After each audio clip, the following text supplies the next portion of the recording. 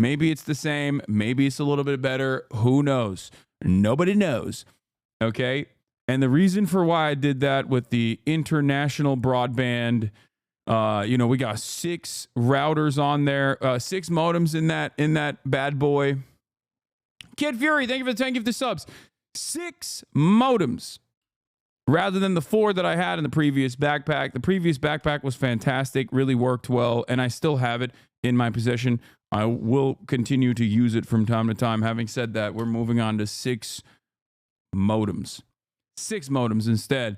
And with an additional option to put up to 13 if need be, including but not limited to maybe Starlink. Who knows? Especially when it comes to international travel, when we are going to be around areas that ISPs don't have a lot of reach to. We might even use some crazy stuff. Now,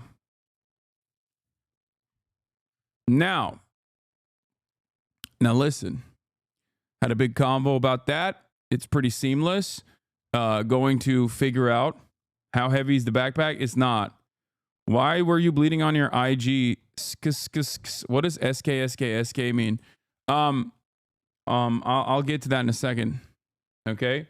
Socialism is when 13 modems. Yes. I dropped buckets on that, by the way. I dropped a lot of money on that. But I'm very excited for it. And also, it's so that I can elevate my content. And it's something that I want to do. I want to do more of. So, had that convo, had the Fear and the Fear and podcast was incredible. Okay.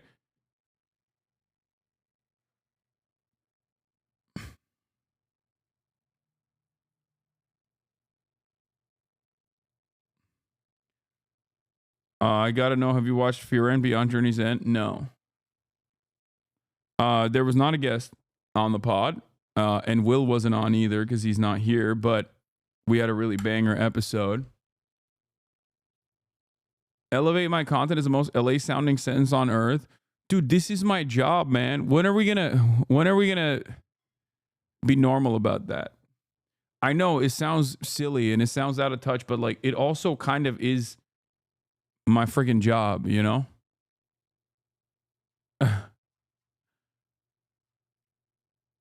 Anyway,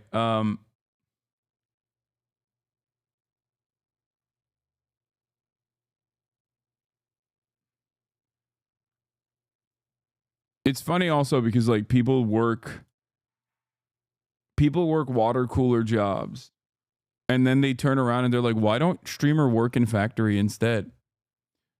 And it's like, bro, you don't work in factory. What do you mean? You work Excel job. You know work factory job. To the factory worker Excel job seem like to the Excel job what I seem like to you. You know? All right. So yeah, most cop man in history. Exactly. QT is coming to Japan, right? Yeah, no, she's not coming to Japan. Let's be real. Get real, folks. That's not happening. But in any case, listen. That's neither here nor there. We did Firan. Podcast was great. I went to bed. Didn't really have time to do anything. Couldn't even do my regular nightly special. Ate a lot of banana bread that my mom made. It was pretty good. It's also featured in the Firan podcast episode as well. Woke up early. Why did I wake up early? That's because this was my first day back in the gym. During the holiday season, my trainers took some time off. I obviously didn't take time off, but I did take time off from lifting. I didn't take time off from training. I played basketball pretty much every single day.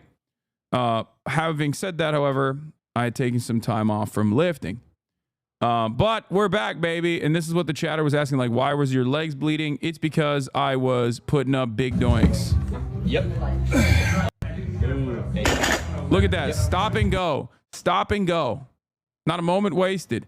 Stop and go deadlifts, baby. Yeah. I know. Cool stuff, though.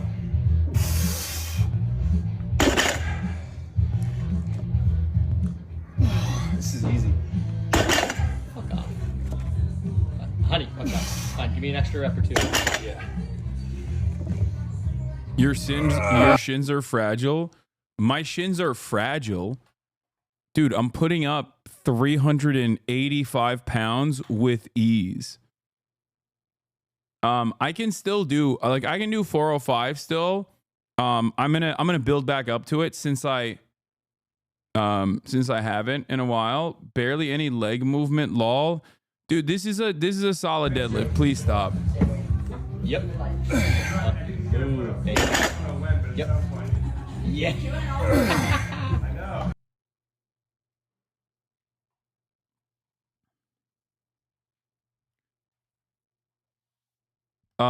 Wearing a hat to hide the balding head, receding hairline. Yeah, I know. My balding head and my receding hairline is devastating. I have to wear a hat to hide it.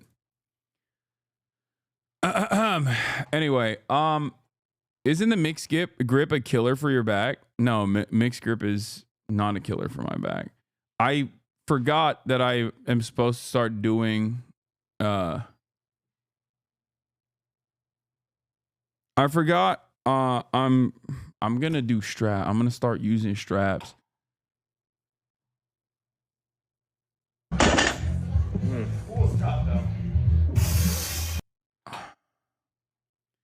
But the reason why my shins bleed is because of the bar path. The bar path is supposed to go right against your shins, and with my leg positioning, and my bar path, normally I wear pants when I deadlift. Didn't realize we were deadlifting today. How much weight is that? It's not crazy. It's just 385.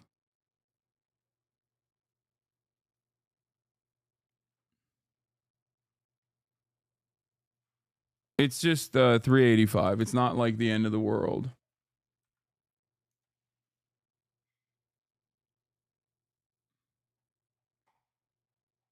So, what does this say about guys that are 6'4"? Oh, I know what this is. I mean, this is an old tweet. He resurfaced this, I think. It just means we're gay as hell. Brother, I'm 5'11" and 210, and I can only deadlift 150. No, 385 is not that good for me, weight-wise. For deadlifting, 385 at my size, I'm 225 to 230 pounds. Struggle 4, thank you for the raid. Hope you had a good stream.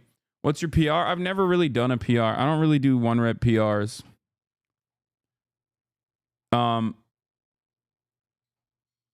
But how much do you deadlift correlate with height? Deadlift is the one lift where your height doesn't matter, or it could be a benefit, I guess, since you can put on more muscle mass and more weight. Every other lift has diminishing returns with your height, and can be a negative with your height. For example, bench press. The shorter you are, the smaller the bar path is. With squatting, the shorter you are, the shorter the bar path is. The distance traveled is shorter.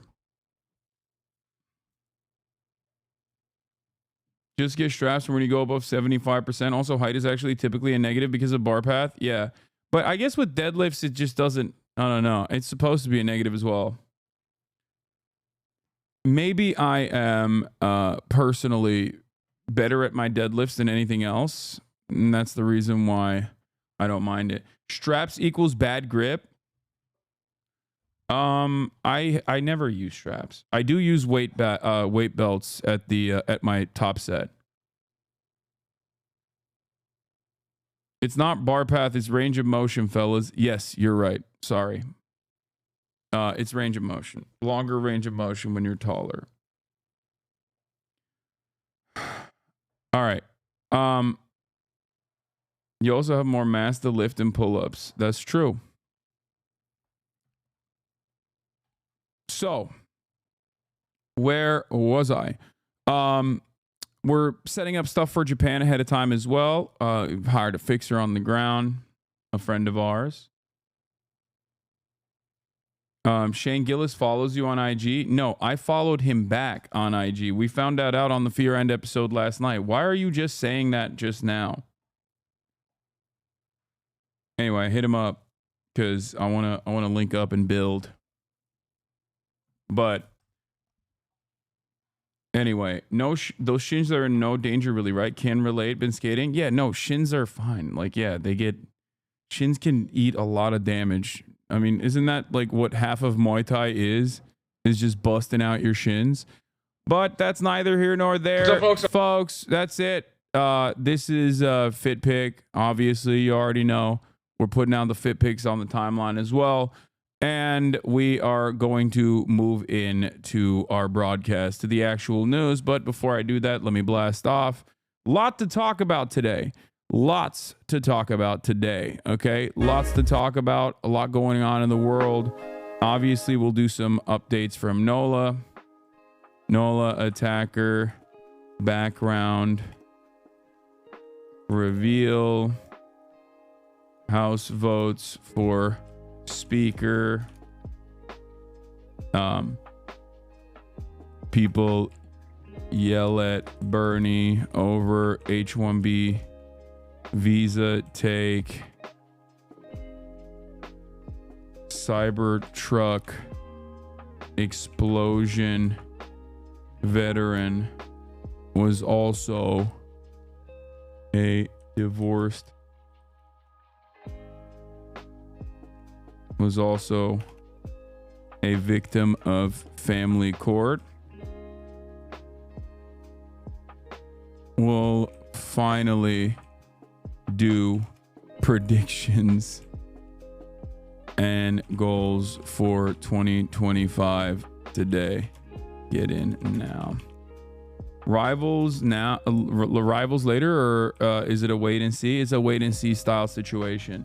I do like that there are people when I stop playing Rivals that go, hey, can you start playing Rivals again, please? Yeah, I will also tune in for a little bit to the Connor post as well. Connor talking to not Elon, but Adrian Dittmann, who is not Elon. Did the Macias send a playlist or no?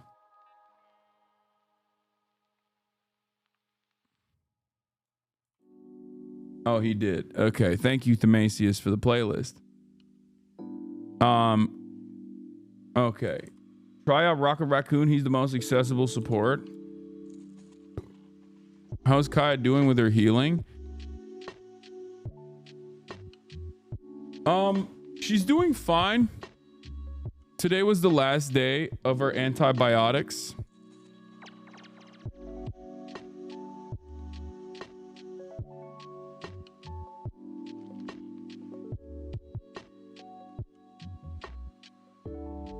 Today was the last day for Kaya's antibiotics, so I think like I'm probably gonna start letting her out a little bit more.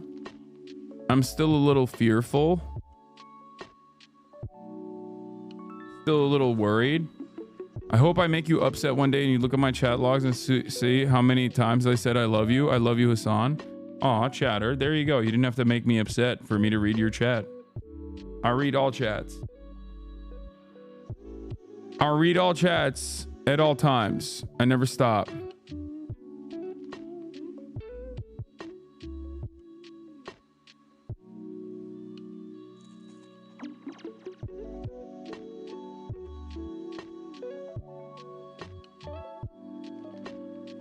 Do you think there are fans who only watch you play games? Man, can you please shut the fuck up about this political shit and pick up the damn controller? No, because I don't play video games enough. If I did, I would build an audience for it, certainly. And I would like to. Chatters in here will just straight up lie and say they want that right now, but gaming frogs are liars and you can't trust them.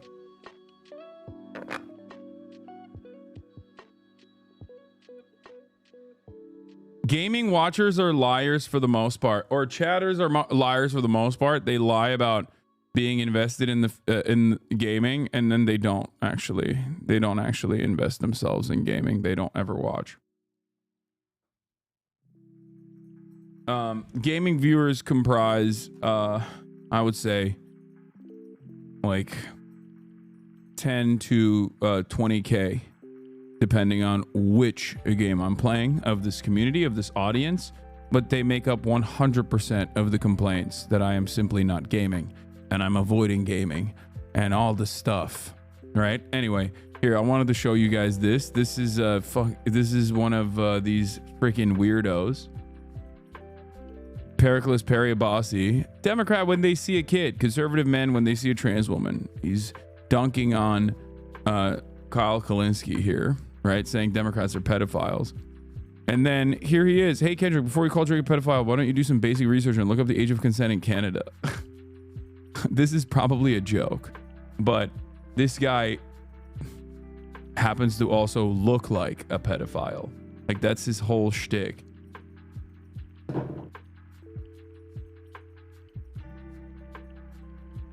Did you see the Dittmann 4chan post that exposes Dittmann as Musk's salt? I'm pretty sure that's doctored, and I'm pretty sure I'm right that that's doctored. And The Verge actually went in, did a deeper dive, and found out that it is, as a matter of fact, doctored.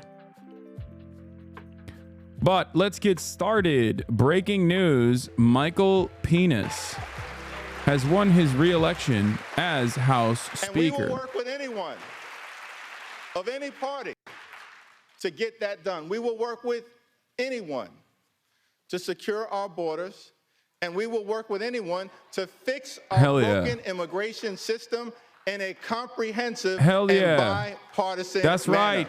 Border control. We want it. I'm a Democrat, by the way. Same period of time, This ain't your father's Democratic Party. This is your grandfather's Democratic Party from the South, a Dixiecratic Party. That's right, ladies and gentlemen. We don't like Mexicans. Okay? That's right. This is not your father's Democratic Party. This is not your Democratic Party. This is your grandpappy's Democratic Party from the South, specifically a Dixiecratic Party. We are now fully in the bosom. We are now firmly invested in being the Diet Republican Party, baby. Let's go. earned those benefits, worked hard for those benefits, and deserve those benefits. So as Democrats, our promise to the American people is that we will fight hard to make sure that no one in this town takes away Social Security or Medicare from the American people. Not now, not ever. No means never. Hey, everyone. There's a CIA masterclass. That's crazy. Our position is that it is not acceptable to cut Social Security, cut Medicare, cut Medicaid, cut veterans' benefits, or cut nutritional assistance from children and families in order to pay for massive tax breaks for billionaires and wealthy corporations. House Democrats will fight hard to protect working class Americans and the things that matter to them, not the wealthy, the well-off, and the well-connected. Keep your hands off Social Security and Wait, Medicare. he didn't win. Hakeem Jeffries didn't win. He's just delivering a speech. Mike Johnson, Michael Penis, won his re-election as House Speaker. 4 years, it's been a great honor for us to work alongside President Joe Biden and Vice President Kamala Harris, whose administration rescued the economy from a once-in-a-century pandemic, delivered historic infrastructure investments, created more than 15 million good-paying jobs, enacted common-sense gun safety legislation for the first time in 30 years, provided life-sustaining health insurance to veterans suffering from toxic exposure, championed the largest investment in combating the climate crisis in the history of the world, which we will defend, and brought down the high price of life-saving prescription drugs for millions of Americans. Thank you, President Biden and Vice President Harris, for your powerful principled, and purposeful public service. Thank you.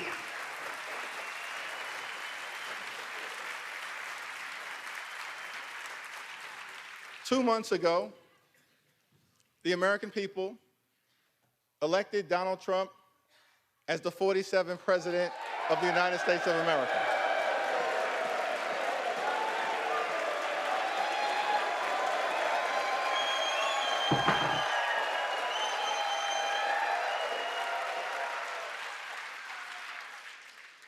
Thank you for that very generous applause. It's okay. There are no election deniers on our side of the aisle. You see, one should love America. One should love America when you win and when you lose. That's the patriotic thing to do, and that's the America that House Democrats will fight hard to preserve because we love this country. America is bigger than any one campaign, any one election, or any one individual. I really like shooting guns. America, the land of the free. Oh, this is a funny video, yeah. Let us never forget that our country is free, not simply. Dude, I don't know who they do this for, honestly. Like, who is the target audience for this? Because if I'm a corporate investor, okay, if I am an oligarch, I don't care because I bought both parties. So I'm not tuning in. If I'm a partisan, I don't really care that the Democrat is just sitting up there being like, we are going to do bipartisanship. If I'm a Democrat, I don't fully understand why Hakeem Jeffries is kind of glazing the limited accomplishments of the Biden administration and also simultaneously talking about bipartisanship, even though, you know, the Democrats lost. A resounding defeat, a resounding victory for the Republican Party. So none of that really matters. So who are they keeping up these appearances for is a question I always have. Like, who is this for? Who tunes into this and goes, man, what a brilliant speech by Hakeem Jeffries. This is the new leadership of the Democratic Party. And it's actually very exciting. This excites me. I don't know. I don't know. Maybe there's some grandmothers out there that tune into MSNBC that are still watching and haven't had their brains fried from the devastating defeat that the Democratic Party withstood in this election cycle. I just always feel like they stand up here and clap for one another because they just, you know, kind of have to keep up these appearances, but for the sake of themselves and nobody else, really, just for themselves.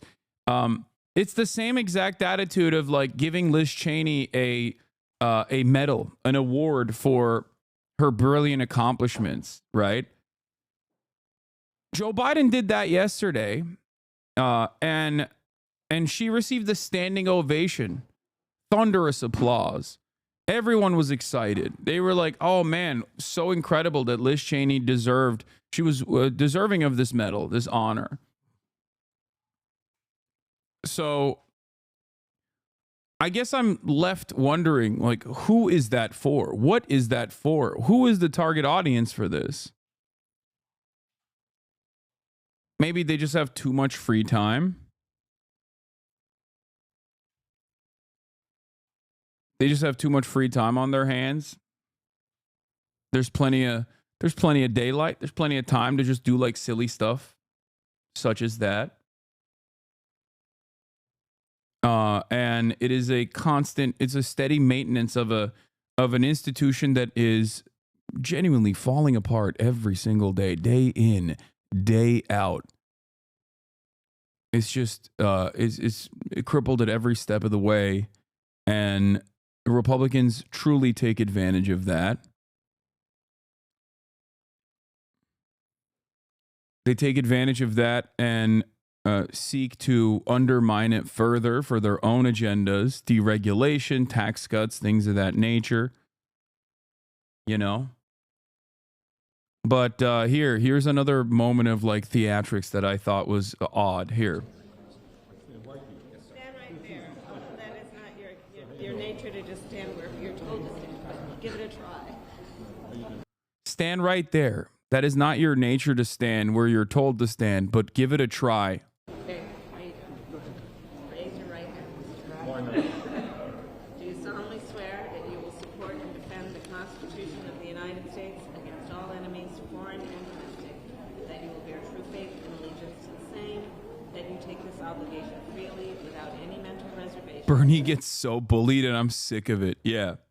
Stop bullying the old man, okay? Now, everyone, speaking of Bernie, he's in a little bit of trouble because he had a critique on the H-1B visa program.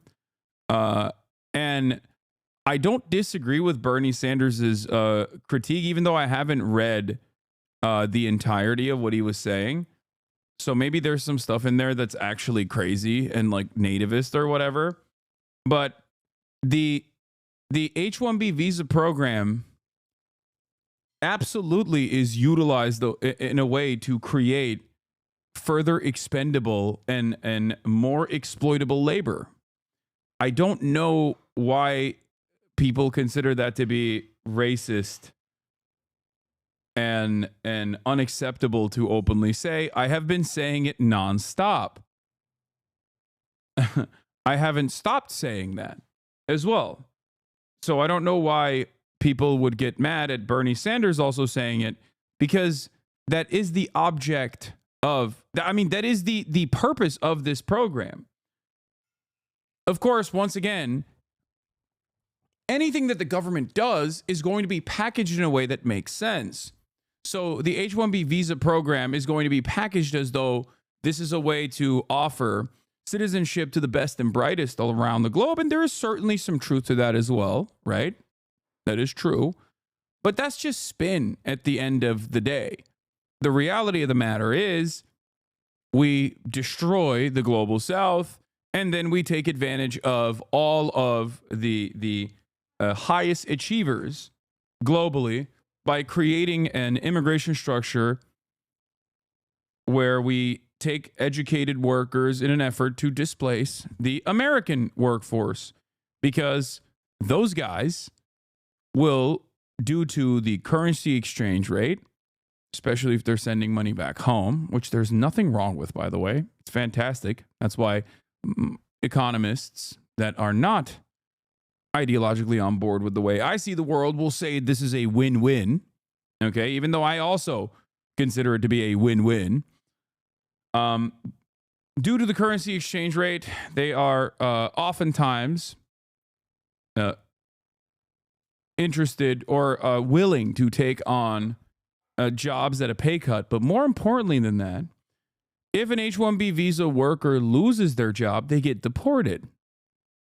So if an H-1B visa worker loses their job and they get deported, they are even more exploitable. So the solution to make this process more ethical and not a mechanism to displace and depress American wages is to ensure that there are safeguards that maintain wage parity and a parity for benefits offered and a protection, additional protections offered to all workers, including H-1B visa workers, protection from deportation, for example.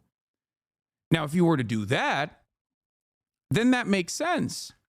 Then bosses can't use the H-1B visa program to create extra exploited and to create a hyper exploitable secondary labor market.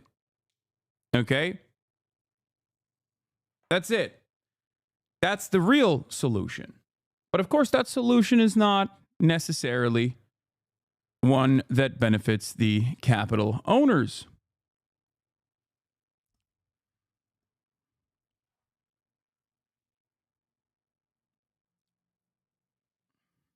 So, Bernie Sanders is in a lot of hot water. Let's take a look at what he said. News: we need major reforms in the H-1B program. Okay, is it in here?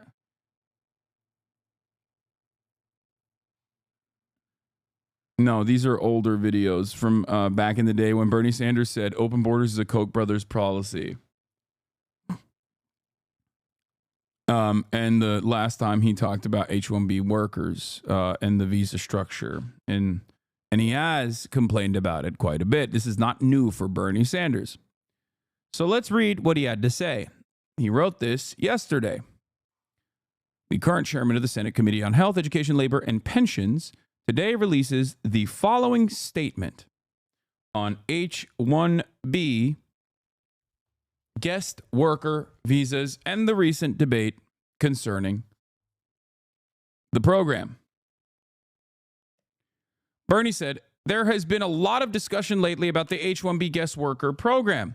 Elon Musk and a number of other billionaire tech company owners have argued that this federal program is vital to our economy because of the scarcity of the highly skilled American engineers and other tech workers. I disagree. The main function of the H-1B visa program and other guest worker initiatives is not to hire the best and the brightest, but rather to replace good-paying American jobs with low-wage indentured servants from abroad. The cheaper the labor they hire, the more money the billionaires make. Where's the issue with this statement? This is 100% correct. The notion that there aren't skilled American tech workers out there that could be doing these jobs is completely, the notion that there are none in the current labor pool is not only silly, it's an abject lie. It's a lie that is channeled through mainstream resources as well, especially when you consider the hundreds of thousands of layoffs that have taken place in our Silicon Valley quantitative easing induced bubble that finally burst a little bit.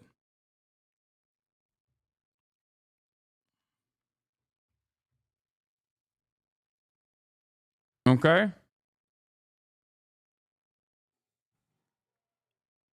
In 2022 and 2023, the top 30 corporations using this program laid off at least 85,000 American workers while they hired over 34,000 new H-1B guest workers. There are estimates that as many as 33% of all new information technology jobs in America are being filled by guest workers. Further, according to the Census Bureau data, there are millions of Americans with advanced degrees in science, technology, engineering, and math who are not currently employed in those professions.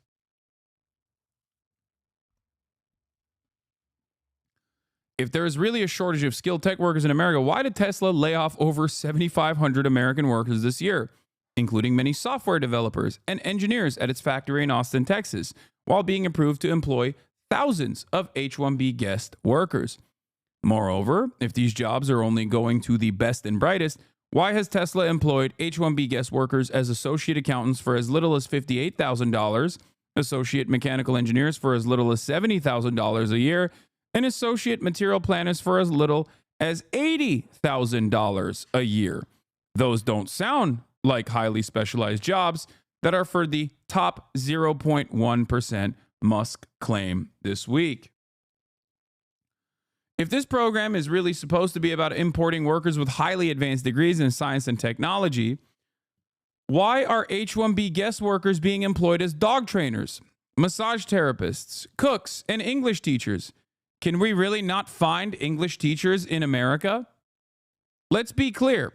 To the extent that there may be labor shortages in our country in some highly specialized areas that need to be filled by employees from above through the H-1B program, we must utilize this program as a very short-term and temporary approach.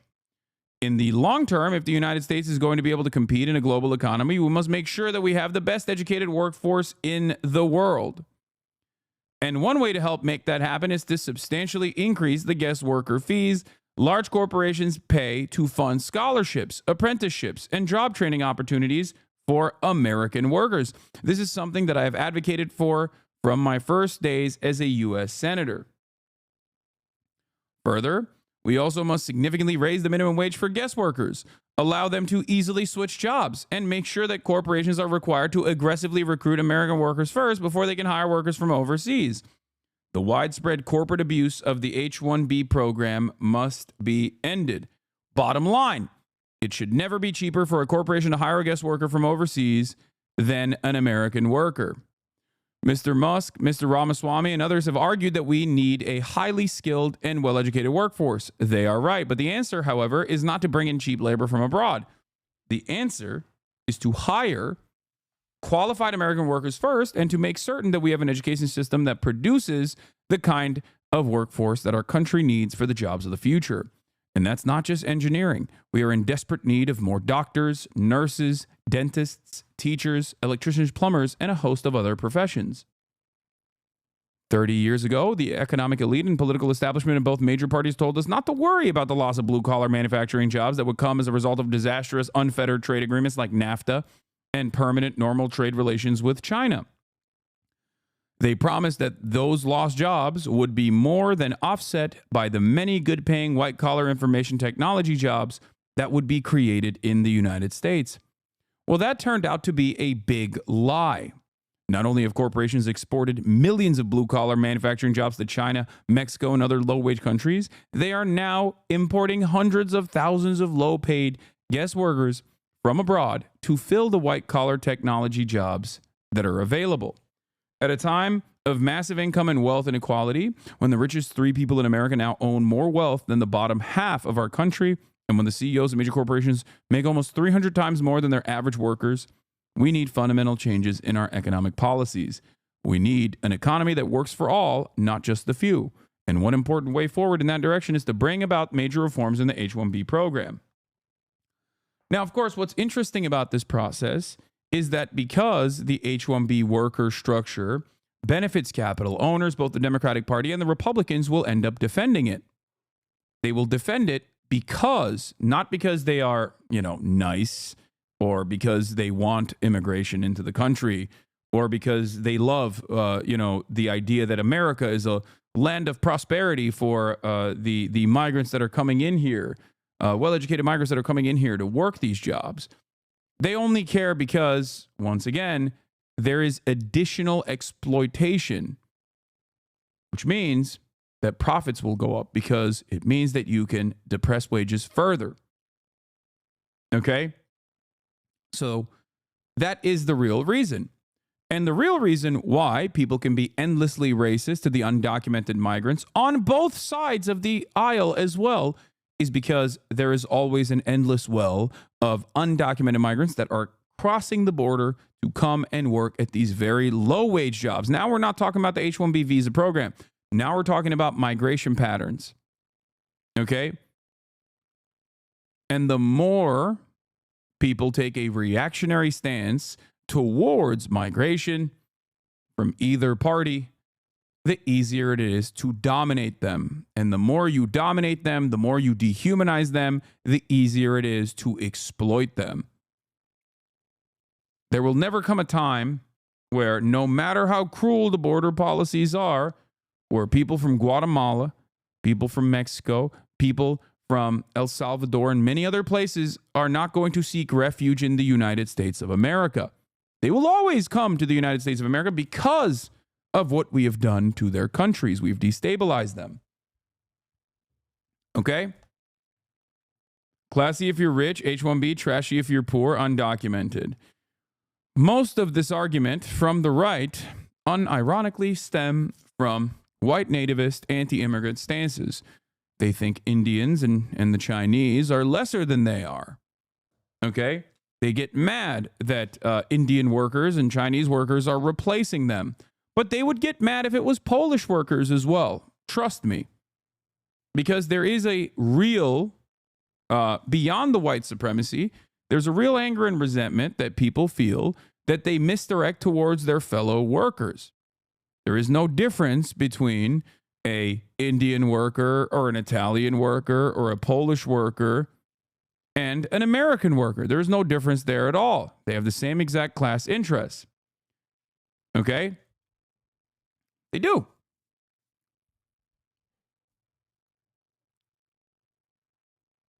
It is always the systems that are designed in a way to pit you against the Indian or Chinese H-1B visa workers. Just so you understand. Megaphonic says, my read of this is that two things can be true. Bernie's right in pointing out the inherent exploitations of the existing H-1B system and providing common sense reforms to fix them, while also being wrong to make a nativist adjacent argument about it. Americans should get jobs first instead of just welcoming immigrants as Americans. It feels incongruous for him to support easing immigration restrictions while making this argument. Yeah, the only part of this that that comes across as like a little, I mean, if you're hypersensitive, and don't believe that Bernie Sanders cares about like migrants or whatever, then you can read this part as like, oh, well, or where is it? Where is it? If you're hypersensitive about it, I think like there's a couple parts where he just like basically talks about like these have to be American workers first. How is Americans should get the jobs first a little nativist, bro? But I don't think it is. I don't think it is at all. Because if you understand the H-1B visa guest worker program to be created specifically to displace the American labor pool with an easier to exploit labor force that you ship from overseas, then yeah, of course you're going to say, no, you got to make sure that you hire Americans first in the United States of America. Because if you don't do that, then you arrive at another point that Bernie Sanders makes very clearly here. You arrive at NAFTA. You arrive at permanent normal trade relations with China. He's absolutely right about that. We talk about how American manufacturing was gutted and destroyed. We talk about the ghost cities in middle America, where places that relied on one corporation basically dominating the town and being its lifeline, only to leave that town and leave it desolate as a consequence. And they leave that town because they shipped the manufacturing jobs overseas. And at the time, the way that this was packaged by liberals and Republicans, who are also liberal alike, was to, one, on the Republican side, this is great for our profits. This is great for our profits. This is going to do free trade. This is incredible. This is an incredible opportunity. And for the liberals, the argument was, well, we're helping these countries.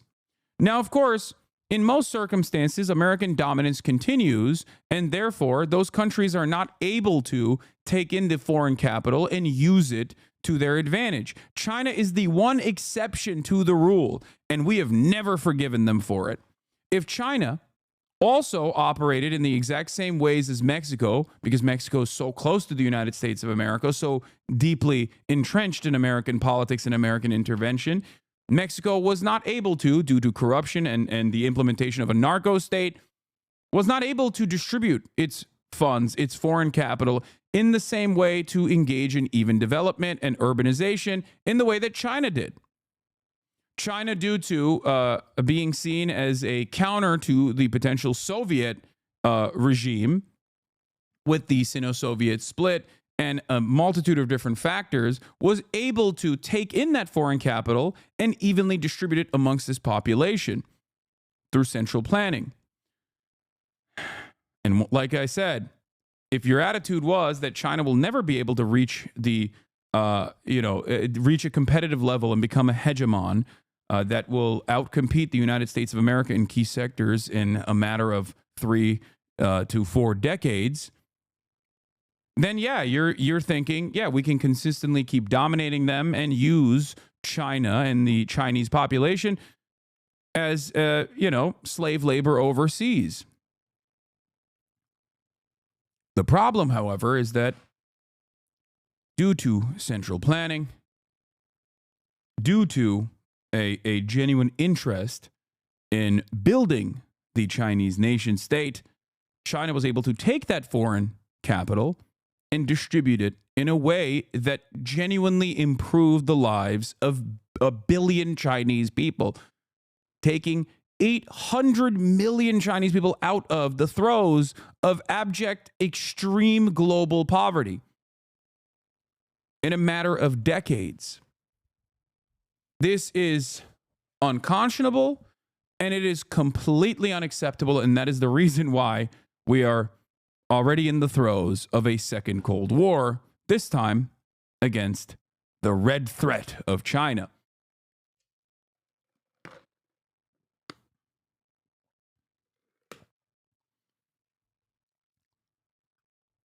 The liberal take on what he said is in fact the racist take. So,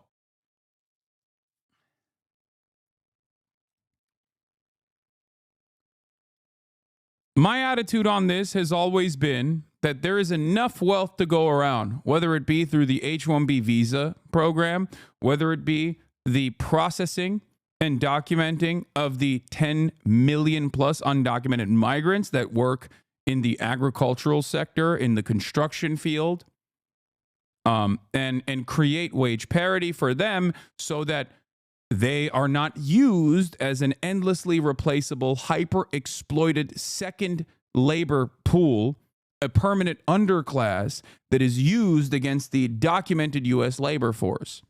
That is the real solution. That is the real way to get out of this problem. But of course, that would require shrinking profit margins, and that would be unacceptable. What did you say? If you really think anything Bernie said is racist, I genuinely don't think your opinions will win any elections anytime soon. I mean, that's also a tricky conversation, because if Bernie had said something genuinely racist, there are plenty of genuinely racist people. There are plenty of, like, anti-Indian sentiment, for example, goes a long way on both Twitter and in general. We must not find ourselves in the throes of right-wing reactionary politics simply because it will be beneficial. That's the attitude that the Democrats have. That's the attitude of the Democratic Party in general. As an H-1B visa holder, I ain't rich, and I'm easily susceptible to being fired if I join a union and subsequently get deported if I don't find a job in 2 months' time. Also, the path to citizenship or green card takes so long. Have already spent 10 years in the U.S., 15 plus years to get my green card. Brian, kill me. So yes, we are stuck in limbo half our lives. Exactly.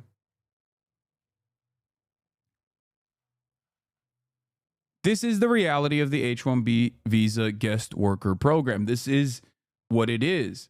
This is the reason why H-1B visa workers are seen as you know, really valuable alternative. Once again, do you think Bernie is nativist under the cover? No, I don't. I don't think Bernie is a nativist under the cover. Like, I don't think he's like secretly a racist guy who's like, I do not care about the Indian workers.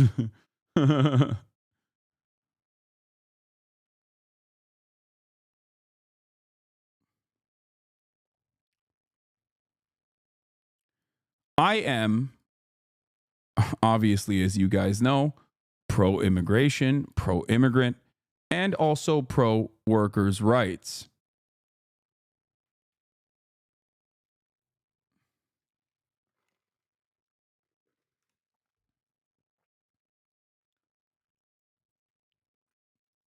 The problem is, most people cannot see beyond the neat little confines of American capitalism.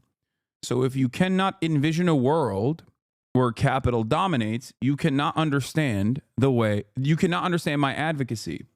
And if you cannot see past the point of capitalism, if you treat capitalism as though it is the norm, as though there is no other alternative, or the alternatives are far worse and far more deadly, far more devastating, then yes, of course, you are going to constantly look for bandage solutions. And those bandage solutions are going to always be right-wing reactionary. If you cannot envision a world where the American criminal justice system is dramatically changed, right? where we focus on rehabilitation rather than incarceration, where we try to solve the underlying material inequalities where crime manifests, then yeah, you're going to be like, crime is out of control. We have to do something about it. You're going to have the shaky Gurga, Uncle Jenk attitude on crime. You're going to say, there's crime everywhere. We got to deal with it. We got to deal with it. How do we deal with it? Well, there's more apprehension, more detention, more draconian measures, please. I look to the past 200 plus years of American history and American attitudes towards crime and punishment, and I see an abject failure of that kind of attitude. America has some of the worst crime and punishment systems on the planet. One of the worst, one of the most inhumane structures for criminal punishment. Sure, we like to think highly of ourselves and say, well, at least we're not caning people like they do in Singapore or Malaysia, right? We don't have corporal punishment, but we still torture the overwhelming majority of criminals under the overwhelming majority of convicts, overwhelming majority of criminals under our criminal justice system. We punish them excessively. Okay? We don't hang people. We don't shoot them. We're not barbaric. We don't decapitate them. We don't behead them. That is barbaric. We simply find other alternative methods of execution. Well, it's still capital punishment at the end of the day, a practice that has been banned in many other comparable OECD nations.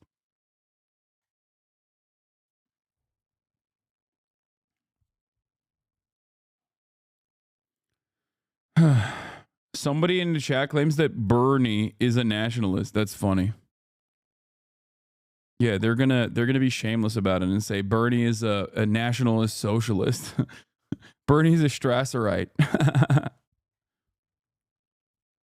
Bernie. Feel the burn.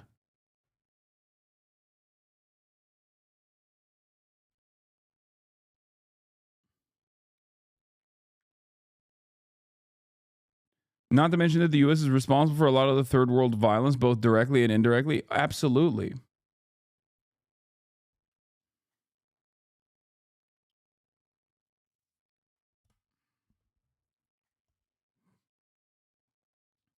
I think the irony also revolves around, and we're going to go back to, a different time where, well, lo and behold, Bernie Sanders still is warning about H-1B foreign workers replacing American labor. Let's take a look. Corporations whose main argument is, we just can't find Americans to do this work, and we just need to go all over the world to bring people in. If you listen to them, they will tell you two things. First, in terms of low-skilled jobs, they say they need foreign workers to do the jobs that Americans just won't do. And then, Madam President, this is what really gets me. They tell us that they need more H-1B visas because Americans are just not smart. I do see a lot of myself in Bernie, I'm not going to lie, where people constantly misunderstand his position, yell at him endlessly, and act like he's brand new, act like he's behaving brand new, and then you go back in time. No matter how far back you go in time, he literally is saying the same exact things. Okay? It's just like, they'll be like, oh, Bernie, why are you acting so brand new about this? Oh, my God. And it's ironic. Like, I can't, in good conscience, understand how so many liberals are chirping at Bernie Sanders over the H-1B visa take, okay, claiming that this is racism, claiming that this is white nationalism, when those very same liberals, not that long ago, before the election, were hyping up Donald Trump's border bill that Joe Brandon was pushing. So which is it? It makes no sense. On the one hand, these guys are like, we got to do border control. We got to kill these migrants. We got to kill all of them. We got to kill every Mexican in the country. What are you doing? I'm a Democrat, by the way. But then simultaneously, they're like, wait, what? You mean that in a sector where there is unimaginable layoffs, these guys still have room for H-1B visa workers? Because it kind of feels like it's used as a mechanism to displace the existing American labor force. and bring in, without any sort of wage parity initiatives, create a structure where you are basically taking advantage of a labor force, an educated labor force that's coming from overseas, from countries that we have dominated for years and kept poor for the most part. And it's odd. It's odd to take this approach where you're like, we have to start killing Guatemalan immigrants at the border, and then simultaneously say, Bernie is the real racist. Here's an example of this. Here's a prominent example of this from prominent liberal, not even prominent, but just like a liberal that loves complaining. Kentuckian Melanconiste says, liberals calling Bernie anti-immigrant for correctly pointing out that corporations love H-1Bs because it lets them exploit immigrant workers is real rich considering how ready and willing, yada, yada, yada. Armand Domaluski responds and says, we're calling Bernie out because he, A, explicitly lies about the program, saying it covers cashiers and dog walkers, and B, he parrots reactionary arguments about immigrants cutting American wages, which is a flat-out lie. Not that long ago, only a couple months prior, he says, Kamala Harris ended the Trump border crisis. The audacity, barbarism critic says, the audacity of these fucking libs have to pretend they weren't repeating right-wing border crisis bullshit and promoting Donald Trump's immigration bill not 2 months ago. I wonder what's worse for immigrants, reforming the H-1B program or shutting down the border. They truly expect none of us to have a longer memory than Dianne Feinstein.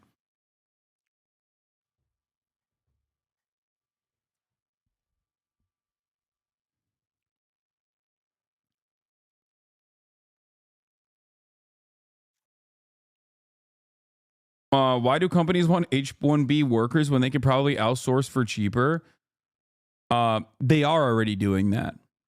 In the field of IT, especially with IT, especially with outsourcing becoming more easily accessible, people oftentimes do outsource. But that's the H-1B. The H-1B visa program is outsourcing in and of itself. That's what it is. H-1B visa is outsourcing for jobs that require you to be here.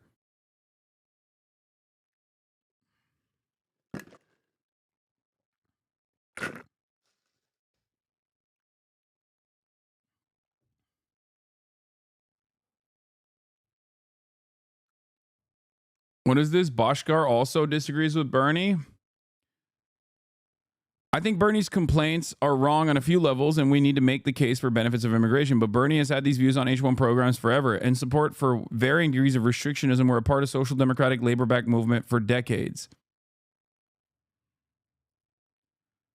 Matt Brunig responds to Noah Smith. It's just absolutely pathetic watching leftists trying to hop on every right populist bandwagon 3 weeks late. Oh, hey, guys, we hate Indians taking your jobs, too. Aren't we cool and populist? Most pathetic political movement. I think this is a false interpretation, understandably, from Noah Smith, who is paid to be wrong. I don't think that leftists are saying that.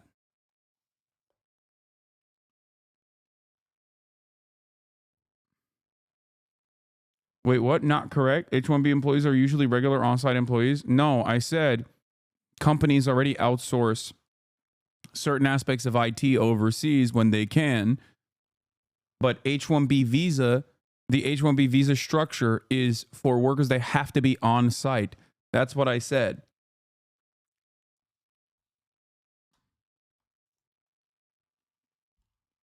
It's basically importing the outsourced labor into America because some labor you can't outsource.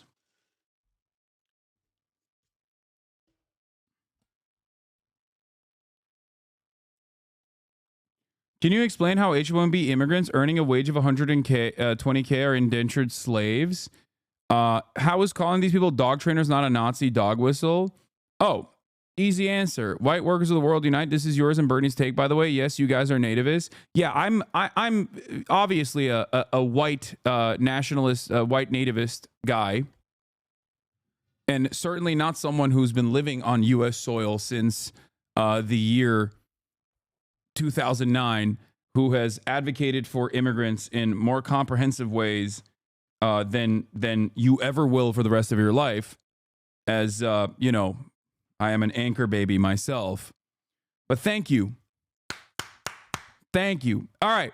So At least the Nazi was right and honest when they said the H-1Bs because they hate immigrants. So here's the thing. Can you explain how immigrants earning a wage of 120K are indentured slaves? Great question. Let me tell you. If the actual job for that process, which is already lower than what it's supposed to be, because it's, that's how you generate profits under capitalism. If the actual job previously, the wages for that same job previously was $200,000, and now you are able to make someone do more work for only $120,000, then yes, you have successfully lowered the price, lowered the wages for that same exact job, and you're even getting more output from that same worker. Why are you getting more output from that same worker? Because that worker has an additional vector of exploitation. If they lose their job, they have 2 months to gain, 2 months to find gainful employment, or else they get deported. Okay? This is something that I've talked about quite a bit. This is just, incredibly coercive. So that is how it works.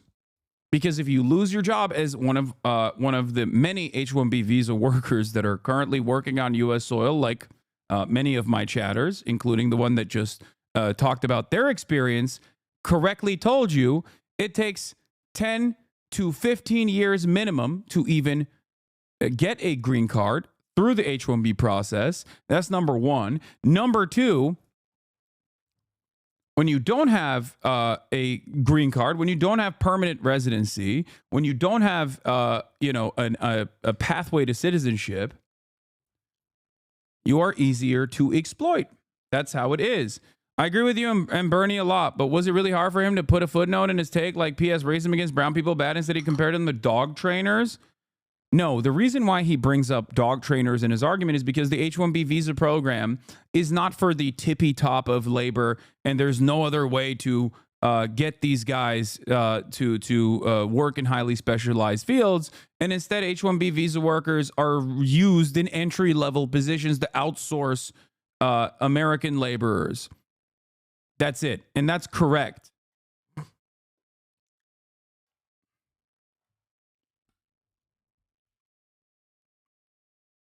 Okay? That's not correct, though. There are no H-1B visas for dog trainers. Dude, you are...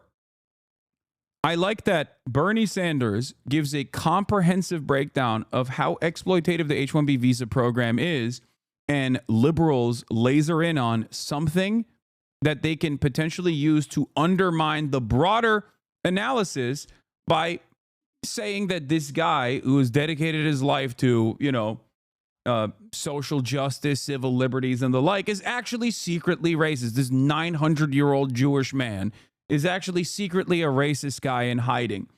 And it came out now. He's actually racist, and he's using left populism to finally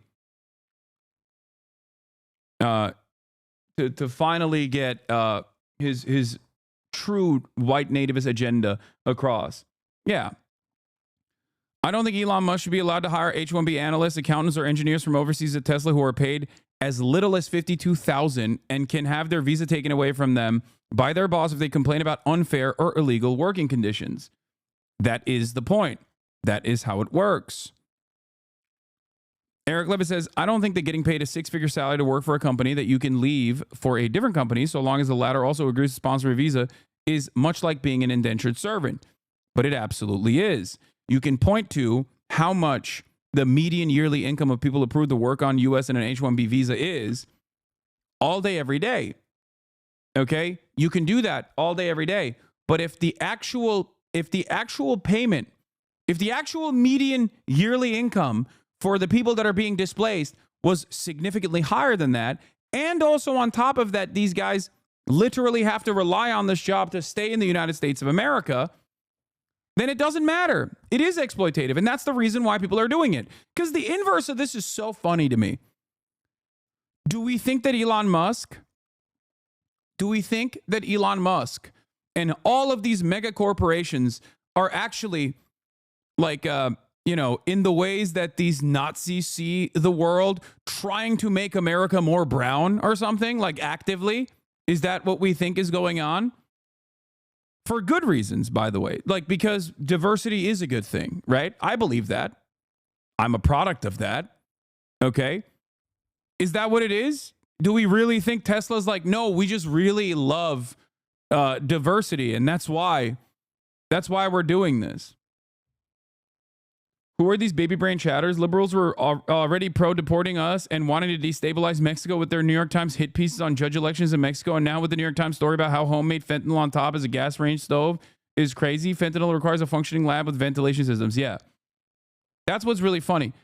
That chatter's an idiot. I'm a software engineer and data scientist. Visa workers are paid on average 30 to 40% less, and the cost of importing the visa workers are on the government as tax credits, and they're used to threaten local engineers from asking for raises. Is very exploitative. Neoliberalism started this insane practice before it was just immigration.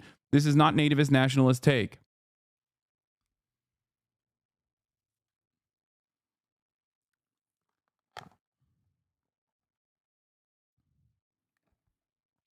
Test the nativist argument. Put all Scandinavians in the H-1B, but no farm hospitality worker place. How would those who think for a second H-1B is about anything but tech bro economics might think differently?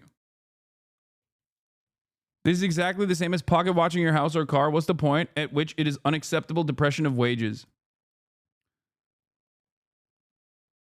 Yeah, I mean, it's just a way for liberals to maintain the current status.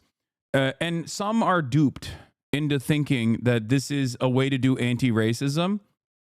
And there is a lot of racism involved in this conversation, which is something that I frequently cover as well. And it's always funny because some people will come in here and be like, why aren't you talking about the racism angle when I do?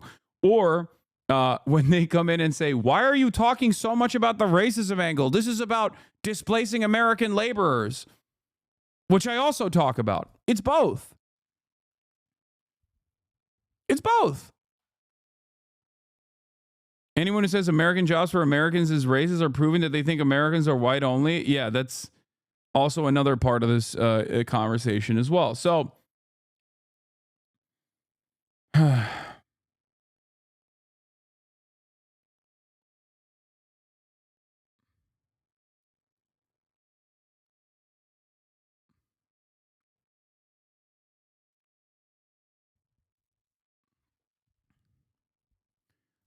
what's really interesting about this story, in my opinion, is that there is evidence across the board that even suggests that H-1B visa worker programs are not used as a mechanism to suppress American wages.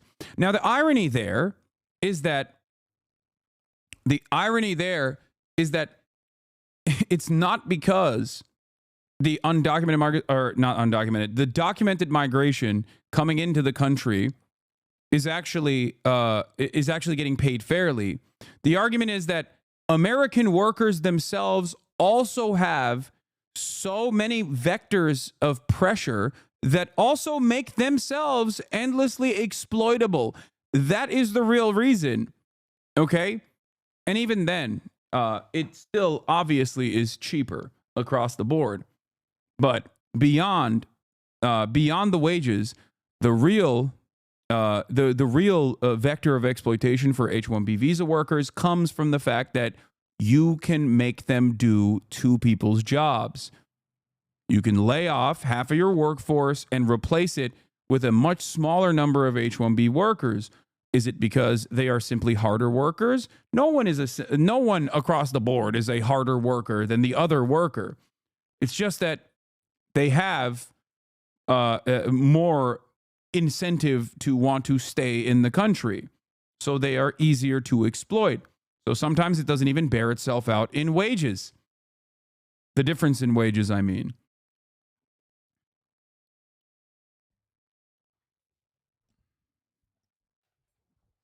So say clearly to your chat that there's no depression of wages tethered to immigration, because that's what they're claiming, and it's nativist. No, there is a depression of wages tethered to immigration. What are you talking about?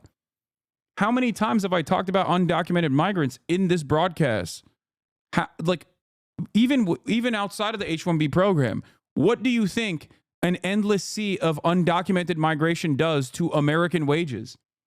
It is specifically the point. The reason why these are not documented laborers, and even if they were documented laborers like the H-1B visa program, that would still end up creating some level of wage depression.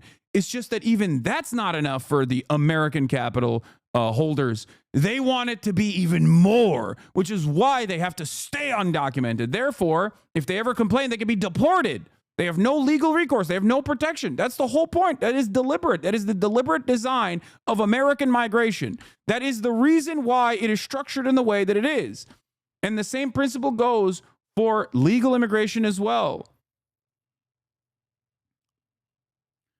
Fewer immigrants mean more jobs. Wait, what? Not so, economists say. What is this? When the federal government banned the use of farm workers in Mexico, California's tomato growers did not enlist Americans to harvest the fragile crop. They replaced the lost workers with tomato picking machines.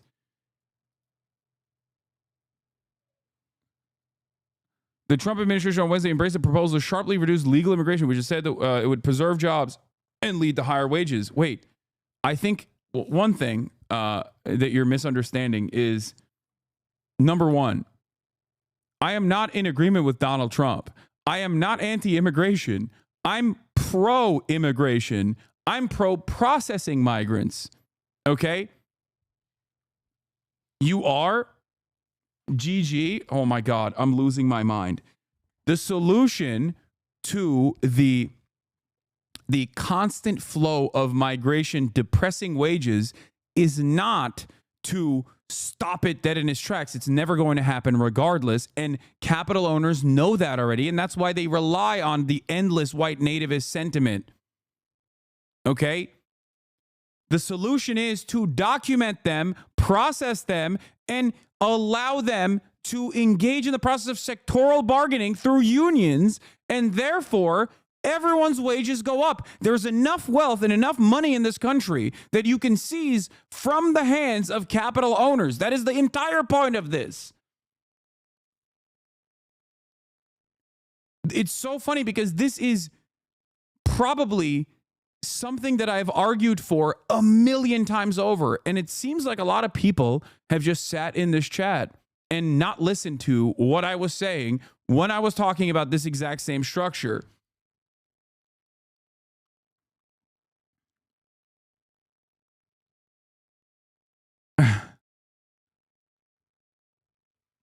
But economists say the tomato story and a host of related evidence show that there is no clear connection between less immigration and more jobs for Americans. Rather, the prevailing view among economists is that immigration increases economic growth, improving the lives of the immigrants and the lives of the people who are already here.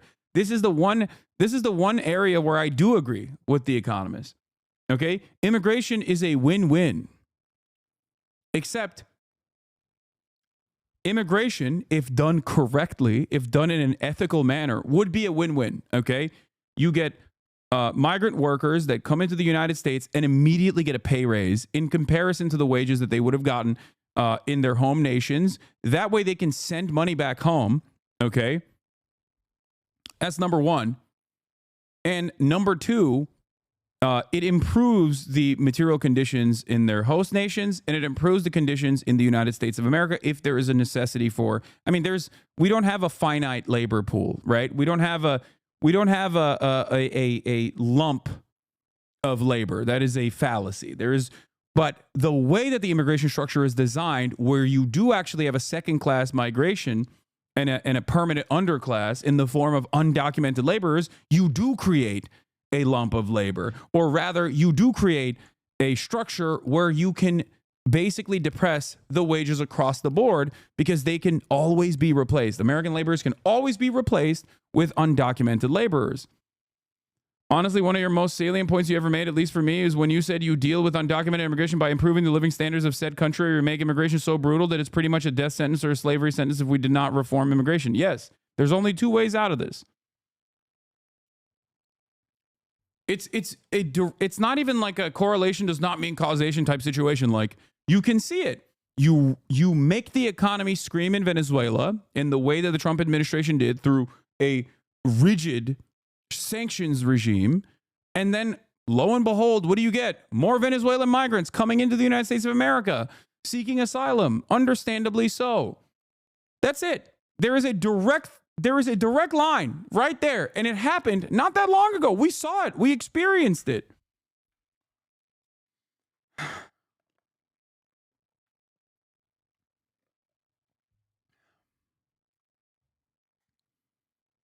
Chowder's making a basic mistake in formal logic. Exploited immigrants do cost suppressed wages, but reporting them does not necessarily raise wages. It's not nativist or contradictory to recognize that. Yes. The only issue here is that the thing I advocate for ends up being infinitely better for every single American worker and all the migrant workers as well, and improves their living conditions, but it harms capital owners. It harms their profit margins. That's it. And that's the reason why it is completely unacceptable.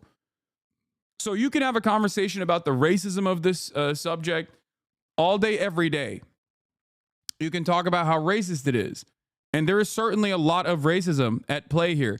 If you are selling this concept to a reactionary audience, you talk about how Indians are bad and they're not America. You can't create a nation with the children of immigrants, right? Like you can't maintain your country with the children of migrants or whatever people say, which is incredibly racist, right? American dominance also comes from American diversity. There is not a single person in this country, with the exception of Native Americans, that cannot trace their lineage directly back to someone that did not belong on this continent initially. It's so stupid to say this.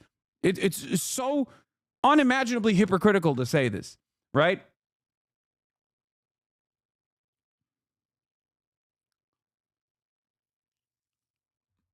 Having said that, however,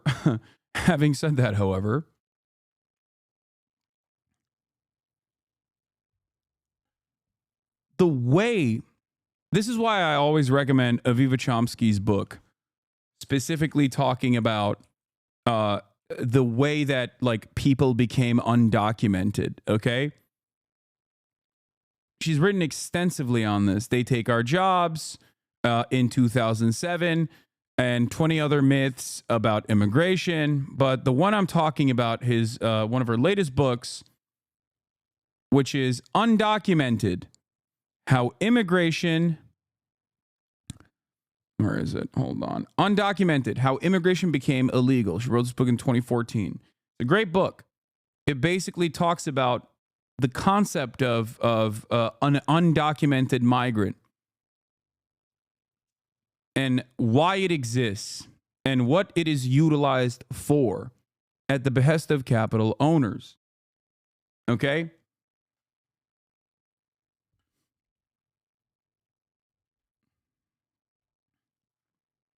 That's why when people say no human being is undocumented, what are you talking about? Yeah, it sounds like squishy lib shit, but it also is true. What do you mean undocumented? What's the difference? What is the difference between someone who is an undocumented laborer and a documented laborer? There's no difference in terms of their class interests. It's not like undocumented workers are monolithic. It's not like undocumented immigrants are monolithic. They're coming from all around the planet, from so many different places, different walks of life, different ethnicities, different backgrounds, different creeds. You think they all are monolithic in their understanding where they're coming in? No, the only difference between an undocumented worker and a documented one is paperwork. That's it.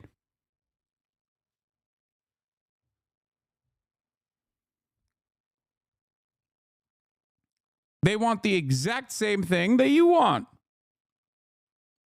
Shelter, food, fill their bellies, a better future for their children, a better life. That's it. There is no invasion occurring. You know what I mean? That's just racist nonsense. And just like I've said time and time again, there's only two ways out of this. You either make the process of migration so costly, so taxing, and so incredibly cruel, okay, that you put undocumented laborers in concentration camps and you discard them as though they are not human. And that can be done through decades of dehumanization, which we are doing already. We're leaning in that. There's only two ways out of it: apprehension and detention and further exploitation, or a more ethical approach to migration and a more ethical approach to American foreign policy in general that keeps these host nations in dire circumstances, destabilized.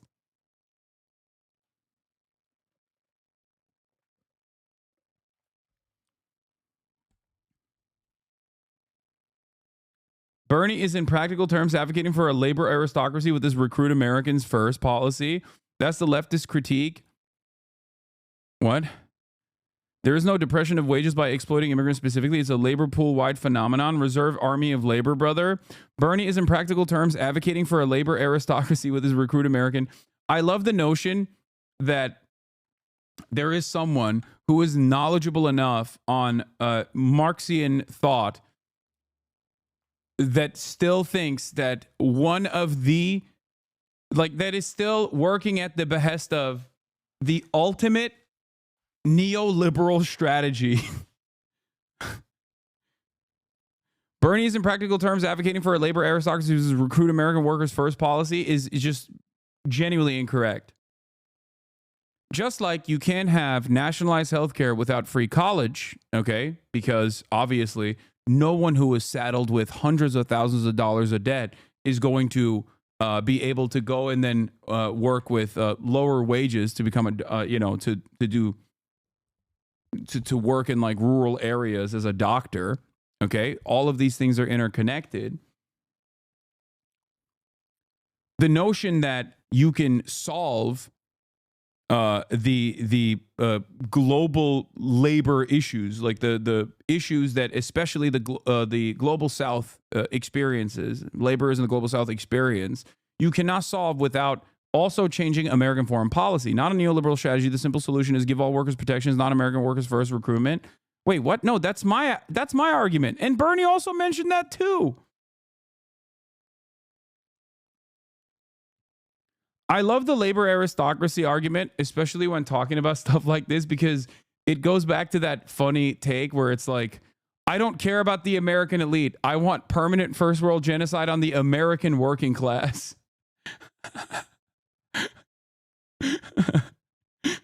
I don't care about the American capital owners. I don't care about the American politicians. I want the American workers to suffer. I want the American workers to suffer more.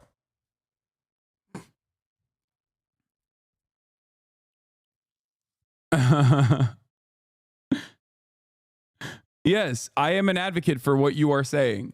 And so is Bernie. He also mentioned protections for the H-1B visa workers in an effort to make sure that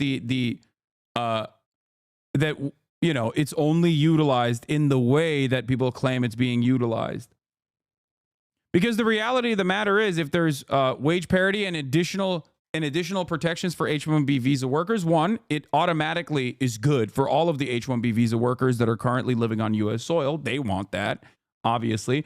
And two, then you cut out the corporate incentive that is like they can work H-1B visa workers to the fucking bone. Okay? If they are no longer at the mercy of their corporate sponsors, okay, and fear deportation, if they don't work the weekends, if they don't work ridiculous hours, for example, then all of a sudden it's up to the corporation to hire exclusively highly skilled talent,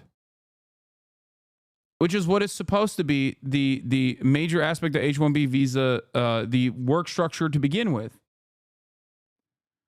2007, Bernie passes an amendment to increase H-1B employer fees to fund STEM scholarships for U.S. students. 2009, Bernie's amendment banning big banks from replacing U.S. workers with H-1B workers become law. This is kind of funny. You could literally point to this and say, well, here Bernie is defending all of those bankers that have exploited the American working class. Bernie is pro-financialization of America. Bernie is pro-financialization of the globe. Here he is defending the workers at banks. 2016, Bernie slams Disney for replacing U.S. workers with H-1B workers in Anaheim. The H1B convo. Libs got mad that Nazis are dumb enough to think Bernie was on their side on this. It's two types of idiot with no material analysis. Yeah, that's why I say everyone's a liberal at the end of the day.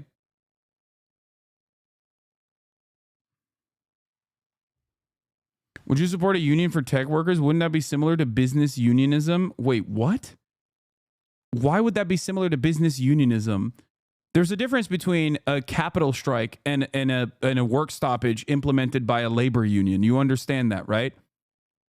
Tech workers are still workers. Their job does not require further exploitation. They're not like managers, okay?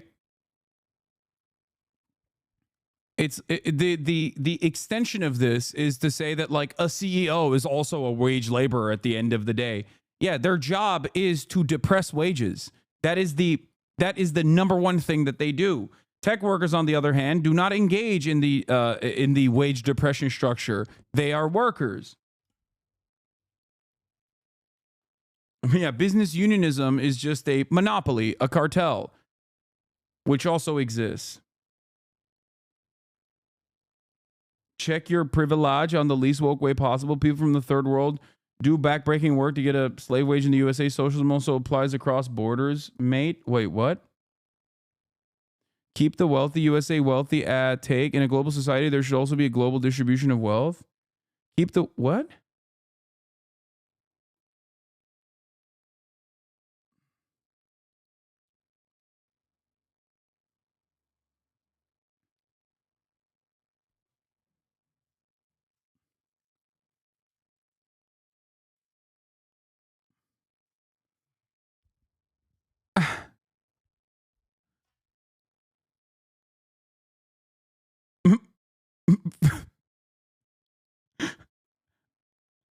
I'm confused about what is happening here because like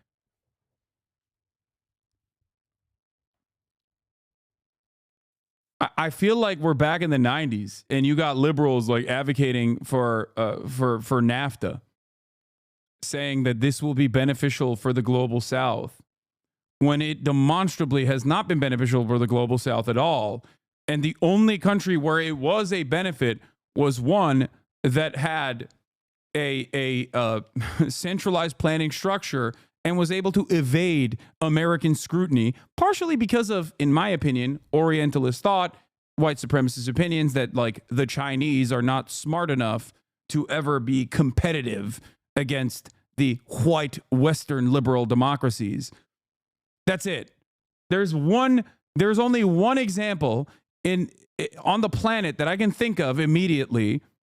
Okay, I'm sure there might be more, but there's one that I can think of, and that's China. That's the only country that has been able to utilize foreign capital that came by becoming a manufacturing hub for the globe that was able to improve the material conditions of its working class. And we have never. Nah, you just saying buzzwords, dog. What? He's right. What's your rebuttal? He's right. He's right to what? I'm just saying buzzwords that all of these mega corporations are actually doing an H-1B visa structure, not in an effort to have an endlessly exploitable pool of talent, but instead that will inevitably and has displaced the American labor force. But instead, they're doing that because they are interested in improving the material conditions of the entire globe, specifically the global south. Is that what you're saying? Like you're actually bought in on the argument.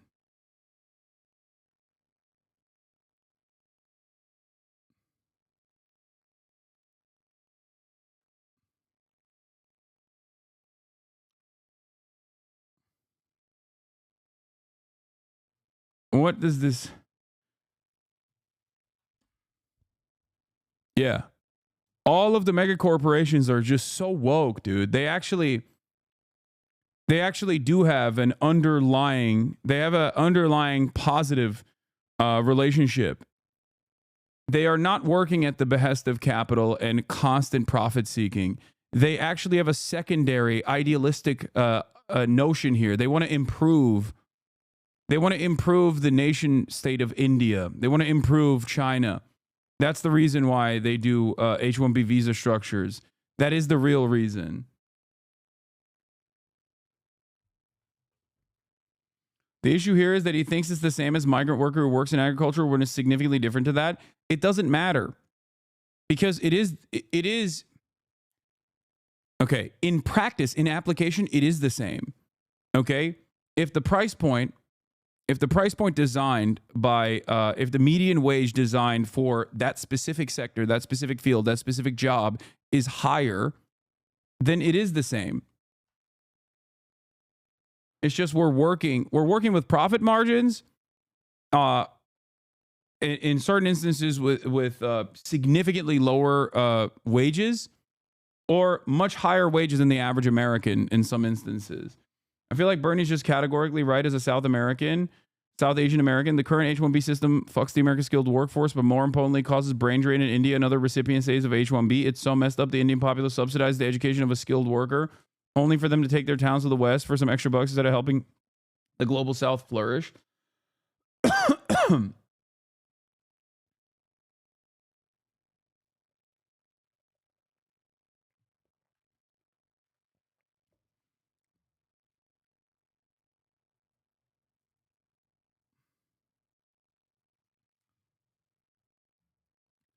I mean, brain drain is one aspect of this, certainly. I think that, let's be real, H-1B only exists as a white collar... what? H-1B only exists because white collar companies can't easily get away with undocumented workers as the ag industry. Well, also, yeah, it's because white collar companies need specialized workers. H-1Bs is currently implemented increased worker exploitation and depressed wages. That should be the end of the argument. It doesn't matter if it's U.S. citizens or immigrants being exploited. It's still exploitation.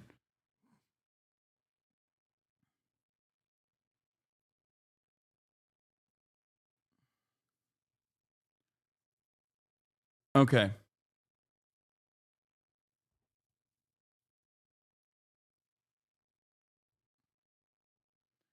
Engels and Lenin talked about how certain unions in England at the time were run like businesses, which meant that they would be more aligned with the bourgeoisie. You could argue that tech workers, many who make 4 to 5 times the average wages of the American worker. Yeah, you're right. Because as you know, the more money you make as a wage laborer, the less you are a wage laborer. That's also what Marx was saying. Dude, what are you talking about? What is this argument, dude? That's not how anything works. Okay, first of all, you're wrong. Tech workers do not make 5 times the average laborer in the United States of America. Okay, this is class politics. Income has nothing to do with that. It's ridiculous. Why do I talk so extensively about like players unions in the NBA, for example, or SAG-AFTRA and its protections that it offers to high-paid Hollywood celebrities? No matter how much money people are making, unions in any sector are tasked with making sure that they are getting back more of the value that they're creating for the capital owners. That's it. It's super simple. In any sector, in any field where there is a guy getting paid $1 million a year, if they are a wage laborer, there's someone else making $1 billion a year. Okay? That's it.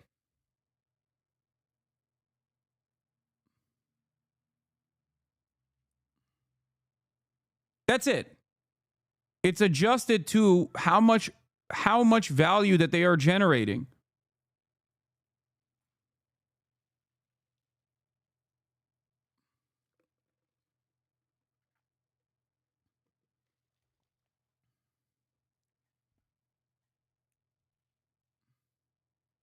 I've seen an incredible engineer with an H-1B get stuck in a position severely underpaid, had now years of experience than me. I was making $25K more. I was transparent about my pay, and they were able to go back and get more money. They get absolutely abused by our system, and it's by design.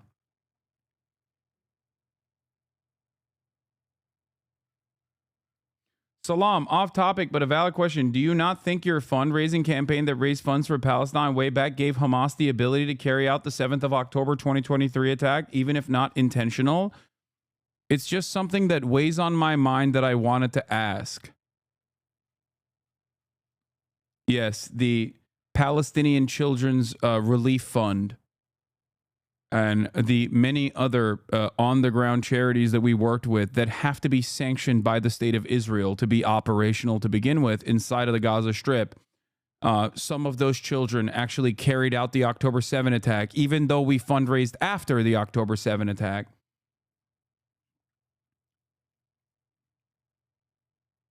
That's the funniest, just curious take. Yeah.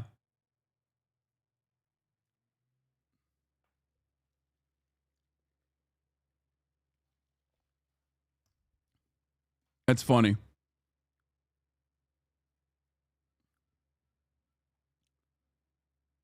No shot we arrived at Hasan at October 7?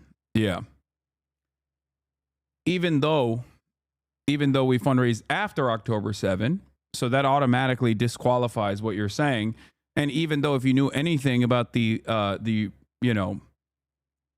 philanthropic organizations, the aid organizations that work on the ground have to get previously sanctioned by Israel, like allowed to exist and operate in Gaza, because there's no way that you can get funds or resources into Gaza directly. In order for your question to be valid, I, one, would have to have a time machine where I could go back in time, and two, be able to somehow directly fund Hamas and evade Israeli authorities.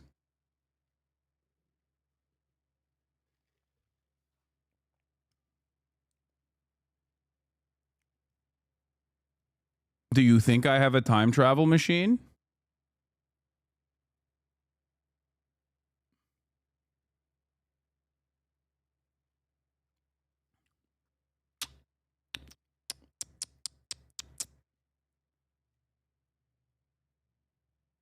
Anyway.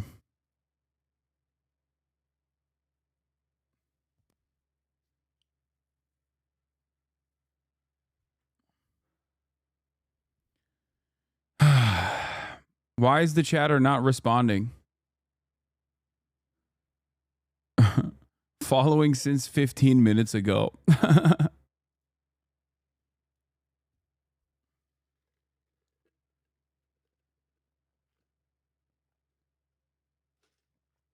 Anyway. He got his clip. I don't think that there is a good clip there for him in my response.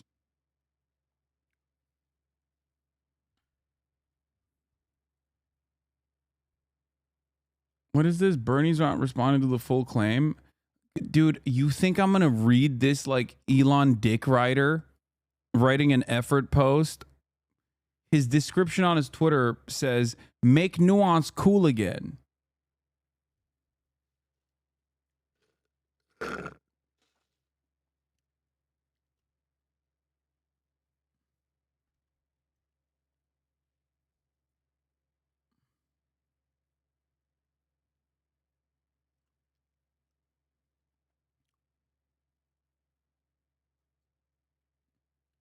Elon retweeted him. Of course he did, because Elon loves his dick riders.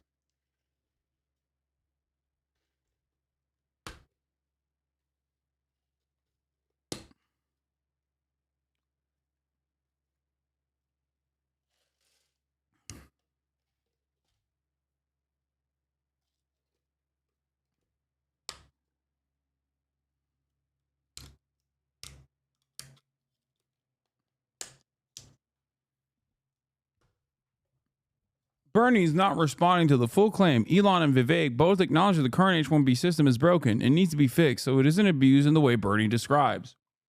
Yeah. Which, you know, takes Elon at his word, which I find to be a foolish endeavor. They've also said it needs to be used to recruit top engineers. These two claims are compatible. This is the second time in 2 weeks he's done this. He did the same thing when Elon helped tank the 1,500-page spending bill. It's just another form of identity politics. Instead of focusing on channeling racial hostility, it's channeling class hostility. Billionaires are evil. It's divisive. Don't fall for it.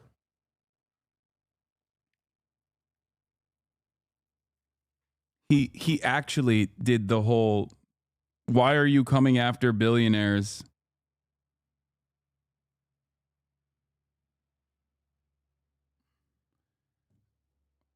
Channeling class hostility. How is that a bad thing? There is not a moment where there isn't class collaboration among capital owners. They are very well aware of their class position. They have designed society in a way that benefits the capital owning class. That is what capitalism is. What a ridiculous thing to say. Of course Elon Musk retweeted this.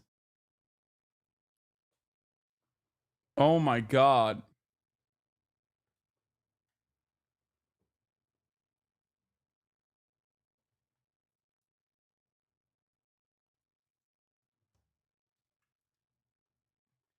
I like the way that this guy, liberals, right-wing liberals are so funny because their politics are so indecipherable when met with class politics, where they go, oh, you're doing identity politics, actually.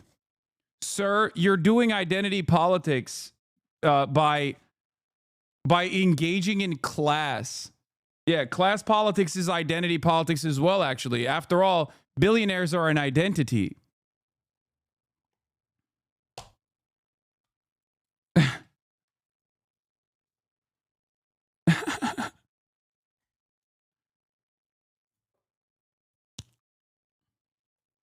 Yeah. Many chatters in here are simply identifying as poor, working class. If only they started identifying as billionaires, they would be able to, become billionaires. That's how it works. That's the power of, that's the secret right there. All you need to do is identify as a billionaire. That's how it works. He did the meme. Yeah, don't replace the culture war with class war, bro. Please don't worry about why you pay more in taxes to billionaires. Worry about the war on Christmas, the trans agenda. Please, bro. Stay distracted, bro.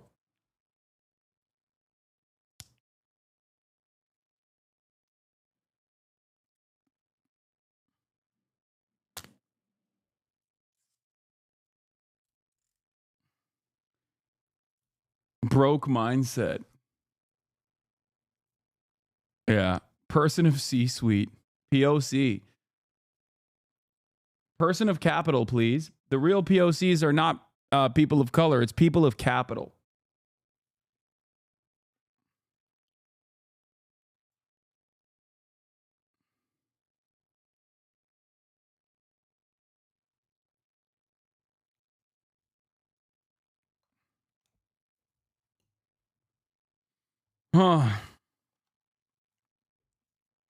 Anyway. Here's where Bernard has been on this issue, okay? We covered the irony of a lot of people who were 100% on board with the reactionary anti-immigrant sentiment expressed by the Democratic Party at a time when undocumented migrants are under attack, okay? And how much these very same liberals were advocating for that, only to turn around and be like, and Bernie is wrong when he says that the H-1B visa structure is created in a way to displace American laborers with migrant laborers that can be exploited even further than the American laborers, which are already hyper exploited. Not enough to be computer professionals, engineers, university professors. Just can't find anybody to be a university professor. Accountants, I guess Americans don't add very well. We can't do that work. Financial analysis. Nurses, I guess we just don't have the capability of producing nurses. Psychologists, Americans, I guess, can't do that. Lawyers, lawyers. My God, if there's anything the United States is capable of producing are lawyers, but I guess we need more lawyers to come into this country as well, and elementary school teachers. Madam President, I guess the young people who graduate college in America are not quite qualified to be school teachers.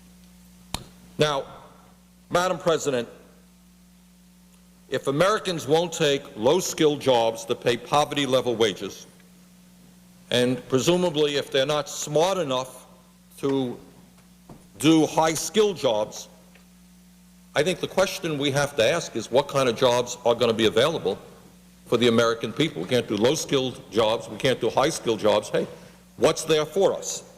And I happen to think that the Congress should be spending a lot more time discussing this issue and making it easier for us to create decent-paying jobs for American workers instead of allowing corporate interests to drive wages down by importing more and more people into this country to do the work that Americans should be doing.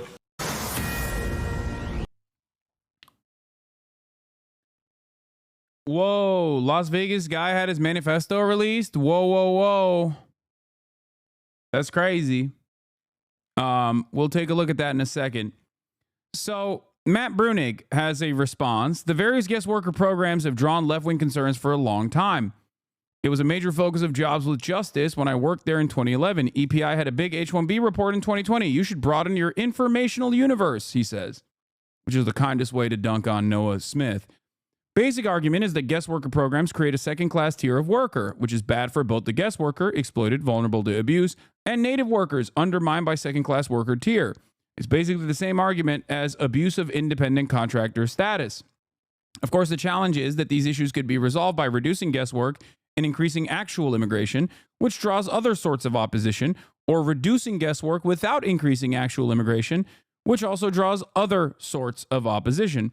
Another possible solution I've thought about would be universal unionization, sectoral bargaining, the usual stuff.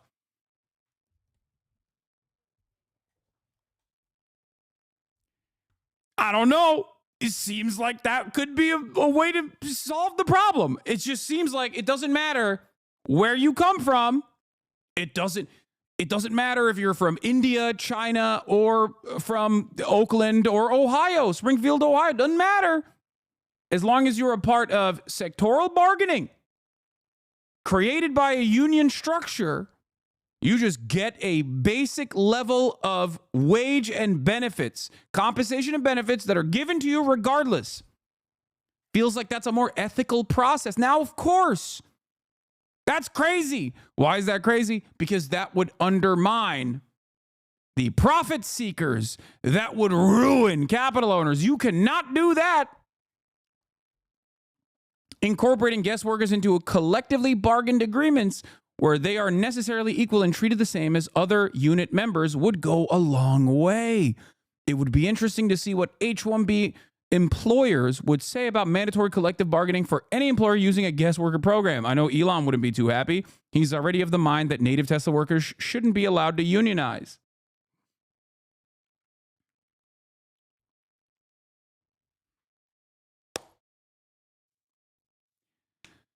Something that I've talked about quite a bit. Do you understand?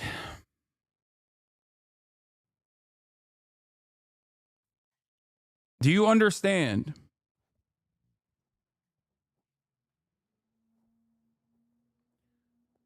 Bernie's position should have been how the U.S. should protect H-1B workers, that they could be leveraged against other workers. His angle was stupid. No, he also brings that up as well in the argument. But if you are an American politician and you are watching certain sectors eviscerated, mass layoffs for tech workers that are highly skilled workers, American tech workers that are highly skilled, educated, and underemployed, then yeah, I think mentioning that first and foremost is apt. Especially because he did also mention protections for the H-1B visa workers as well.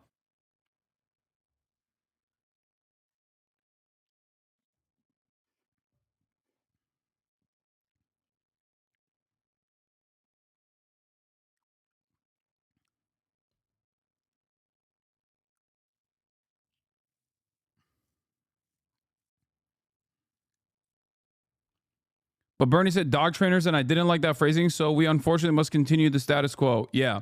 Not gonna lie, I'm starting to become a hater as well. To be honest, you're a bit too often vindicated. It's just a bit suspicious at this point. Not gonna lie. That's a weird reason to be angry at me, but okay.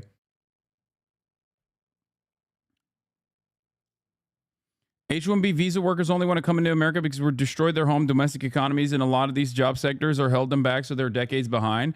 I mean, that's one part of it. There's a reason why you're not seeing a tremendous number of like Norwegian workers coming into the United States of America in the tech sector or something. You know what I mean? If your domestic conditions are apt, if your domestic conditions are fine, you are not going to seek out. By the way, yeah, I know that guy, that chatter was joking. That was an XUC point, law. Isn't it suspicious? He's always on the right side of issues.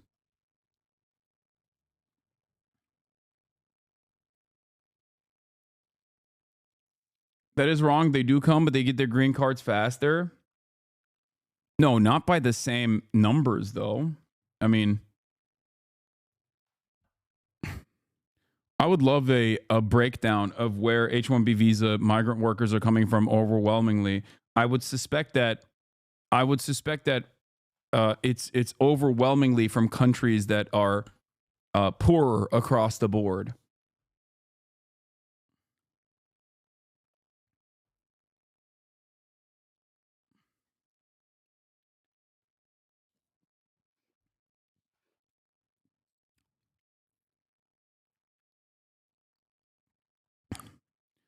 A bleeding Representative Virginia Fox is currently receiving medical attention, holding her nose as she receives AIDS. Appears to have fallen down marble stairs on the west side of the house. Lots of blood, but officer tells me she's okay.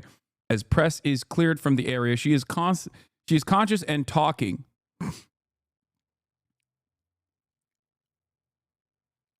Virginia Fox is 81 years young. Someone said there were 25 people from Norway.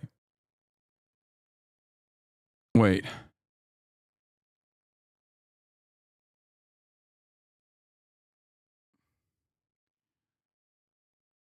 $420. Oh my God. H-1B visa petitions by gender and country of birth fiscal year in 2019. 74% is from India. 11% is from mainland China. 1% is from Canada. 0% is from, Jesus Lord mercy, like Iceland. The total number is 33.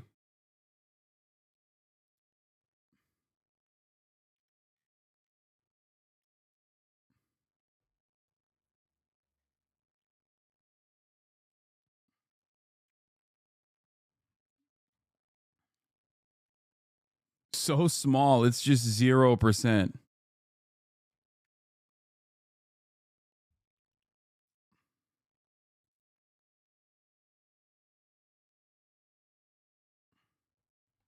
There's also different visa structures for like there's also different ways of getting legal permanent residency in the United States of America for different countries. So this doesn't show the entirety of the story.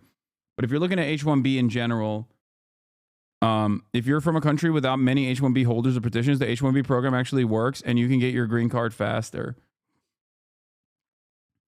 There's also obviously the number of citizens that live in those countries, obviously, a much larger country.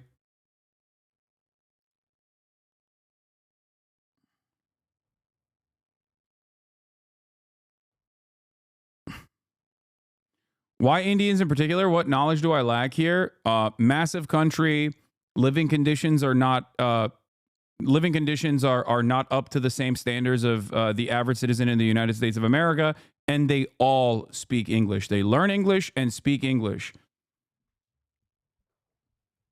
Poor English-speaking country that the Western forces have dominated and kept destabilized and poor for a very long time. Hyper-capitalist. And also very educated.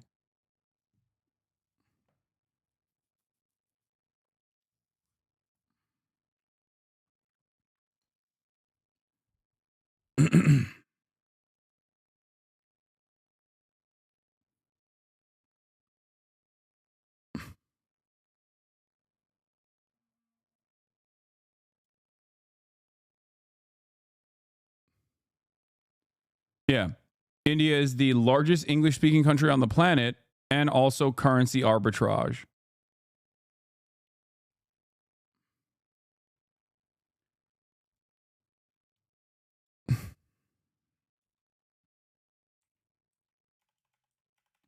What is the percentage? What is the number of English speakers in India? The number of total English speakers in India is 228,538,090. Okay? The United States, the number is 297,400,000, at least according to Google. List of countries by English-speaking population. I don't think those numbers are completely accurate. So less than 25%. Dude, what are you talking about? It's almost the size of... The number of English speakers is virtually the size of the American population. Like, it's almost up to the... America is a country where most of the citizens barely even speak English to begin with. That is a ginormous population of English speakers.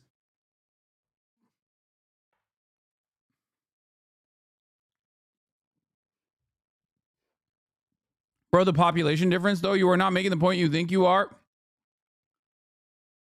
No, I am making the point I think I am.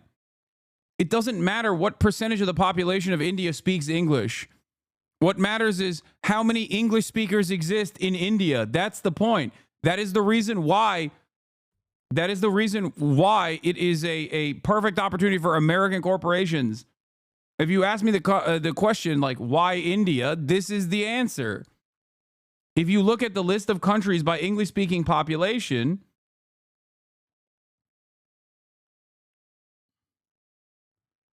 what is this? Eligible population? What does that mean? Total number of English speakers. Number one is the United States of America with a total number of English speakers being at 297 million. Number two is India with 228 million. Nigeria is number three with 125 million.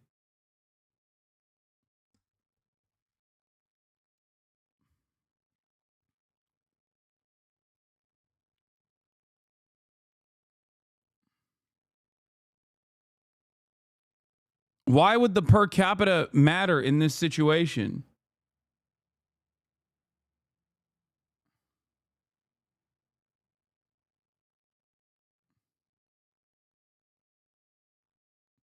Why would per capita matter at all in this situation? You have a country where there are 228 million people that speak English. The language barrier is a massive barrier for foreign labor.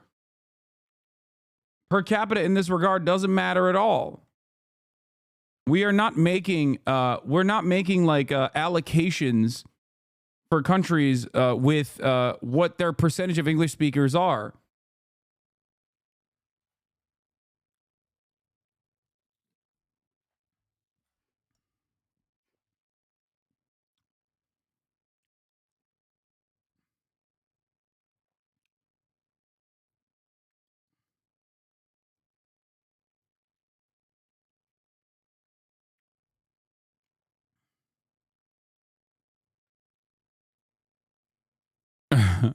If you combine India and Pakistan, the number of English speakers in India and Pakistan combined is larger than the number of English speakers in the United States of America.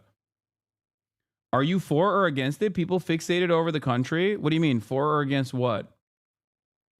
I am for migration into the United States of America. I understand that it is part of the reason why America is the country that it is.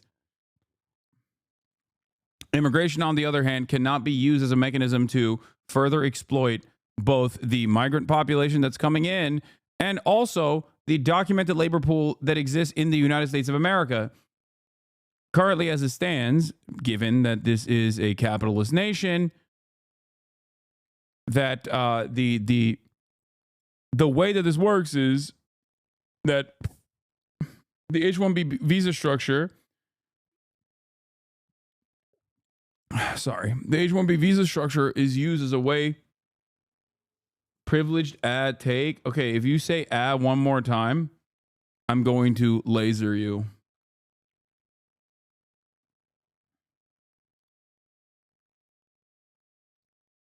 India's data is from the 2011 census. Today, almost all of India speaks, reads, and writes English. Also, hi, chat.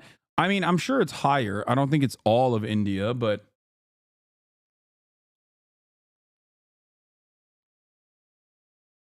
cringe as Zoomer lingo.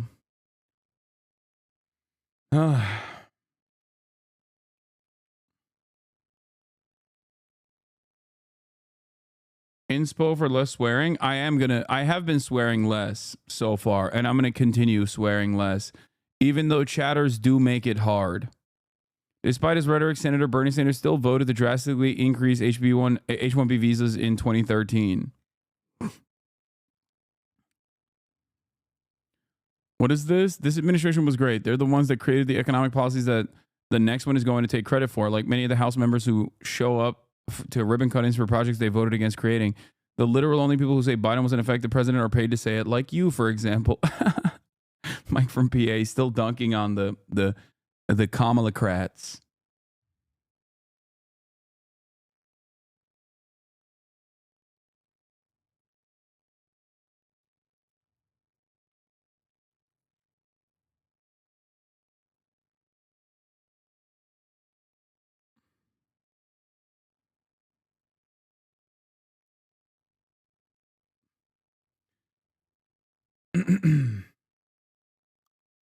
Okay.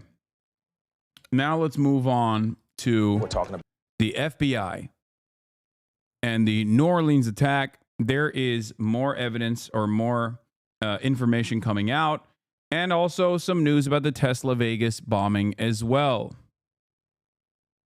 Okay, the full presser where they release parts of his manifesto is in here as well.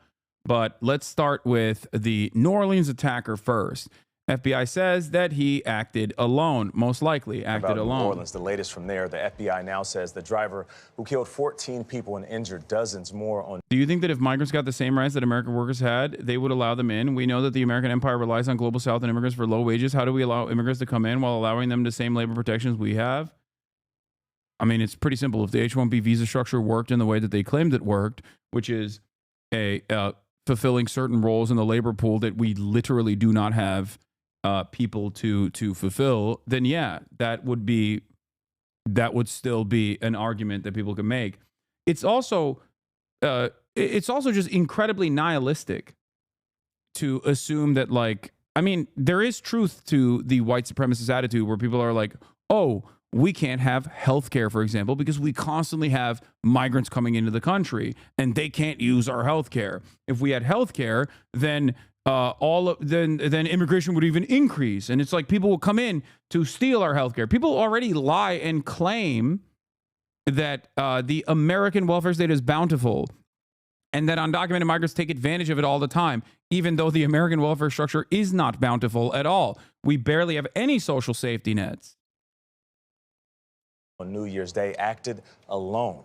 And it says there's new evidence that 42-year-old Army veteran Shamsuddin Jabbar was in. Do you think that H-1B workers should make a little less than American workers? No, I don't. I don't think that at all. Why would I think that? They're doing the same job. They should work the same hours and get paid the same. It's the same job. Why would I think that? I like this argument, though. He's like, come on, just a little bit. Just a little bit. Come on. Sorry, it was just a question. No, I know. I'm not treating you as a hostile entity. I just think it's funny and maybe a little cute the way you asked that question. Come on, just a little bit. What's the difference? Come on. As a treat, as a treat.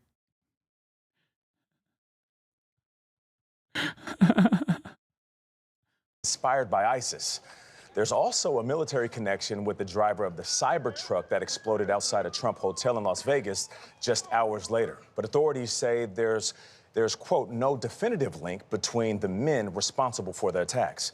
We have correspondents covering every angle of this. CBS Saturday Morning co-host and former First Lady of New Orleans, Michelle Miller, is in the French Quarter. Michelle, good morning. Good morning to you. Well, the Big Izzy certainly knows how to bounce back after a tragedy. He's done it certainly more times than we can count. The world-famous party district known as Bourbon Street reopened to the public on yesterday, and it was a bustling, joyous experience for so many people coming to enjoy the city.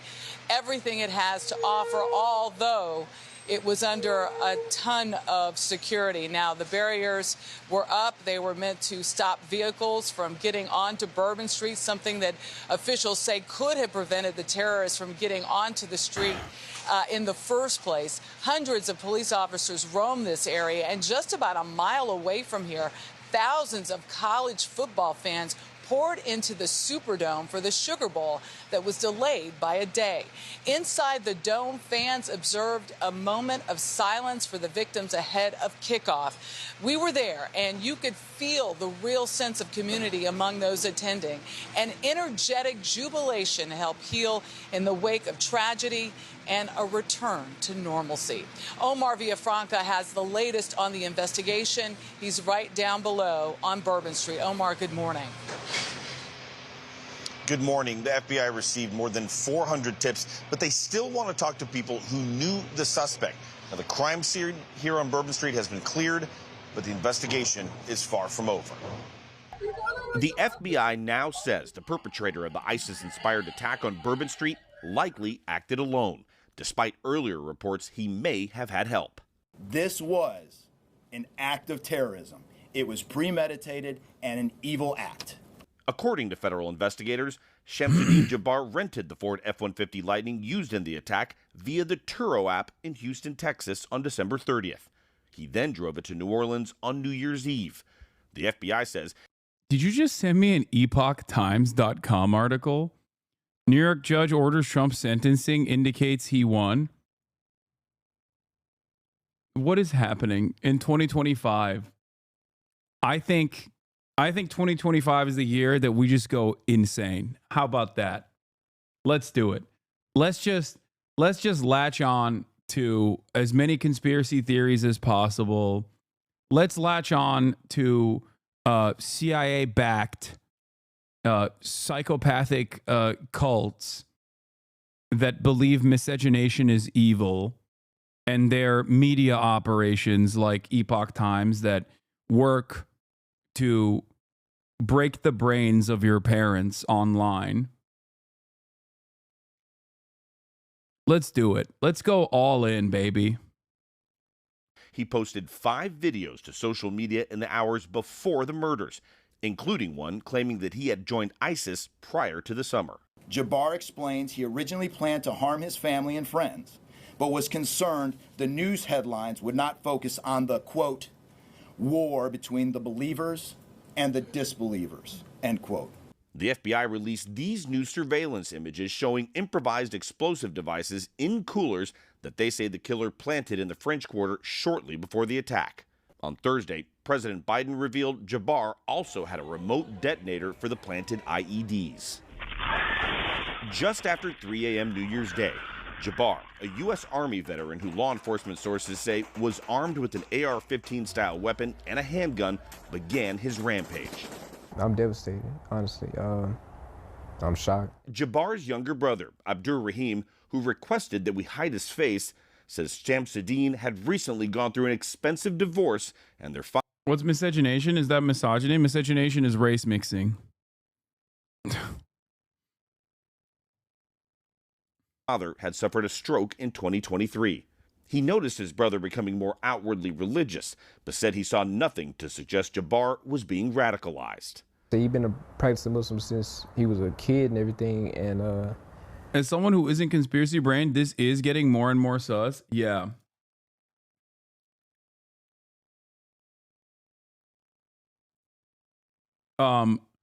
It's also getting like, it's giving Israel.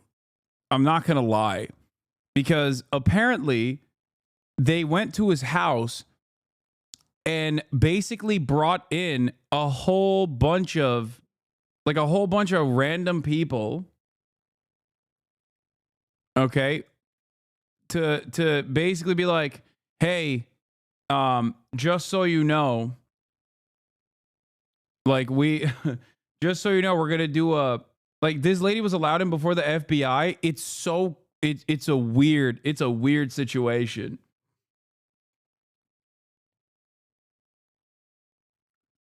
Now, any sort of mention of ISIS in 2025 is already bound to raise some alarm bells, especially considering that the Islamic State is nowhere near its point of prominence. And even when it was, it still obviously was, let's just say it's suspicious that ISIS almost always, with the exception of some lone wolf attacks, is constantly working against America's foreign adversaries.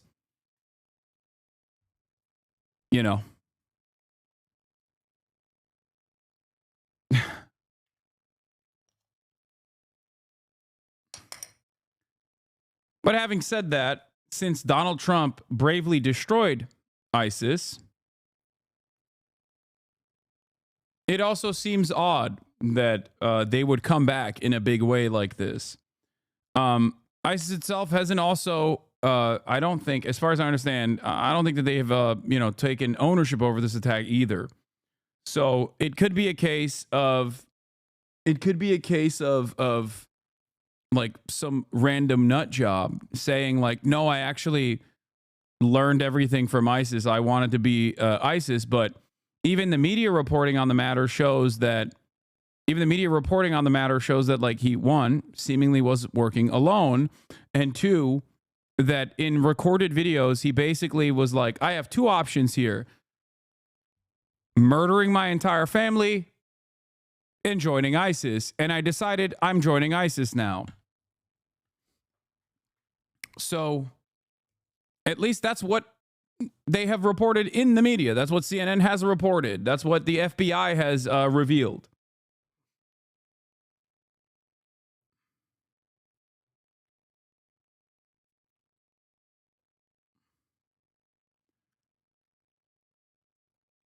But nonetheless, regardless of some of the glaringly obvious red flags here, I am not of the mindset that this is entirely an op or something, like a psyop to reinstate Islamophobia in the United States of America. Like, I don't know. I think it can be just a situation that people will take advantage of to do that if they want to. I think he took a step away from the religion at some point in his life, and then he came back into it. Yeah, so his brother is the only person, it seems, that claims that Shamsuddin was Muslim. Even the New York Times reporting, and also our own reporting here, talking to Shamsuddin's niece yesterday, many people in his family, other members of his family, have said that he was not Muslim, that he was raised Christian. The New York Times actively reported that he was raised Christian and became and potentially converted to Islam a couple years ago. No, this is not her father. This person, I think, is the half brother. You still haven't gotten in trouble for that by the FBI? Why would I get in trouble for that?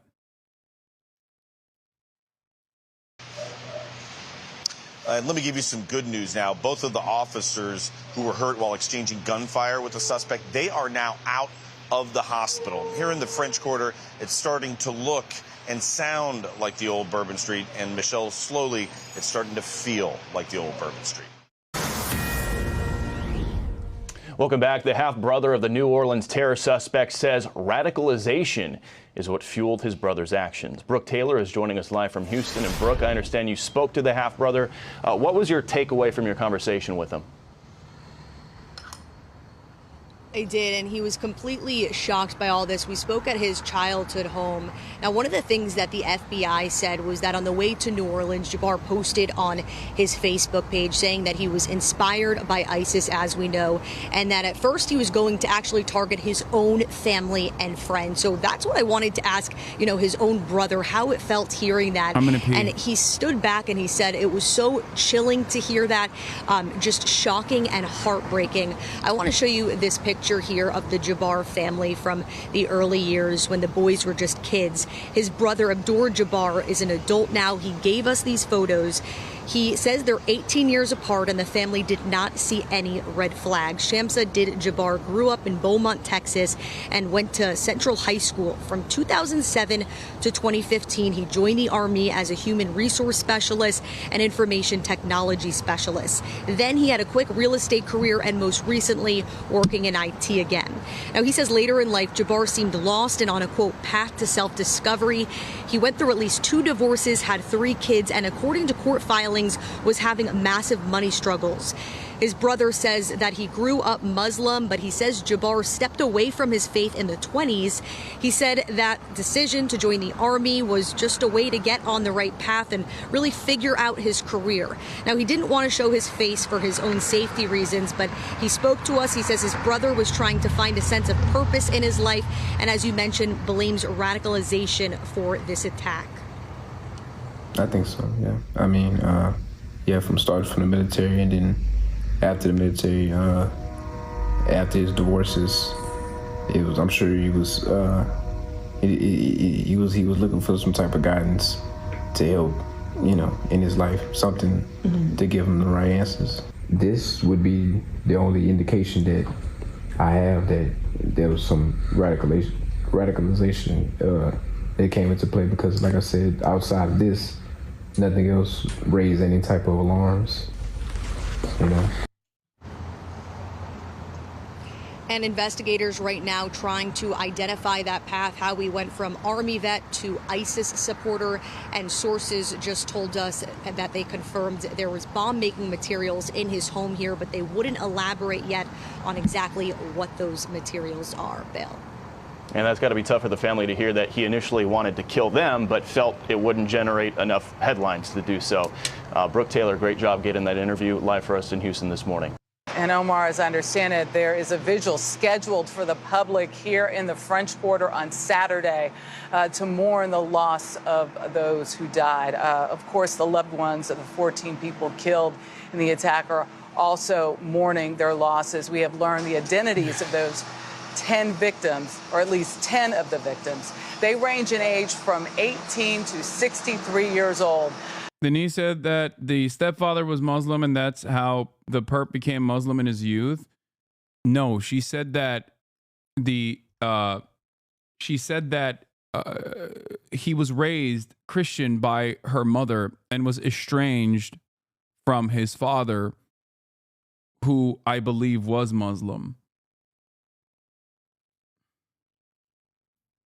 She said that the family was predominantly Christian, but because of their names, they regularly were targeted as though they were Muslim.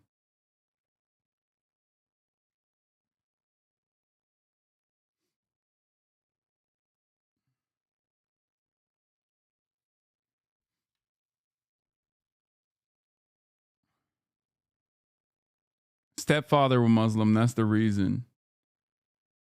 Is there any understanding of the motive yet?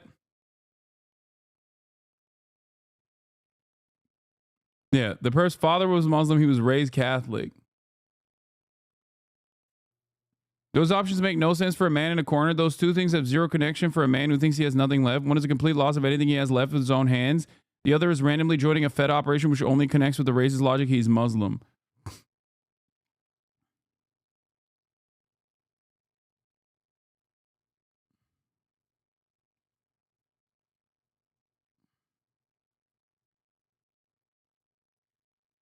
I mean, it doesn't matter. At a certain point, everyone understands that he converted to Islam, okay? That part is correct. And not only that, but also he did become more and more insane. Like at a certain point, he lost his dang mind, okay? It's still interesting to track this journey and understand the point of radicalization and what took place, because part of the reason for why it's important to understand it is because there are people out there who are tying this back to like regular old Islamophobia, even though there is a surprisingly lower number of people doing that. I think most of the people that are doing that are pro-Israel people in general that have used this as an opportunity. Don't ever let a crisis go to waste, to basically reassert the position that like this guy is basically the same as all of the pro-Hamas Iranian-backed protest movements on college campuses and the like.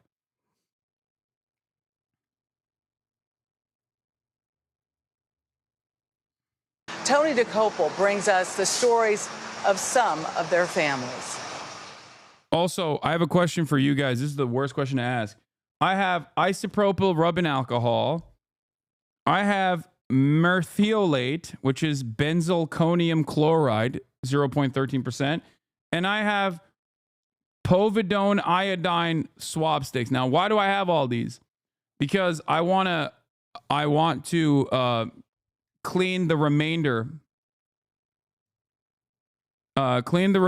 of Kaya's scar. Not that she has any issues or anything like that, but I don't know what the best one is to use. Quit doing news slice of life stuff is like this is better. Bro has bomb making material at home. The iodine swab sticks is better. Soap and water? Wait, really?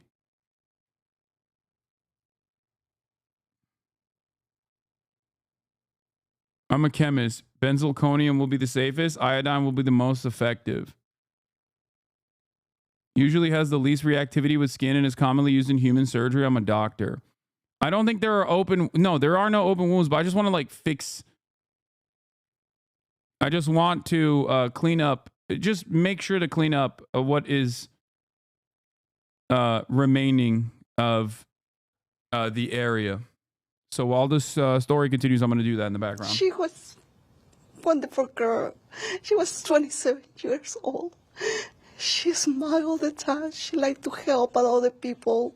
Martha Patricia Perez's daughter, Nicole Perez, managed Kimmy's Deli just outside New Orleans and was a loving mother to her 4-year-old son. She had a lot of dreams. She had a lot of dreams. She can't do it now. She's gone. Because the terrorists killed my daughter. Reggie Hunter from Baton Rouge was 37, a warehouse manager and father of 2. His youngest, still just a toddler.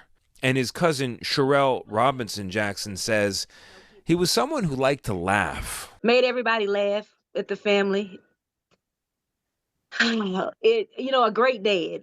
Nikira Cheyenne Dido had recently graduated high school in Mississippi. Just 18 years old, she had dreams of becoming a nurse. And another 18-year-old, Kareem Badawi, a freshman engineering student at the University of Alabama, after high school not all that far away from Bourbon Street in Baton Rouge. Martin Besh, meanwhile, known by his nickname Tiger, played wide receiver on the Princeton University football team. A ferocious competitor, his head coach said, with endless energy. His laugh was contagious. Zach Colgan remembers his cousin Matthew Tenedorio as a goofball who at 25 simply wanted to make people laugh. This shouldn't be happening to our nation. 14 different people drawn together by, of all things, celebration. Now 14 different families united in grief.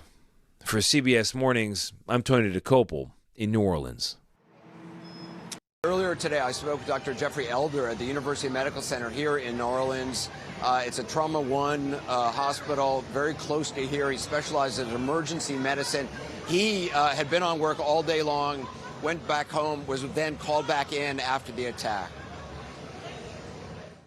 Were most of the injuries from the vehicle itself, or were there gunshots as well? Yeah, so it was interesting because when you talk about injuries, you think of a blunt mechanism like a car crash, or penetrating trauma like a knife wound or a gunshot wound, and really here we had both.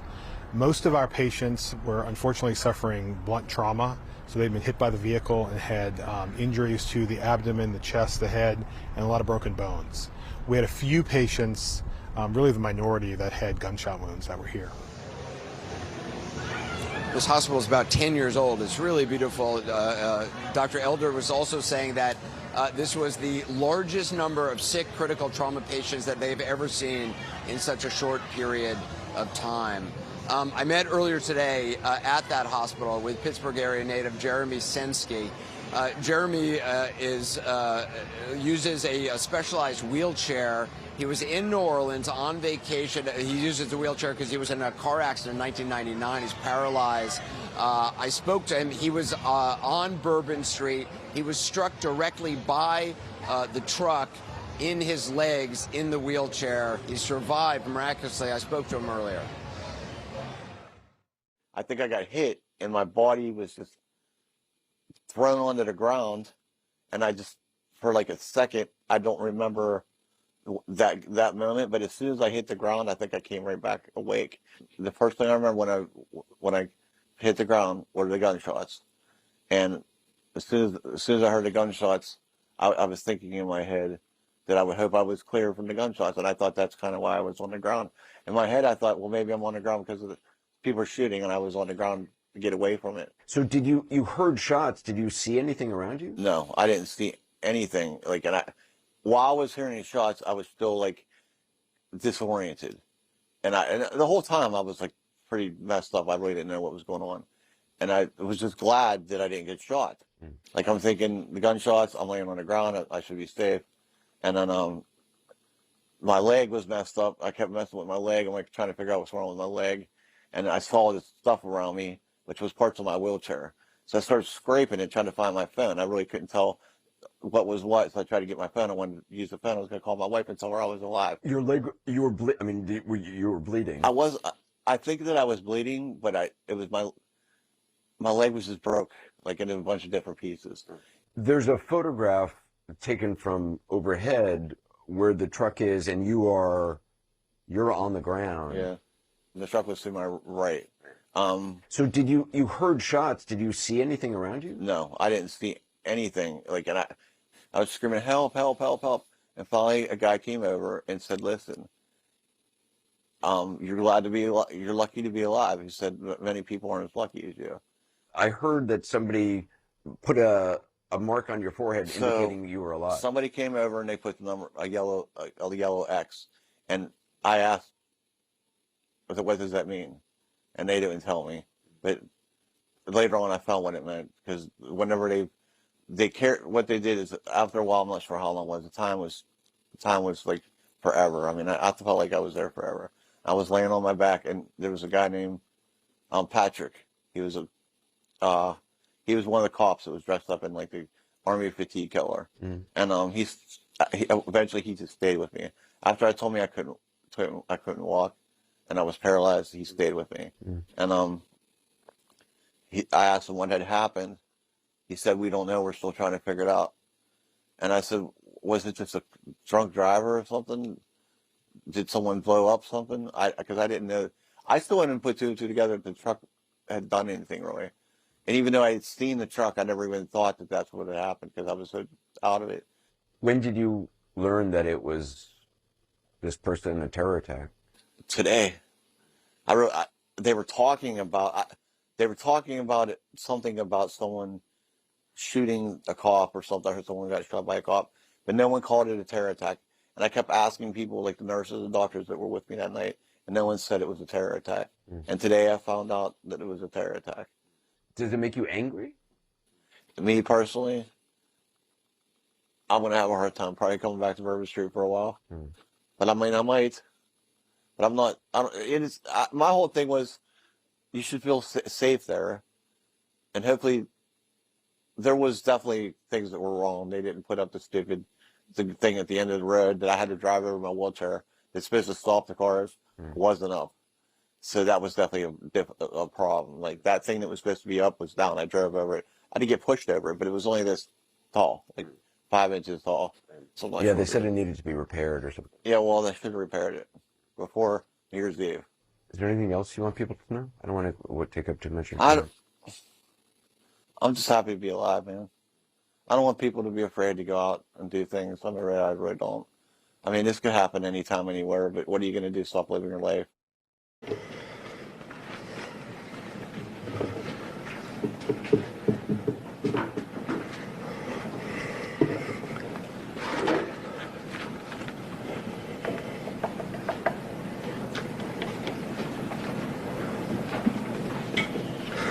All right, good afternoon, everybody. My name is Kevin McMahill. I'm the sheriff for the Las Vegas Metropolitan Police Department. Over the last couple of days, since the bombing and death of the individual inside of the Tesla at Trump Towers, had a number of priorities that we've been trying to accomplish over those days. The first one of those priorities was to confirm that there's no further threat. I think we've completed that. The second was to positively identify the suspect. We've also done that today. I can confirm that that is Matthew Livelsberger. We also wanted to confirm that there were no other actors involved in this incident. I believe we've done that, and you'll hear much more about that as we move forward today. We've also today, I'm going to be able to share with you some of what we believe to be his plans and motives as to why he conducted this attack. Now, before we go on, I want to just address a couple of things before we get too far along here. I want you to know that we're very well aware of a podcast that is going around today and the contents of the letter in that podcast. And I just want you to understand that since we've been conducting these press conferences, I have only given you information that we have verified and deemed to be factually accurate. We've been aware of that document for a while now, and we still have not completely gone all the way through that and verified that entirely. We are in one of the two telephones and one laptop, so one telephone and one laptop that we still have not been able to get into. There is one cell phone. What is this? Johnny Midwest checked the logs. I'm a ER nurse in Oakland. Soap and water is all you need. If you really want to go overboard, use iodine, but beware it stains the skin for a while. More extra credit, put a little bit of antibiotic ointment or Vaseline. I already did it. I did all of that. I did soap and water, and I did the rest of it. Damn, Kaya is so well trained. How long did that take?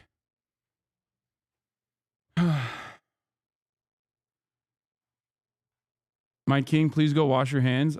Fine.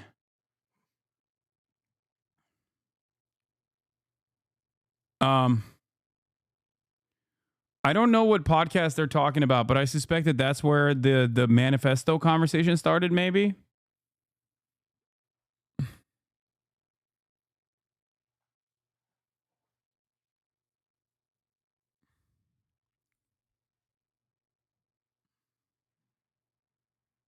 Wait, he was on Shawn Ryan's pod? Wait, what? This guy was on Shawn Ryan's? Breaking. Shawn Ryan just dropped the emergency Matt Livelsberger episode, allegedly posting an email manifesto from the Green Beret behind the Tesla truck. In an email dated December 31st, this makes sense. Shawn Ryan is like the...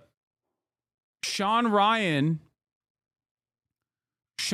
is the #1 podcast for guys like this. He's the guy whose podcast had Pete Hegseth on as well.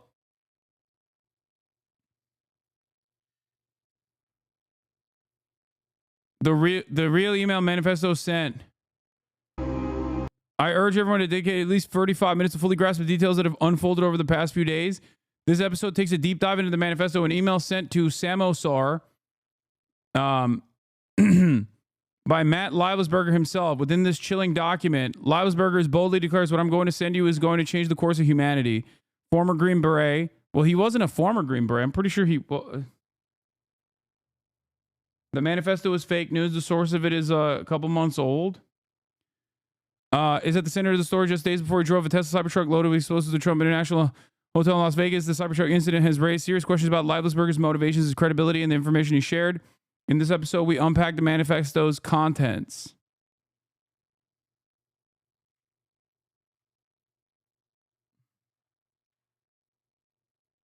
That's twice now true crime terrorists and mill murderers to appear on Rogan and Shawn Ryan. Yeah, we'll take a look at it. We'll take a look at the... This is the one they went over in the press conference. Fellow service members, veterans, and all Americans, time to wake up. We're being led by weak and feckless leadership who only serve to enrich themselves. We are the United States of America, the best country people ever to ever exist. But right now we are terminally ill and headed towards collapse. This was not a terrorist attack. It was a wake-up call. Americans only pay attention to spectacles and violence. What better way to get my point across than a stunt with fireworks and explosives? Why did I personally do it now? I need to cleanse my mind of the brothers I've lost and relieve myself of the burden of the lives I took. What? That we are getting into, and I can tell you he that is a Trump supporter. He was a Trump supporter. Scratching the surface and almost hourly receiving additional information requiring substantial investigative effort. I don't know if this is of this joint investigation between ourselves, the FBI, and the ATF. And so, again, while I understand all of that is out there, I believe it is our responsibility to give you what we know to be a fact, and that is what I will continue to do as we move forward. A couple of questions came up in regards to the positive identification of the suspect in the vehicle. I want to give you a couple. Yeah, he texted his ex. It's so wild that Connor O'Malley is genuinely Nostradamus. Las Vegas bomber reached out to his girlfriend ex-girlfriend a few days before the attack. I rented a Tesla Cybertruck. It's the shit. I feel like Batman or Halo.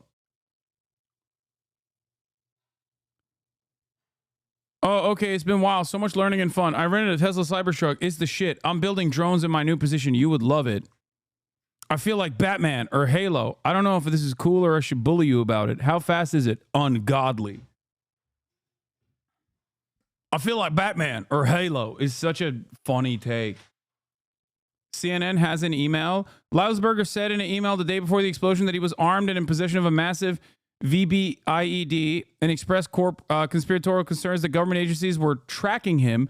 A copy of the email viewed by CNN said, okay, I trust this. New details on the Cybertruck explosion. Master Sergeant Livelsberger was diagnosed with depression last year, but had not been assessed to be a risk of violence or suicide. Two U.S. officials familiar with his record tell me and Natasha Bertrand. This is from CNN. Law enforcement has received the message and examined where the email originated and believe it was written by Livelsberger, a law enforcement official familiar with the investigation told CNN.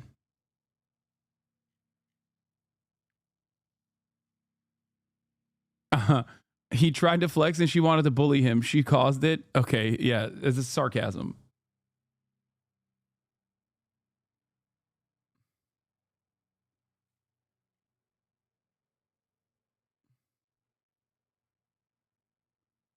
It's been posted on Reddit. Do claim the drones are Chinese craft based on alien technology. Okay, dude, I don't think.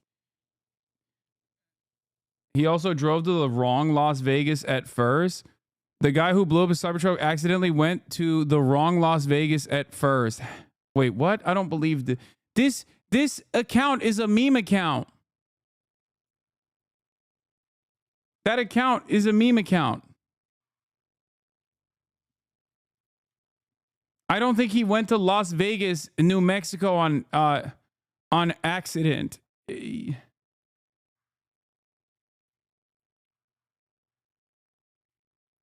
It's most likely that there are charging stations on the path. Yeah.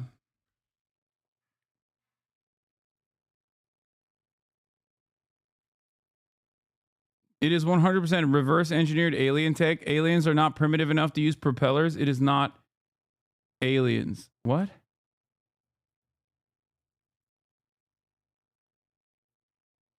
Yeah, I suspect that in the mountaintop, they don't have as many Tesla supercharger stations. So he was forced to drive around the mountains rather than over it, but I don't know.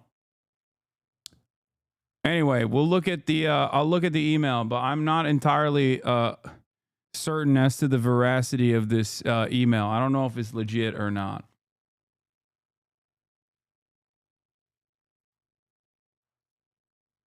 Okay.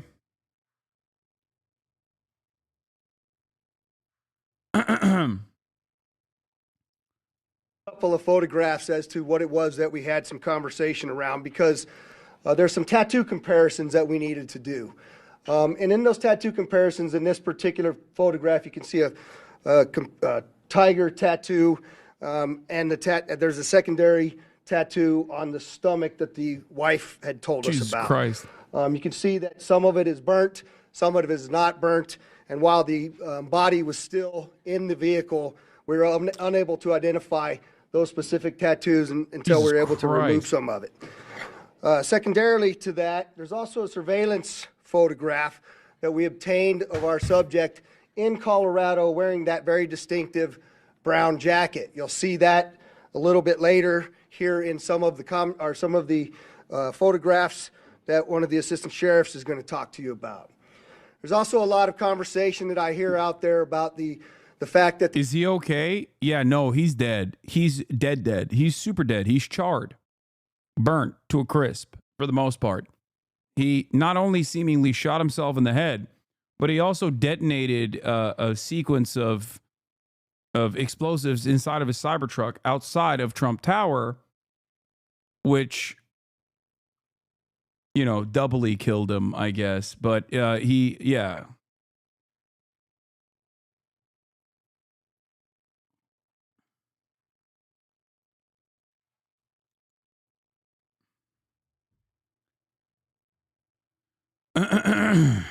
The identifications, the credit cards, and the number of things that I provided to you previously did not show up as burnt in the explosion in the vehicle. And so I did think it was important for me to address a couple of those issues so you understand where we're at. That's a photo. What am I even looking at here? Like, I don't even know what this is. It's just like bits of Livelsberger and a wallet. Is that what it is? Also, how good of a wallet is it that it just like protected the materials even after? Photograph of the wallet. It's a leather wallet. Clearly, it's burnt up pretty well. However, that wallet was found in the back seat under some debris in the vehicle, and it contained, you'll see in this photograph, the credit cards, a photograph, and a number of other pieces of identifying information. I'm glad that they hid the credit card number, because, you know, someone could use them. And it would be really lame. Someone could use that and steal Matthew Livelsberger's money. Military identification that I initially told you about was also located within inches of the wallet. And you'll see much of this stuff does have some burn damage on it. The passport that I described to all of you was found in the back, in the bed of the truck under debris as well, and you'll see a photograph of that in there. I also had mentioned to you that we were going to be doing dental records to identify the subject in the vehicle. The Department of Defense provided those dental records to us. We then forwarded them to the coroner, and the coroner also provided a positive identification for us. Finally, we had also requested DNA from the family, which was provided to us, and it matched to our suspect. We then, of course, had now confirmed fully his identity to you. Johnny D. Fango, thank you for the 10 community gifted subs, allowing 10 people to no longer see the ad break at the top of the hour, which doesn't come anyway, but still, you can still subscribe yourself for free with a Twitch Prime if you would like to do so, or for $5 or $6. That's right. Thank you, thank you, thank you. There has been, again, a tremendous amount of investigative effort that has Bob, been blast conducted my now. And I'm brains going to out. introduce to you Thank you for the 10 gifted. Assistant Sheriff Dory Corrin to go over some of the extensive investigation that has occurred. Dory? Good afternoon. I'm Assistant Sheriff Dory Corrin. I oversee our Homeland Security and Investigative Services group, which includes our counterterrorism unit that's been working around the clock on this investigation.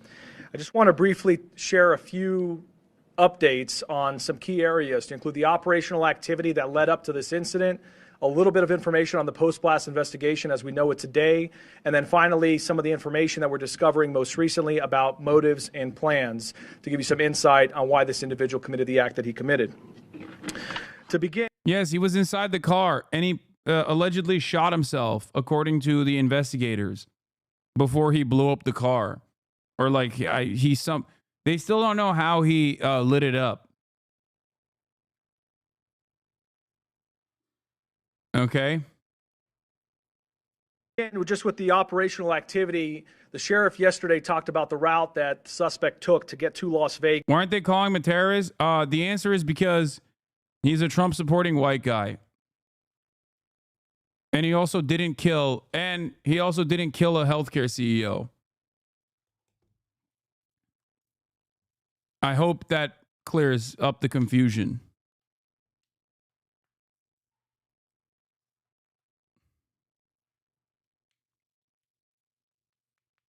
Why did he do it? We still don't fully understand what his motives were. Vegas.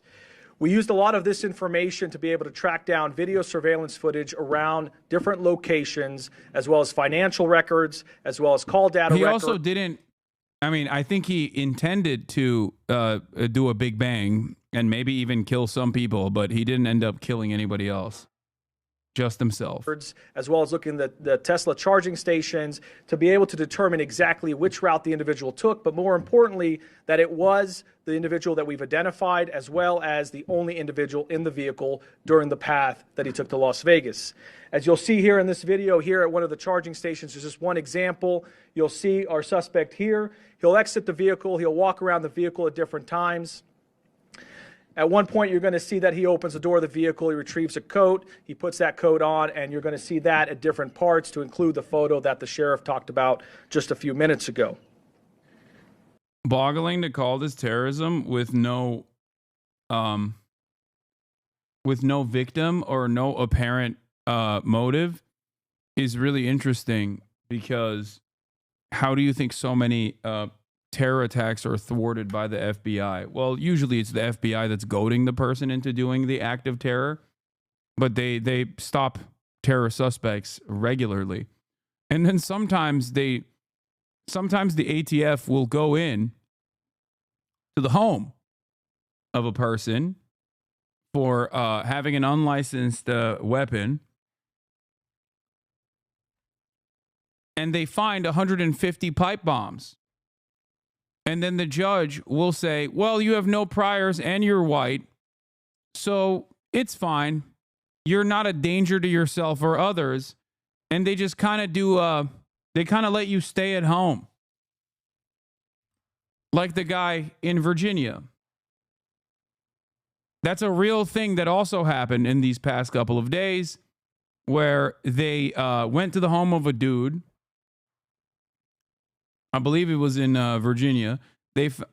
I forget where it was, but they found 150 pipe bombs in his home. And then he was still, the judge said he wasn't a flight risk nor a risk to others, and said that he could be out on, not even on bail, but he was under home detention.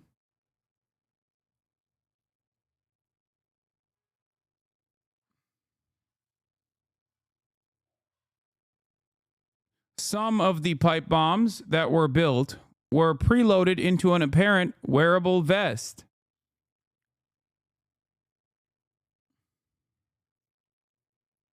A lot of the pipe bombs were also completely unsecured, even though he lives with his wife and children. Prosecutor said Spafford also acknowledged keeping a jar in his freezer of HMTD, an explosive material that is so unstable it can be exploded merely as a result of friction of temperature changes. Investigators found the jar stored next to food items and labeled dangerous, do not touch. Seems like this guy had proper OPSEC.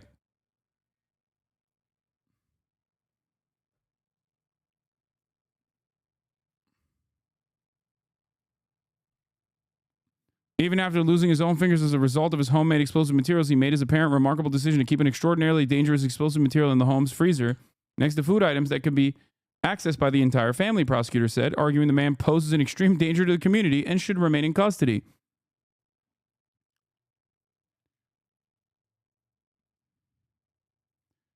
His lawyer said there's not a shred of evidence in the record that Mr. Spafford ever threatened anyone, and the contention that someone might be in danger because of their political views and comments is nonsensical. In fact, the evidence proved that Mr. Spafford is not a danger, but a hardworking family man with no criminal record.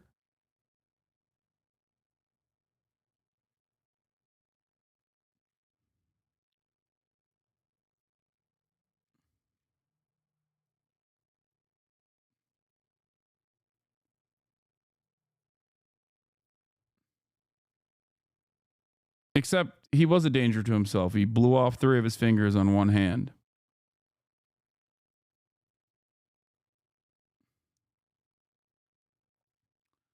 Anyway, yeah, he was a hard-working man, hard at work, making 150 pipe bombs. He is not in a detention facility right now, for the record. I'm pretty sure they released him and said, like, I think he's under house arrest currently.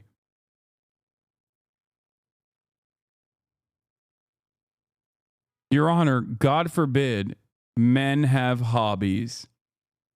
Is this the nanny state akin to the Chinese Communist Party? Or are we a nation of freedom and democracy? He had a $25,000 bond, as in 1/4 of the bond that the Florida judge had seen as a reasonable bond for the Florida lady with like children, the 42-year-old Florida woman with children, for the crime of getting upset at a phone conversation, a claims denial phone conversation with her insurance company. That's amazing.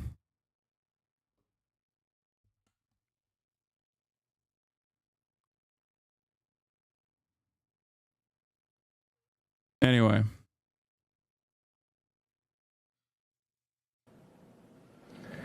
We use this video information as well as what I said earlier about the financial records in terms of purchases being made with different credit cards, call data records, a video canvas at multiple locations, trying to use all of that to corroborate that the individual that we've identified is the same individual that drove that Tesla during that route that we've identified to Las Vegas.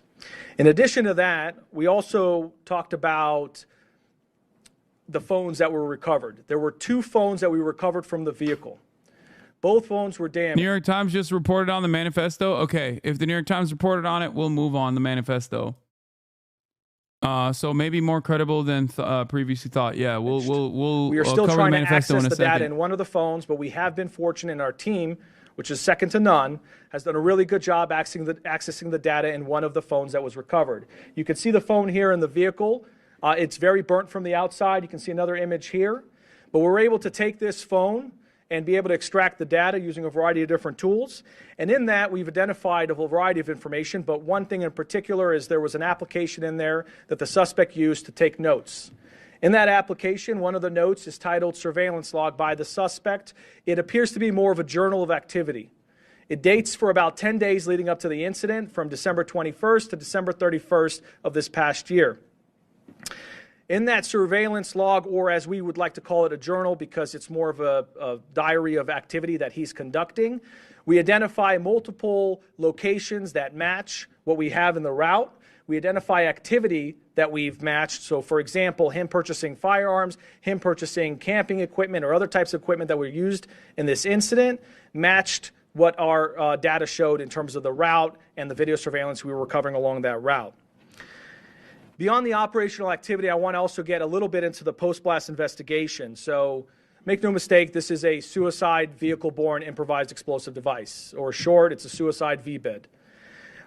We know also, as mentioned by the sheriff yesterday, there was a self-inflicted gunshot wound by the suspect. The coroner was very specific in their examination. It was an intraorbital gunshot wound, which essentially means that the suspect put the firearm in his mouth and discharged the gun, and ultimately the round came out to the left side of his head. In addition to that, in terms of our assessment of the post-blast to confirm that he's the only individual involved and the only individual in the vehicle, we did a variety of video and photo comparisons to match the clothing. So if you look here, for example, this is a video in Las Vegas, and you're going to see in a moment here where he parks the Tesla truck. He comes out, and you're going to see some descriptive clothing that matches some of the other video that we've recovered along the route. Please keep in mind, this is a very extensive investigation, so there's a lot of content for us to review and examine. We're just showing examples and samples as we get them. There's more information as we go through it. But in this video, you can see even the distinctive jacket that he is wearing in that vehicle. The other thing that's important is the sheriff mentioned yesterday that Tesla sent to us engineers to come to Las Vegas to help us extract data from the vehicle. It's so crazy that this dude was like, oh, I'm going to be a legend. I'm going to get America to wake up by blowing myself up. And all that remains is a vague manifesto as far as we've seen. And also a text message he sent to his ex-girlfriend that he feels like Batman or Halo.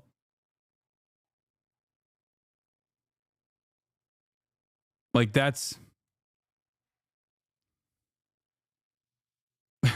I feel like Batman or Halo. The email about the drones is not the manifesto that was reported by the New York Times. What email about the drones? I'm not talking about the drones.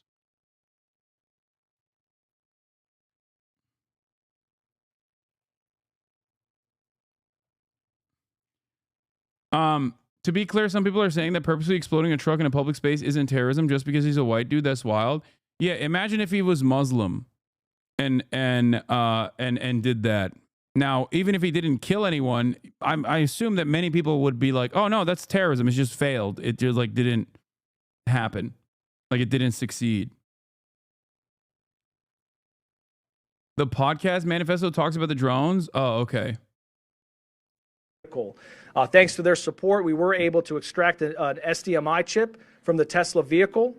And Tesla was able to confirm to us using the data from the vehicle that the vehicle was not. But it's not just that he's, a white guy, okay? Because as we know, you can be a white guy, but if you are successful and your victim is a high-profile CEO, for example, then that is definitely terrorism. We know that.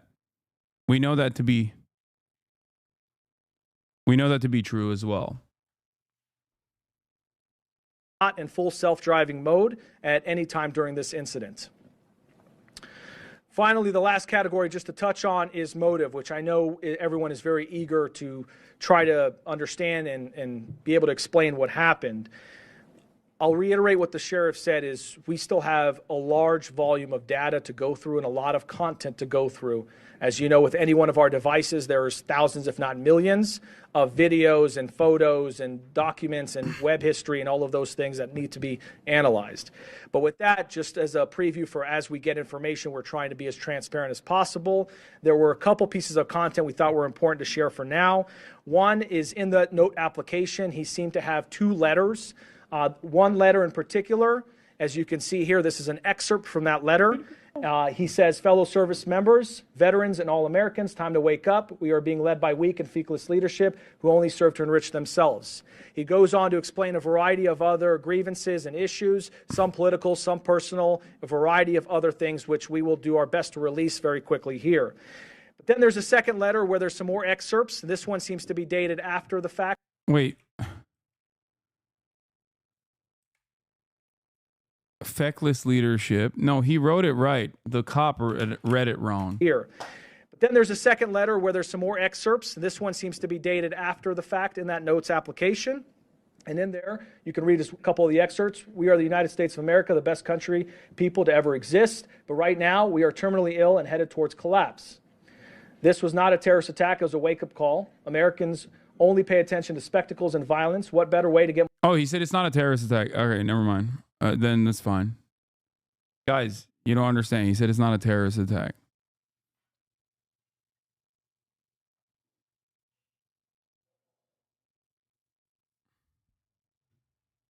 Get my point across than a stunt with fireworks and explosives. Why did I personally do it now? I need to cleanse my mind of the brothers I've lost and relieve myself of the burden of the lives I took. I'd like to just also expand on that and understand that these are just excerpts. In there, he does offer additional information that is varying on the spectrum in terms of political grievances, issues about the conflicts elsewhere, not here, domestic issues, societal issues, a variety of other things, including personal challenges as well. We are intending to release those initial letters so people can understand the best they can what the person's thought process was at one point in time. However, please understand there is still a lot more content to go through, and that may change. There may be a lot more information that we recover that explains either more or shows a change in mindset at different times. Just before I turn it over to FBI Special Agent Spencer Evans, I just want to take a note and just mention what the sheriff said, which is our counterterrorism section and all of the people involved in this have been working around the clock 24/7, tirelessly, truly through the night. They are second to none, and we really appreciate everything they're doing. With that, turn it over to the FBI. Good afternoon. My name is Spencer Evans. I serve as the Special Agent in charge of the FBI's Las Vegas division. I'd like to express gratitude for everyone that's here today, and especially the partnerships that Sheriff Corrin just highlighted. It's been seamless collaboration between the FBI, ATF, Army, CID, Las Vegas Metropolitan Police Department. You know, if you walked into one of the command posts and someone's not wearing a uniform, you wouldn't be able to tell who works for which agency, and it's been outstanding collaboration. We do have significant updates that we're sharing with you from an investigative standpoint, but just want to reiterate, as Sheriff Corrin mentioned, there is still a lot of ongoing investigation. We have terabytes of data that we have to analyze. We have outstanding search warrants and subpoenas, interviews that are being conducted around the globe as we try to paint a comprehensive picture of exactly what happened. That being said, we do feel confident that we have a much better sense of how we arrived at the events of the 1st of January and additional information that we can provide. So I'd like to first begin by addressing something that continues to be widely speculated, whether or not there was any connection between what happened in New Orleans on New Year's Day and then the incident here in Las Vegas just a few hours later. Just to be clear, there is no evidence that these two events are connected. The only things that we have connecting them are incidental, what we believe to be coincidental similarities in that both vehicles were rented through the same service, that they were both subjects served in the military, that they both stayed at an Airbnb, things like that. We've identified no telephonic or email communication between the subjects, no information that suggests that they knew each other, that they ever served in the same unit, that they were ever assigned at the same place at the same time and had interaction, and no witness interviews have corroborated or provided any information that the two events are connected in any way. In similar fashion, we have not identified any connection between this subject and any other terrorist organization. During the FBI's international investigation to date, as I mentioned, we have interviewed family members, friends, the subject's associates, and military members that he... Both victims of family court, both spent time at Fort Bragg.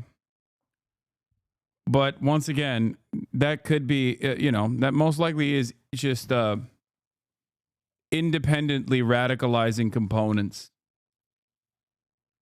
He served with around the globe. Through these interviews, we've found that the subject held no animosity towards the president-elect. That's something that's also been reported.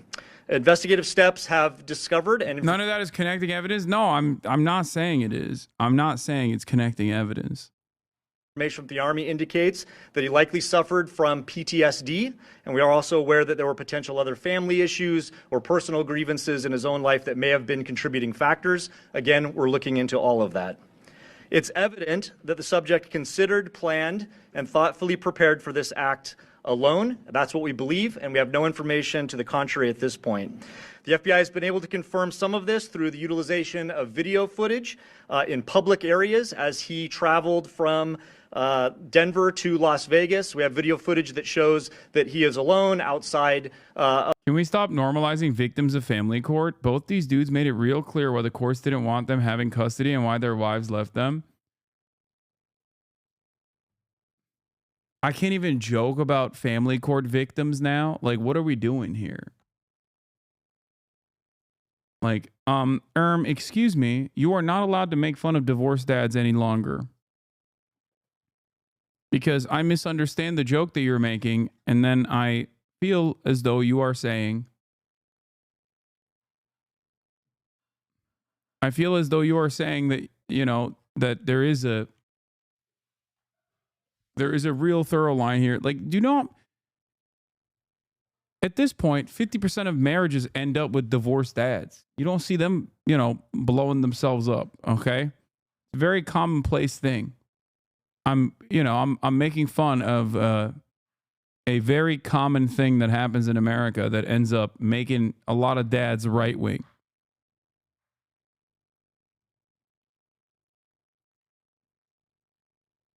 Of the vehicle, and that corroborates again what Las Vegas Metropolitan Police Department footage has also shown. The FBI, as the sheriff indicated, facilitated obtaining DNA from a family member that was able to be conclusively matched to confirm the subject's identity. As Sheriff Corrin mentioned, although this incident is more public and more sensational than usual, it ultimately appears to be a tragic case of suicide involving a heavily decorated combat veteran who is struggling with PTSD and other issues. Yesterday, I wanted to highlight... Most divorced dads just end up doing the other thing. Instead of like blowing themselves up in this elaborate fashion, they just end up voting for Donald Trump and drinking away their troubles, constantly wondering why the rest of the family has isolated themselves from him, and thinking that it is the responsibility of everyone else around them and not themselves that such a thing has happened. I mentioned a tip that was unverified that the FBI had received. Sheriff McMahill will talk about this. It's now floating around there on podcasts. This is a tip that the FBI received after the bombing occurred that seemed to describe some of the personal grievances that the subject may have held. We still have not conclusively determined that that's from the subject, but feel confident based on evidence that we're uncovering on his devices that that was in fact from Livelsberger. I want to reiterate that prior to this incident, the FBI did not have any information on this subject. He was not on our radar. He didn't have criminal history. There was nothing that we... Damn, they hit the reverse. This subject was not on our radar. Our radar is now limited. We would have been looking into him for up until this point. Last thing I just wanted to highlight briefly is it's not lost on us. We understand that there were victims. While the subject himself was the only person that was deceased, there were several folks that were injured, and obviously any sort of incident like this has a traumatic impact on the greater community and folks that are rightly so going to be scared and concerned, and some people that were inconvenienced and some that were taken to the hospital with injuries. We'd like to remind everyone that we're working with Las Vegas Metropolitan Police Department advocates, the Office of Emergency Services advocates, and the Southern Nevada Resiliency Justice Center to offer services to these victims. We recognize that there may be victims that are yet unidentified, so for those that might be suffering or otherwise impacted, we'd ask you to reach out to the FBI at 1-800-CALL-FBI. And in similar fashion, as we reiterated yesterday, anyone who has tips related to the subject or this particular incident, please call us at 1-800-CALL-FBI or submit a tip online at tips.fbi.gov. And with that, I'll turn it over to the Assistant Special Agent in Charge from the ATF, Kenny Cooper. Will they tell us how he ignited it or what?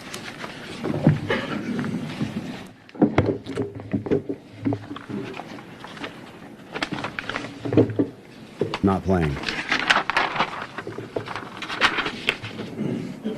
Good afternoon, everybody. My name is Kenny Cooper. I'm an Assistant Special Agent with ATF San Francisco Field Division. I have some very quick resource updates. ATF has brought in some of our top experts from our national response team that will assist with the sifting through the debris of the Tesla.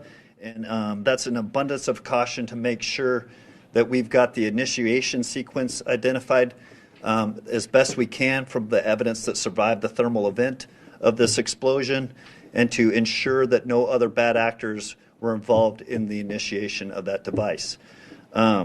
Also, my second... Chatter be like, I already told you how he did it, and then you look at it and it's just this theory.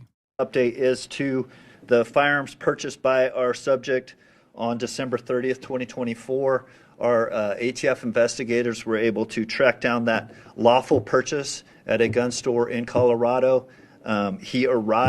Our subject arrived in that gun store by himself on December 27th and initiated the ATF Form 4473 and actually paid for those 2 firearms that were recovered from the Tesla on the 27th, and was sole occupant of a vehicle arriving and departing that on that date. Subject was the victim of a kinetic implosion resulting in a thermal event. After a thorough ocular pat down of the I love cop speak. It's so good. And then on the 30th, we have video evidence of our subject entering that gun store as the sole occupant of the Tesla. He actually received and transferred those 2 firearms and took into his possession at that time, and departed as the sole occupant in the Tesla. Those are the 2 updates that He departed as the sole occupant inside of the Tesla Cybertruck in a tactical style implosive event. Here to provide to you at this time. Thank you.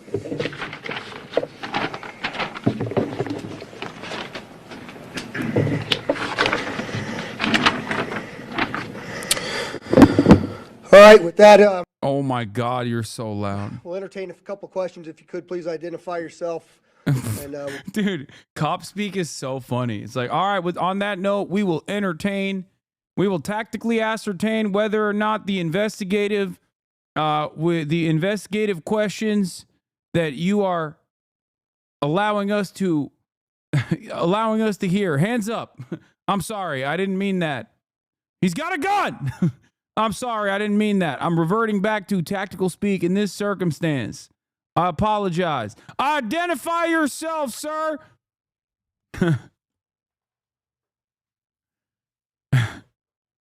Why does he sound like he's going to arrest the reporters in the room? We'll go from there, David. David Charles, KLAS TV. Thanks for taking my question. Sure. 2 quick questions. One, the video that you showed of him with the Tesla was able to extract that for you from the device. That's such a funny way to operate. Like, I'm imagining sheriff's deputies at home being like, I've tactically ascertained that the salt contraption mechanism that you have in your hands must be dropped immediately. Please hand me your license, registration, and the salt receptacle. He's just so cop speak that he doesn't have a normal conversation with his wife. I'm tactically deploying words into a registered microphone. Drop the salt now. Drop the salt now. From the car, the video you showed him walking around and at the charging stations. Yeah, so let me just, the question was, can we, the video that we showed, sorry, I was standing back there, so I wasn't sure which one you were looking at, but the question is, the video that we showed at the Tesla charging stations, who provided that to us? I'll let Dory answer that. Without getting too far into the technicalities, there are various components in there that were retrieved. The SDMI card, it was not where the video was retrieved from. That was where we got the data to be able to determine that it was not in self-driving mode. However, Tesla did provide and helped our team be able to recover the thumb drive that records other types of data to include video by the Tesla. In what state is this in? Do we know? Kingman, Arizona. Second question is about the detonation. There's a lot of questions. How was he able to die by suicide and set this off. Can you just in very basic terms explain how that could happen to kind of stop these conspiracies that he's not? I've tactically ascertained the question that you have delivered to me, but you have improperly identified yourself. Now I'll treat you as a hostile subject. Yeah, so the second question is how are we able to explain the detonation versus the suicide? And we just believe it to be simultaneous at the time of the detonation. But again, that's why the ATF's bringing in the SABTs from outside to look at what that sequence was for the initiation of the explosion as well. And, you know, it's very difficult to see inside of those Teslas, even with the camera angles that we have. And so we still remain challenged on finding some of that exact timing on all of that. Go ahead. Hi, Stephanie Price, Fox News. Hi, Stephanie. Hi. We're seeing reports that he had another alias as Matt Berg and went on a TV show in 2013. Have you guys been able to confirm that? So the question is if we knew of a alias of Matthew Berg and he had been previously on a television show. Damn, Matthew Berg? We've seen that reporting but have not verified that reporting. Behind you. That's Kevin Nyes with NBC News.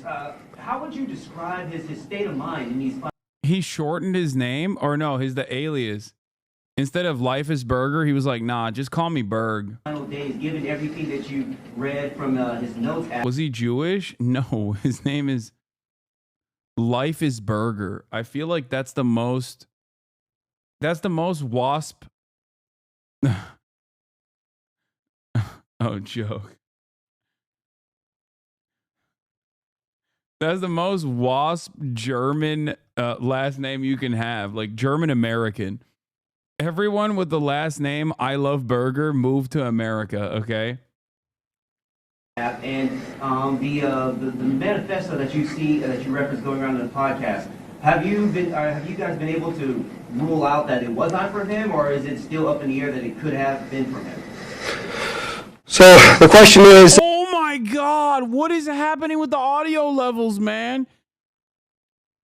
What is going on, dog? It's like, oh, they open up the microphone and boost the gain so they can hear the freaking reporters, and then it ends up tactically blowing up,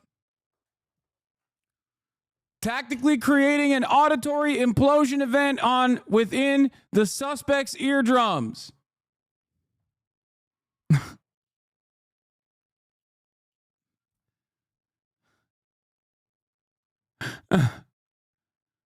We have accidentally utilized an LRAD, a long-range acoustic device. You sound like the audiophile chatters. I mean, that's crazy how loud that got. How would I describe his state of mind in the manifesto that was described on the podcast? Have we been able to determine whether that was from him or not? And I'll answer the first part is I'm not comfortable giving you state of mind just yet. I certainly am leaning a particular way. But again, I'd like to be factual to you. I think when you read the documents that we're going to give you a link to at the end of this press conference, that you can go in and make some of your own assumptions about what that is. But I will tell you that part of my hesitation on that is I know that we have a lot more documents and number of things for us to uncover. And so I want to be able to provide to you only the factual information when I have it.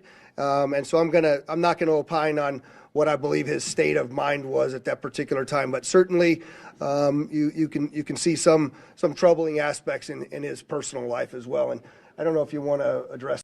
Yeah, this is tough. This is tough for a cop to opine on, okay? Because everything that he's talking about with respect to Matthew Livelsberger hits way too close to home, I suspect. Okay? You're basically asking a man to reveal his own personal journey in broad daylight in front of millions of Americans, all right? And you don't want that. It's hard. It's difficult to opine on such things. That's the second part, Spencer. Yeah, so in terms of the so-called manifesto that's circulating online, we have strong evidence to suggest that it was the subject that wrote it, but we haven't conclusively proven that yet. And that evidence relates to other evidence that we're finding that we're able to compare that lead us to believe it was in fact him who sent it. Oh, dang. Well, we have tactically ascertained the veracity of the manifesto, which the suspect, the perpetrator of the thermal implosion event, kinetically put pen to paper.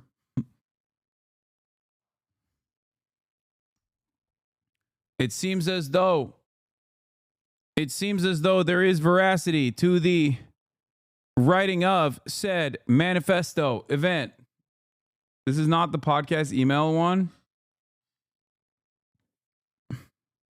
I'm not going to watch the entirety of Fortnite Friday chat. Calm down. I'm too busy tactically ascertaining what's going on with this improvised vehicle VBIED event. J1? Do you have an update? Is it J1? Yes, J1 from 13. Do you have an update on the conditions of the other people who were injured? The question is, do I have any updates on the conditions of the people who were injured? And I'm told that they're all relatively minor injuries, and they've all been released from the hospital. Kristen Drummond with News 3. As you were showing us these excerpts, can you say why definitively he chose the Trump International Hotel and why he decided to come here to Las Vegas? Yeah, the question is, with the excerpts that... Yes, that's right, chatter. I have tactically engaged in volume management to ensure that the auditory kinetic explosion event does not happen once again. I have now ceased. I have ceased the assault that has taken place in prior incidents. That we showed, can we definitively identify why he chose the Trump Hotel Tower location as well as Las Vegas? And the answer is no. In fact, I think when you read through some of that, you might find that there were some other considerations as well for other locations. And we can't verify all of that at this point, and so that's why I haven't talked about that publicly. Do you know what other locations he was considering, and were they here in Nevada? There was one location in Grand Canyon that was specifically talked about there, but we haven't been able to verify anything as well. All the way in the back. Berenice Zúñiga with Univision Las Vegas. Thank you for taking my question. In regards to what happened in New Orleans, I know that you guys mentioned it's a coincidence, but what main evidence makes a difference to what occurred over there? That is not being considered a terrorist attack here. So the question is why don't we consider what happened in New Orleans and what happened in Las Vegas connected? And the simple answer to that is we don't find anything to actually point us in that direction. There are those coincidences that we have spoken very openly about, but we have not found throughout this entire investigation anything that ties the two attacks directly together. Go ahead in the back. I had a question. Were you guys able to identify the type of explosives that were in the vehicle and where he would be able to find those? So the question is, were we able to identify the types of explosives that were in the vehicle and where he was able to find those? There's a mortar-type fireworks in the back of the vehicle, some camping fuel, and we do know that it looks like from that document that we're going to provide to you that he may have stopped outside of a location in New Mexico and obtained those fireworks legally. But that is another aspect of the investigation that continues. Hi, Noble Brigham with the Review. Hi, Noble. Thanks for taking my question. We've heard that the suspect wasn't opposed to President-elect Trump. Do we know anything about what his political views were?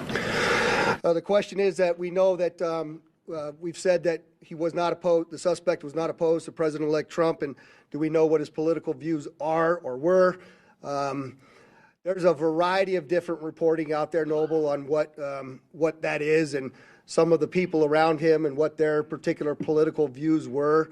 I think when you read some of these documents, you'll see that he actually calls it a stunt in one of these documents that we're going to release to you, that he was trying to get the attention of the American people because he was upset about a number of different things. But I'll let those writings speak for themselves.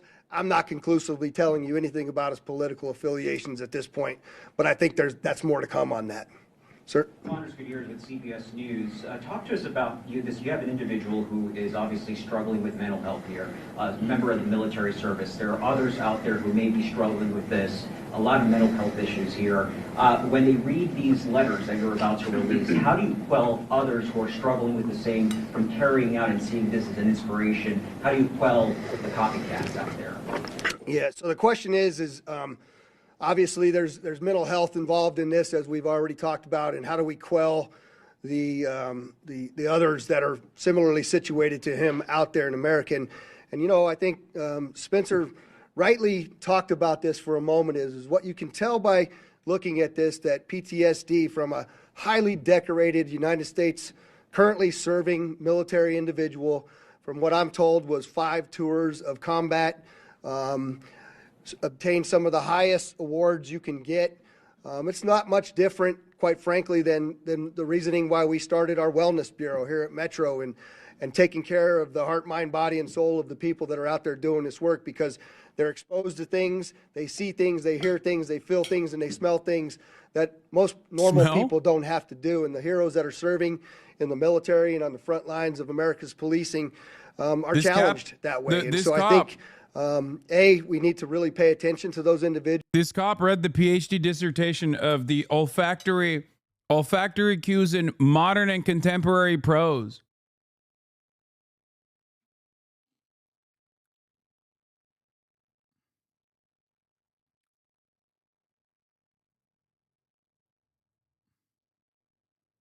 He read it. I'm inclined to believe that he read it. Olfactory ethics in modern and contemporary prose, dude. He read it. He knows. Talking about olfactory trauma. Individuals pay attention to what mental health in America looks like. And I think this is just one more incident that brings that to the forefront of where it is that we are in talking about ththese types of things. I'll take one more. Thanks for taking my question. Sure. Do you know why he chose the Cybertruck? Was he trying to send a message, considering who the CEO is? And then just really quickly, could you confirm if the podcast you're talking about is the Shawn Ryan podcast? The Shawn what? Is it the Shawn Ryan podcast? Is that the name of it? Yeah. So can I tell you why he chose the Cybertruck is the first question? No, not really. I haven't been able to find anything definitive about it. Secondly, is it the Shawn Ryan podcast? And yeah, that's the podcast that I'm referring to. And I'm sorry, there was one more hand over here that, go ahead. Guy Tannenbaum, Channel 13 here in Las Vegas. Hi. Has there been any more speculation, more understanding on why he chose the route that he chose? Obviously, coming from Colorado, you can go through Utah. That's a more common way to hit the 15. Any more understanding when we're thinking about all the different potential sites that he could have chosen for this? Why he chose the route that he chose. I don't think we can tell you we know why he chose it, but I can tell you that there's some writings in those documents that we're going to release to you that he mentioned going to the border as well as going to the Grand Canyon. And so we continue to look through all of the available evidence to help us answer that question better. And with that, I'd just like to, again, thank you all for the great work you're doing in helping us get this story out. And obviously, as we get additional information, we'll push it out to you. Thank you very much.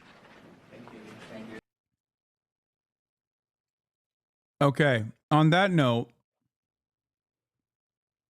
New York Times wrote an article on at least one of the manifestos is circulating around that the cops have also revealed. I feel like there are 2 separate manifestos out there, potentially. One is this, in case I do not, that has been delivered to Shawn Ryan's podcast tactically, or at least this one guy who Shawn Ryan had on his podcast. In case I do not make it my decision point or on the Mexico border, I'm sending this now. It seems like this probably is. First off, I am not under duress or hostile influence or control. My first car was a 2006 black Ford Mustang V6 for verification. What we have been seeing with drones and operational use of gravitic propulsion systems powered aircraft by most recently China and the East Coast, but throughout history, the U.S. Only we in China have this capability. Our OPSEND location for this activity is in the box below. China has been launching them from the Atlantic from submarines for years, but this activity is recently picked up. Oh my God. Oh my God.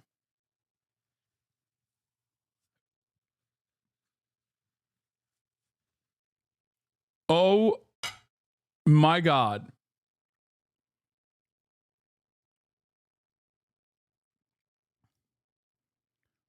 The problem here is I believe he was working on drone tech in Germany. I don't think a service member buying a Mustang is verification. That's like 99% of Marines. True.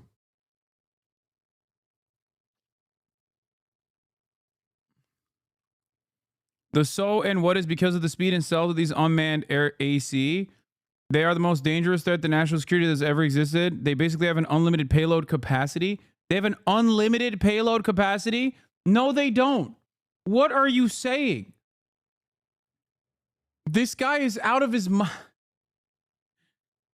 If this is real, if this is a real email that he sent, okay, I'm sorry. The notion that these drones have unlimited payload capacity is laughable. Unless he's also going to somehow say this is alien technology.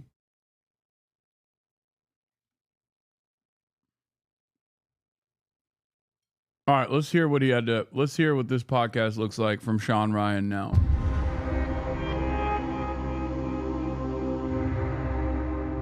Sam Shoemate, welcome to the show, man. Appreciate it. Thank you. I'm nervous about this one. Yeah, me too. I'm really nervous about this one. So yesterday I come into work and our stuff's been exploding because of the Sarah Adams. Had Sarah Adams, Scott Man Legend, did an interview with Masood, kind of warning everybody about it's going to be a lot of terrorism here in 2025. Didn't take long. Jan 1, it hit. And, you know, it's interesting. We couldn't get any mainstream media's outlets to pay attention to those interviews.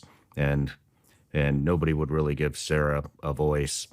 Now everybody wants to. Dude, we're going to get so crazy in 2025. That's one prediction. Okay, lock it down.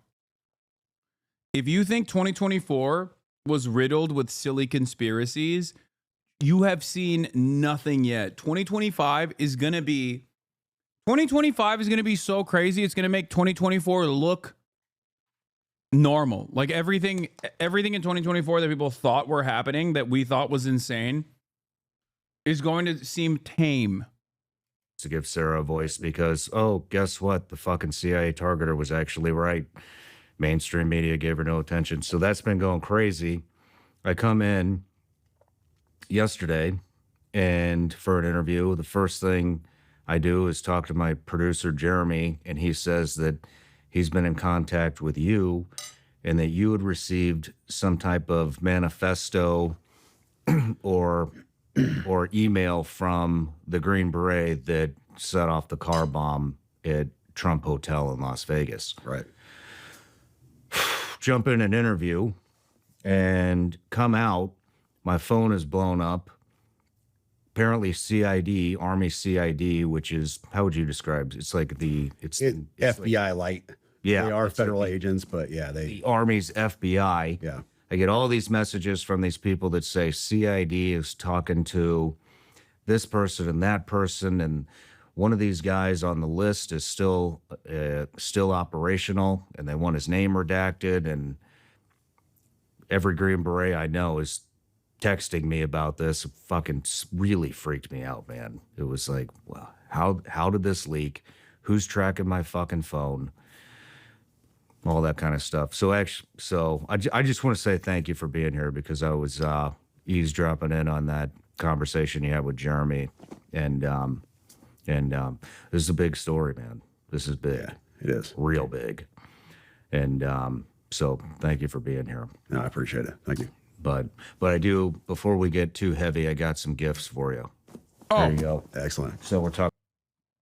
Thank God. I was worried that they wouldn't maintain operational procedure here. Thank God. They still have gifts for one another. Thank God. People monitoring the phone. Have you heard the unplugged phone? Yeah. And for anybody that wants to purchase this phone, you can get it at unplugged.com/Shawn Ryan. Yeah, yeah, that's awesome. So that the unplugged phone keeps big tech. Oh my God. Oh my God. He's just doing an ad for, this is like, okay. Right off the jump, couple red flags. This strikes me as the Alex Jones style procedure where I feel like this is the Alex Jones method, you know? Talk about how the water is turning the freaking frogs gay and then immediately sell a straw in the commercial break. I feel as though this is basically exactly that.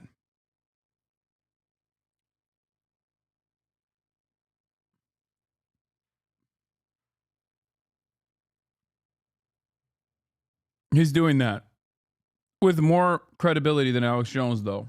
For monitoring your texts and your calls, there's a secure messaging app in there. There's a secure email. So get that thing wired up. And absolutely, let's talk on that from now on. So, okay. And then everybody gets a bag of these. Been waiting for this. Nice. This is awesome. Thank you. You're welcome. You're welcome. Very cool. But all right, let's dive into it. This is going to be kind of tough. I didn't have, like I said, I was interviewing yesterday, so we're kind of winging it here. Yeah. But, so before we jump in, I just want to say a couple things about today. And we're not necessarily validating what came in on that email. There's some pretty alarming stuff that came out in the email about the drones that we're seeing on the East Coast and some capabilities that China has, some capabilities that we have, some activity that went on in Afghanistan in 2019, which actually we do have news reports that is valid. A lot of this stuff actually really lines up. But we can't give it 100% credibility. Right. I think you would agree with that as an intelligence analyst. 100%. And then additionally, there are a few names, two, I believe, that we are redacting from this because they are still operational. And as much as I would love to release those names, we're not gonna do it so that those guys can remain undercover and not burn their entire operation of what they're into right now. And there was one more. The audience of this podcast is Tom Clancy novel readers, okay? More thing. I want to give a little background on you. Retired from the Army in 2023 as a CW2 intelligence officer and understand the information war. In 2020, you were still on active duty. You started a social media account where you intended to share memes and GIFs. Despite your intentions, the account grew into what it is today. You've developed, what is the account's name? It's an Instagram account. It goes by Terminal CWO. Terminal CWO. You've developed a robust network of service members across the Department of Defense who trust you with their reports of unethical and in some cases illegal behavior from their leaders. You expose the unethical and illegal behavior while protecting whistleblowers in order to hold military leaders accountable, which is why you received the email from the Green Beret. And because of your background, you come across wild information all the time. You're here today because of an email you received from Matthew Livelsberger a couple of days before the CYBERTRUCK bombing at Trump International Hotel in Las Vegas. You'll also be able to discuss what you know about the terrorists who conducted the New Orleans attack. Did I miss anything? No, that sums it up. Yeah, perfect. I'll give a background on why that's significant so your viewers understand how this came into my inbox. Perfect. One other thing that I just wanted to say to the audience is even though we are redacting these names from the episode, you passed that, I believe you passed that email on to the FBI. Yes. We're also going to pass it on to our contacts at the FBI. It's very obvious that people know it. Like I said, the CID has been telling everybody. In fact, we talked to Jeremy, who's sitting over there, my producer, me, him, and my attorney, Tim Parlatore. We're up till about 10:30 last night talking to the... 10:30 is not even that late. What?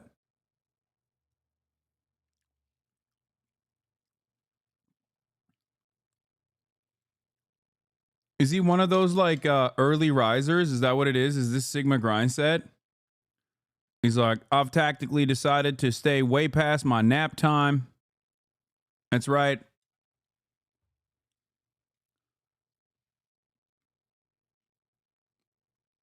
We decided that it was important and pertinent for the public to have access tactically to this knowledge that we have ascertained as verifiable evidence of a mass plot happening. I'm never going to stop tactical. I'm never going to stop cop speak. I love it too much. And I need to get better at it because I feel like if I do tactical speak, maybe I can get out of a ticket or something. Chief of Staff? The Army Chief of Staff PA. The Army Chief of Staff's POA took a major interest in this as well. And, you know, one of the things that he said, I'll wait till later to bring that up, but I don't know. I don't trust any of these people. I mean, public affairs officers are there to... I'll keep my mouth. Create PAO is there to protect the command. Yeah. 100%, nothing else. Yeah. They're not there to shed transparency on anything. They're there to protect the command. Let's recreate what the story is. But, and you know what's interesting? Fuck it, I'm just going to say it. You know what he said? He goes, on the call, he said, I didn't talk to him. I didn't want to talk to him. So had them talk to him. He said, between me and you guys, this guy's DNA didn't match his son. And made it sound like it's some big secret. Then at 9:34 p.m., I think it was 9:34 p.m., the New York Post had a headline that said that this guy's... So they're trying to make it sound like this guy did this because maybe he found out the son wasn't his. But there's a lot more to the story, as you'll find out. So, yeah. So let's go to you, Sam. Tell me how you got the email. All right. So for context, I've run this account for the last 4.5 years. There have been people in and out writing articles and different stuff and just investigations, some big, some small, just trying to keep accountability in the military, but developed a robust network within the military, all branches, and people feed into this and send me messages and here and there. Nothing ever like this has ever come in. But well, it started off as comments. So when you have a big Instagram account, you're going to miss a lot of messages because people message, go to hidden messages and everything else. You miss a lot of stuff. Well, I kept seeing this comment on recent posts that I put in there, and it was from this burner account that said, hey, check your DMs, check your DMs, check your DMs. So I go in there and try to find it. There's no message from this guy, hadn't come through or whatever. And then he messages again once that message was opened up. Are you telling me an operator who spent most of his time overseas had a wife who had sex with another man? Oh my God. What a random and unique tale. What? That's crazy.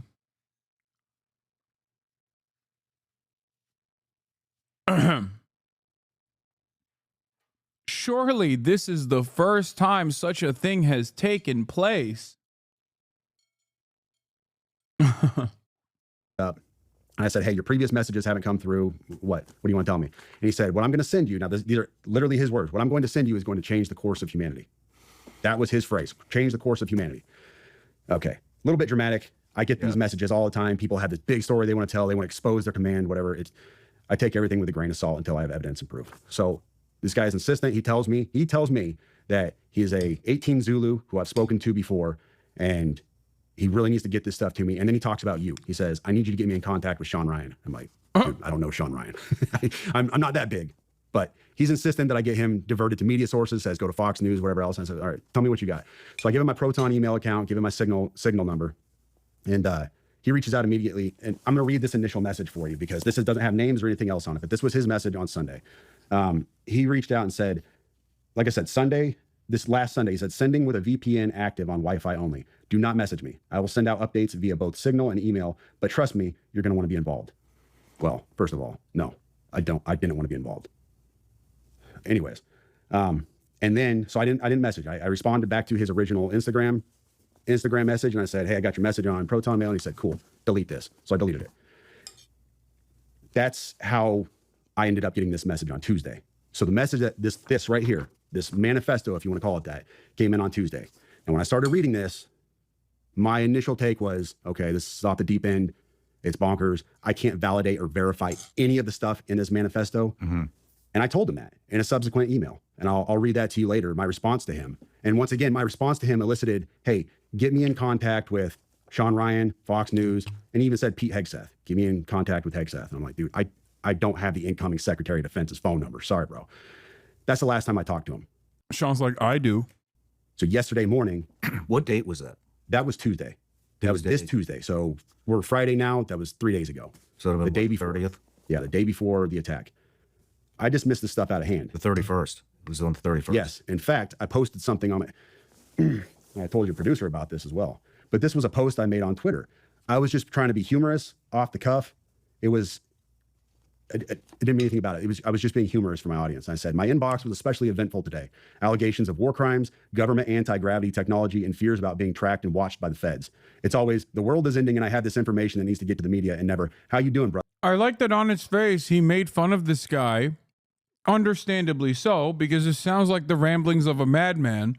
But post-mortem, now that it's a big story and it lands him on the Shawn Ryan podcast, he's going to sit there and act like everything he said was totally fucking verifiable.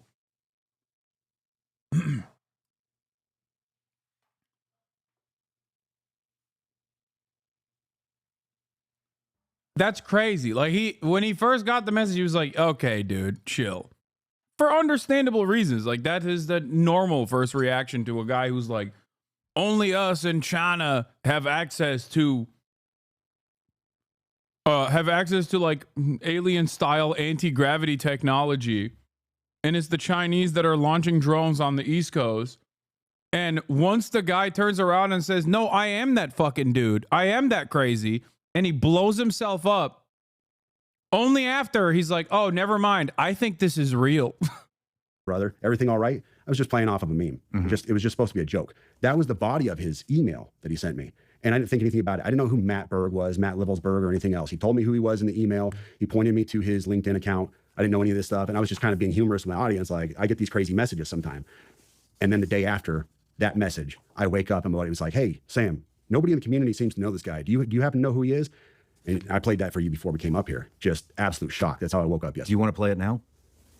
Yeah. Excuse my language. I was definitely in shock. Let me find this chat. So, while you're digging through that, you know what we should do? I should get that Instagram account from you to see if they messaged any of our Instagram accounts. And we should also get that email address. I deleted it. You deleted it? He told me to delete it and I deleted it. Okay. Yeah. We should also get that email address and see if they sent it in through the website and see if he tried to contact us, get that to the FBI. So I'm in a military. Hopefully they actually do something. Yeah, I'm in a military group chat. Buddy, Green Beret, Corey, he says, at Sam. Nobody I've asked in the community knows him. You is at 8:46 a.m. yesterday. So I woke up and I said, OF, I'm shaking. This guy emailed me 2 days ago. I'm not playing. And he said, damn. And then this was my response to him at 8:48. Like, just woke up. I'm fucking shaking, bro. Wait, was that Mike Malak? What the fuck? Cybertruck attacker note release? Dog, we are literally watching what people are alleging is the note.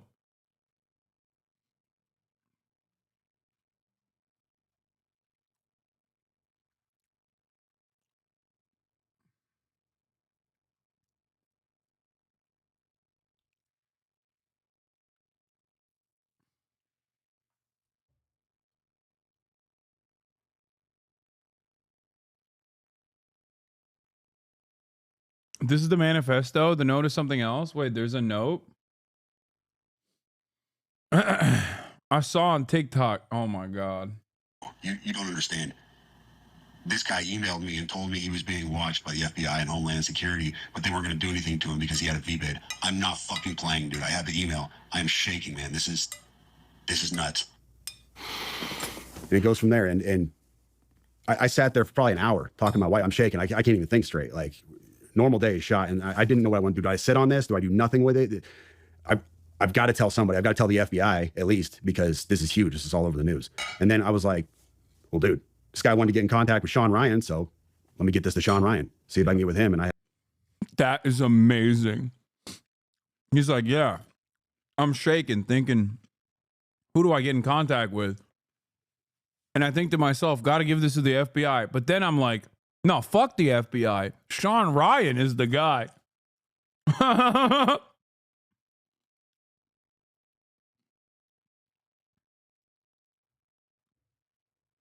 Under no circumstance do we think that the guy who exploded his Cybertruck could potentially be mentally not all there. That's what I love about the story in general, is that Not a single person is going, hey, hold up. Maybe the fucking 15-year touring special forces operator who had a litany of, complications at home could potentially be, I don't know, mind broken. No. We only thought that before he blew himself up. Now that he blew himself up, it seems that he had actually arrived at anti-gravity technology. I had a buddy who knew your producer, and we went from there. But wow. Do you want to read the email? Yep. So this email came in on December 31st at 10:42 a.m. That is Tuesday. He said, in case I do not make it to my decision point or onto the Mexico border, I am sending this now. Please do not release this until 1 January and keep my identity private until then. First off, I am not under duress or hostile influence or control. My first car was a 2006 black Ford Mustang V6 for verification. What we have been seeing with drones, he puts that in quotes, he says drones, is the operational use of gravitic propulsion systems powered aircraft by most recently China and the East Coast, but throughout history, the US. Only we in China have this capability. Our OPSEN, that's Operation Center, our OPSEN location for this activity is in the box below. China has been launching them from the Atlantic from submarines for years, but this activity recently has picked up. As of now, it is just a show of force, and they are using it similar to how they used the balloon for SIGINT and ISR, which are also part of the integrated comms system. There are dozens of those balloons.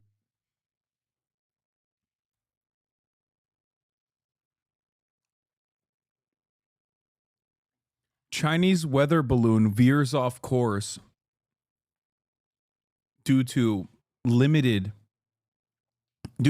capabilities of navigation. And this guy is literally saying that the balloon was actually a show of force by China.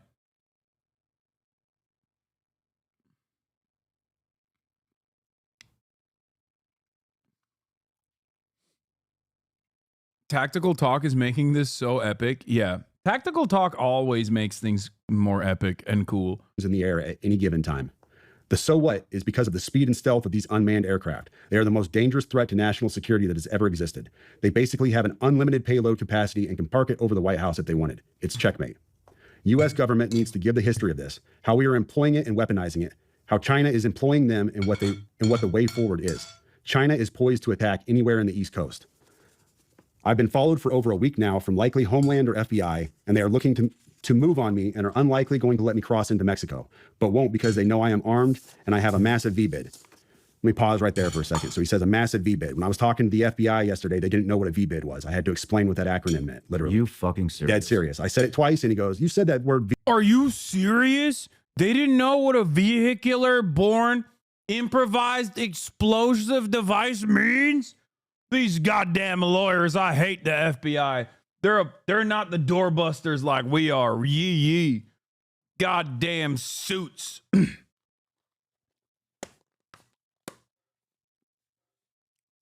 It must be the DEI in the FBI that caused them to not know what a VBED is.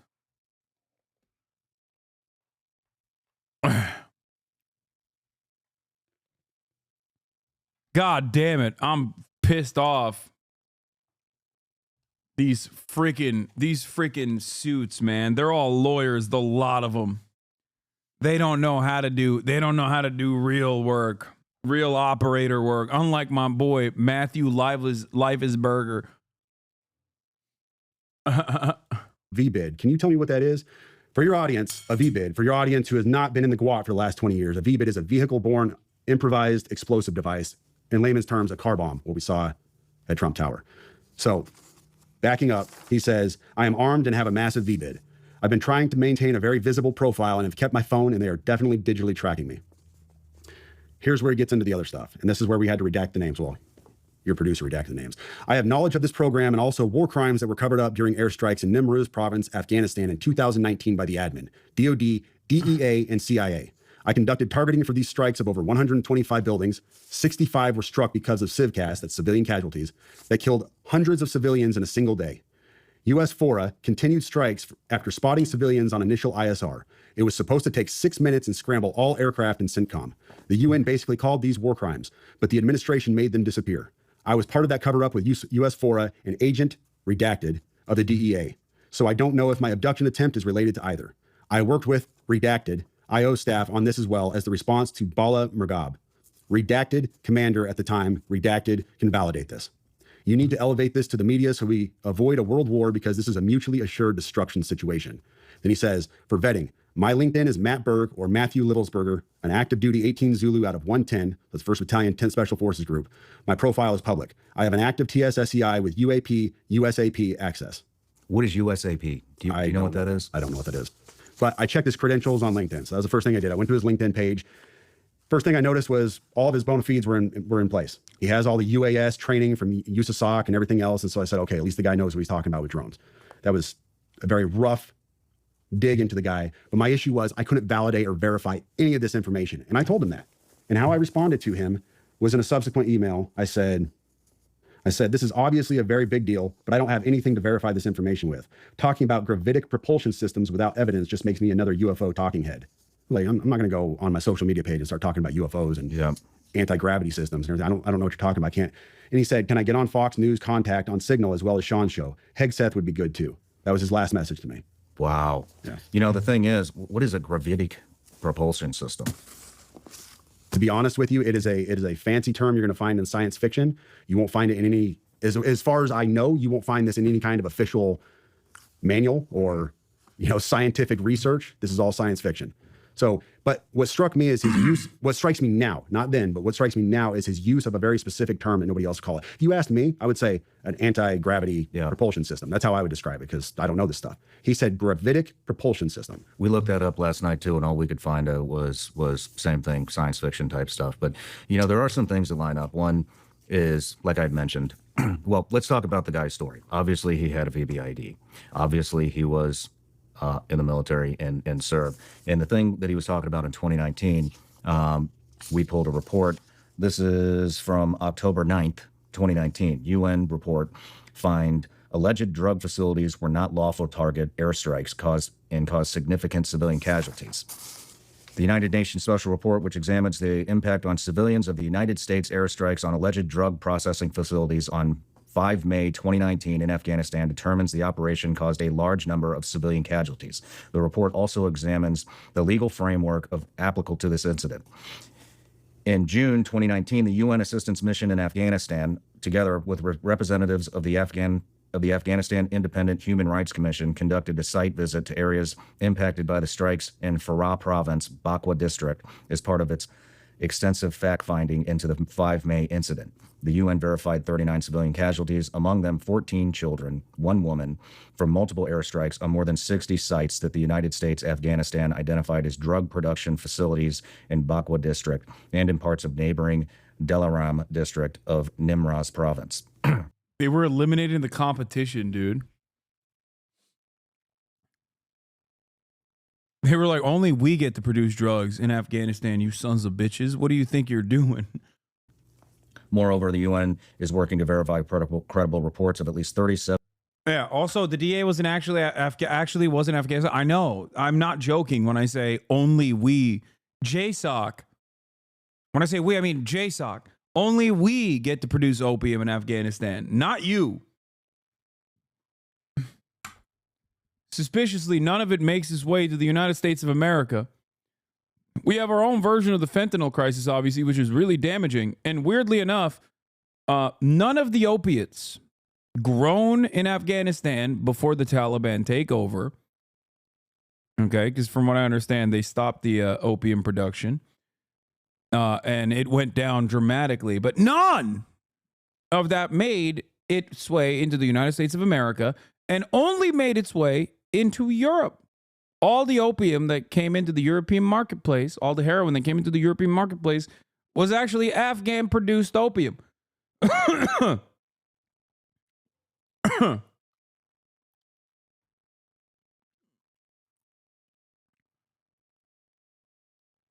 So, having said that,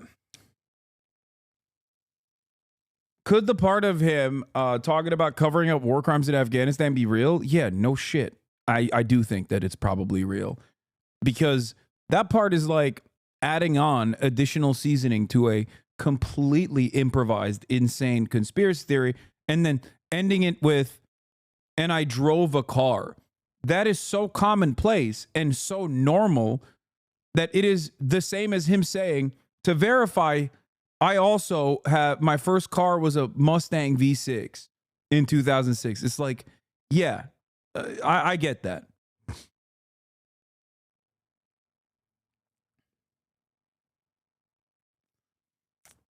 It's the sandwich technique. Place two different correct things and then, you know, slam the middle of the sandwich with insane nonsense. 7 additional civilian casualties, the majority of whom were women and children. Although airstrikes on the alleged drug processing facilities had taken place before, this was the first time that UNAMA had received reports of large number of civilian casualties resulting from such an operation.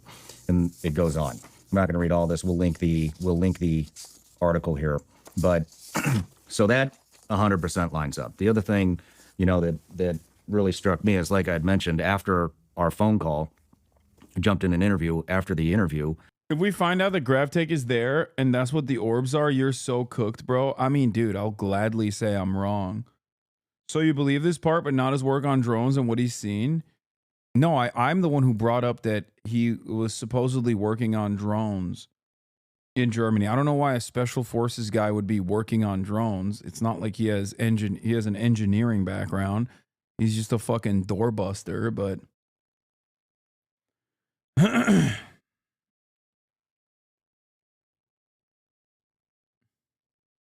checked my phone, and I had several Green Berets, former Green Berets, one still active. Actually, I'm just going to say it was Tim Kennedy. This guy, wait, he just keeps revealing. He's like, I'm not going to say it. Fuck it. I'm going to say it. Tim Kennedy. Sent me a message late last night about 9 p.m. and said, hey, I should have brought my phone up here, but hey, basically that the use of... Didn't Tim Kennedy just recently get outed for just like also being a fabulist? It's so funny because like virtually all these guys that write books about like their exploits almost always come out to be lying.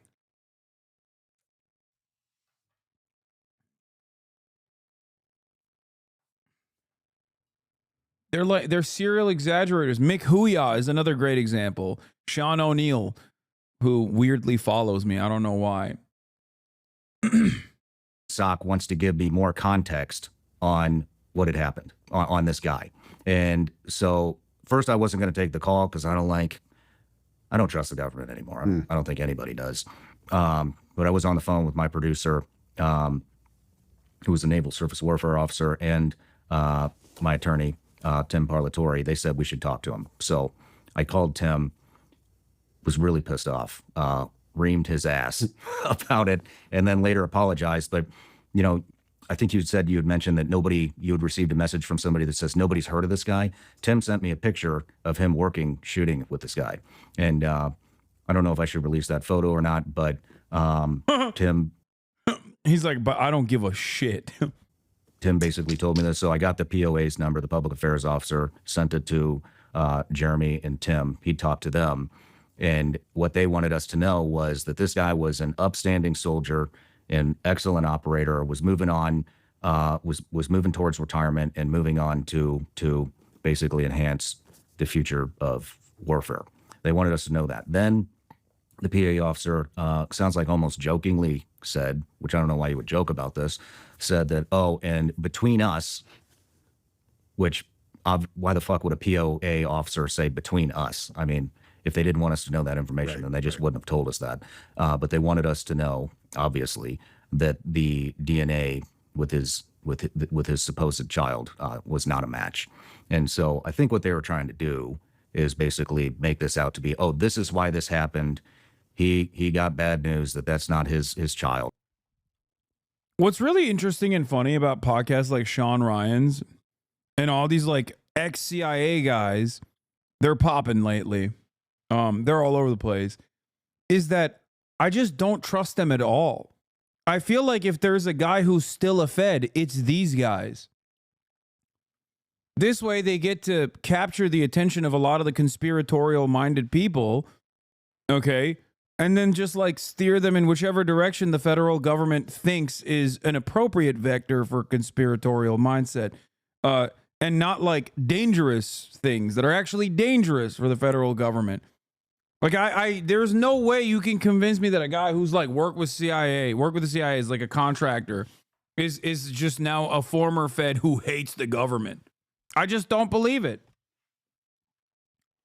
I don't trust anything that these guys say, which is funny because all of those like cynical conspiracy brained guys who traffic in a number of different rabid conspiracies will literally just only listen to these dudes and think these guys are the bravest truth tellers out there.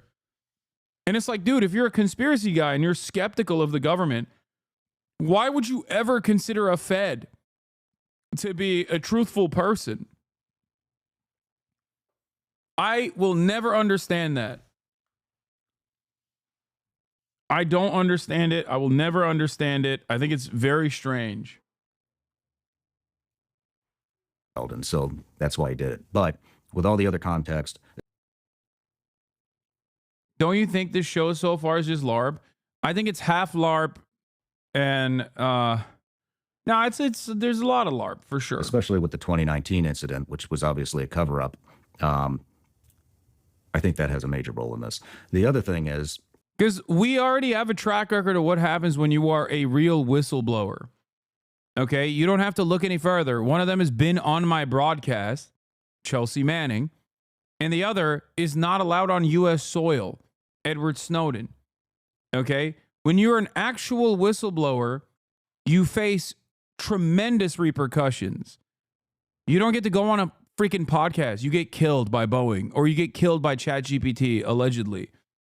You know, you either die mysteriously and the coroner rules your death a suicide by gunshot, 8 shots to the back of your head. That's the way. That's your method of execution. I mean, not execution, your method of suicide.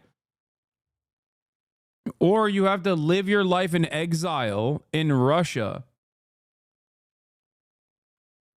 Or you have to live in a consulate building in a non-extradition country for the rest of your life as they openly fantasize about executing you and only let you live basically, many, many years after they've ruined your life, Julian Assange.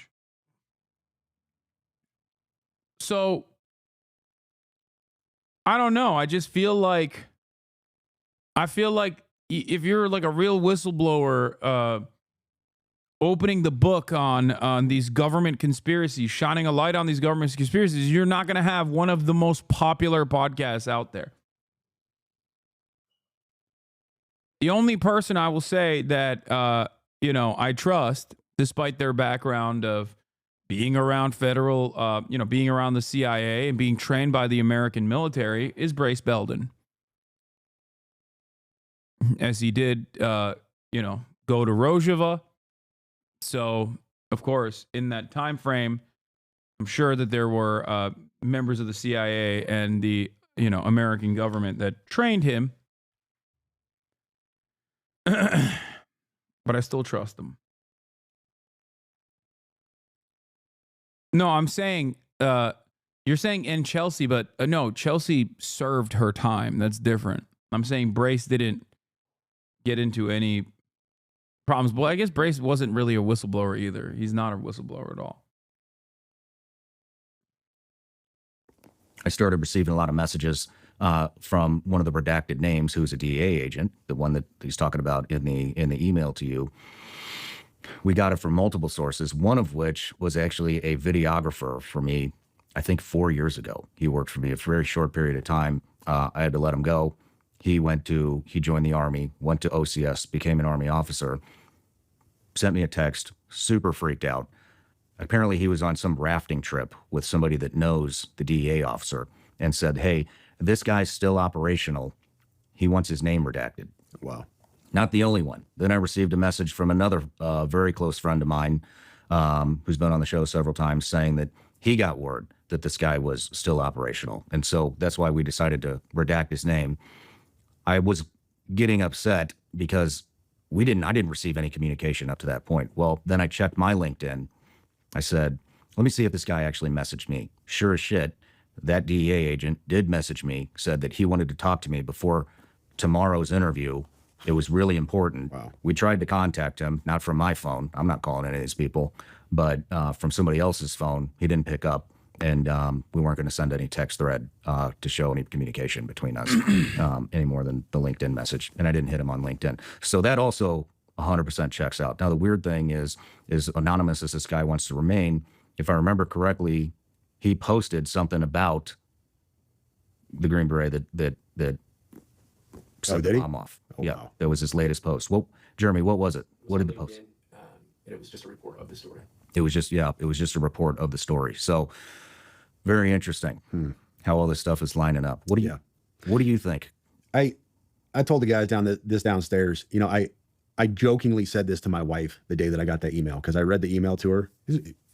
You all have heard the email now. You realize without context of who this person is, how just crazy it sounds. And I told her, I said, well, I mean, I guess if the dude ends up getting rolled up by the feds or he gets killed, we got a story, huh? Man, famous last words, right? That's your dude.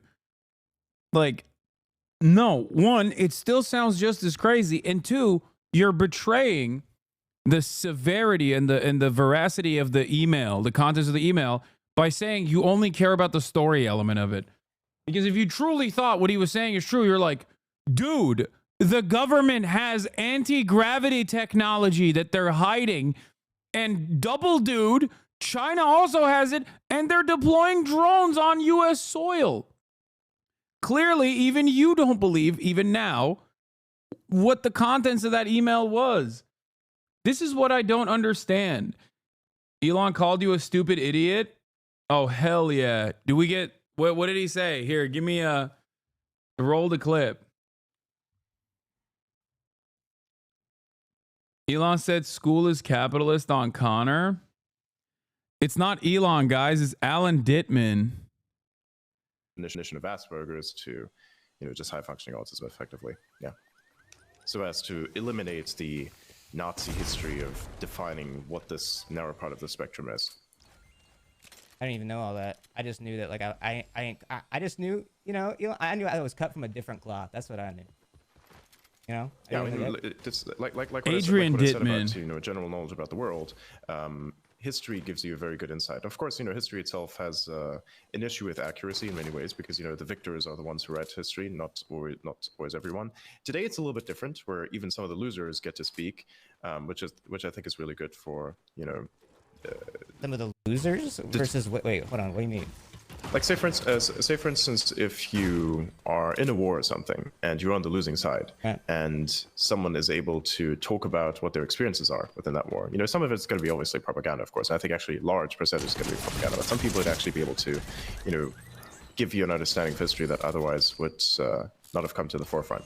The propaganda always exists everywhere, and I think one of the I think that, like, if you're smart, you can look through it now, though. No, not necessarily. Smart is a broad term. This man calling me. You have, like, media literacy. Not everybody's really smart. Hello. Media literacy. You're on stream. Like, and I am. Look at your ex. You're on. I'm listening. I'm listening to Alan Dittmann, or Adrian Dittmann, who is not Elon Musk. Talk to my friend Connor Eats Pants. Okay, sorry. Yeah. Wait, why are you responding to my tweet immediately? Did you have notifications on so that you knew when I tweeted? What is this? What are you talking about? Oh, me as your friend keeping you accountable for your lies? You fucking lying to my community, but most importantly, lying to yourself. I'm not lying. I saw the X payout and I was like, Daddy's got to eat. I'm not on the HasanAbi payroll. You're just trying to get fired, dude. That's what you're trying to do. You just like being unemployed. It's your most anarchist tendency. I do like being unemployed, but no, I like my job very much. It's good.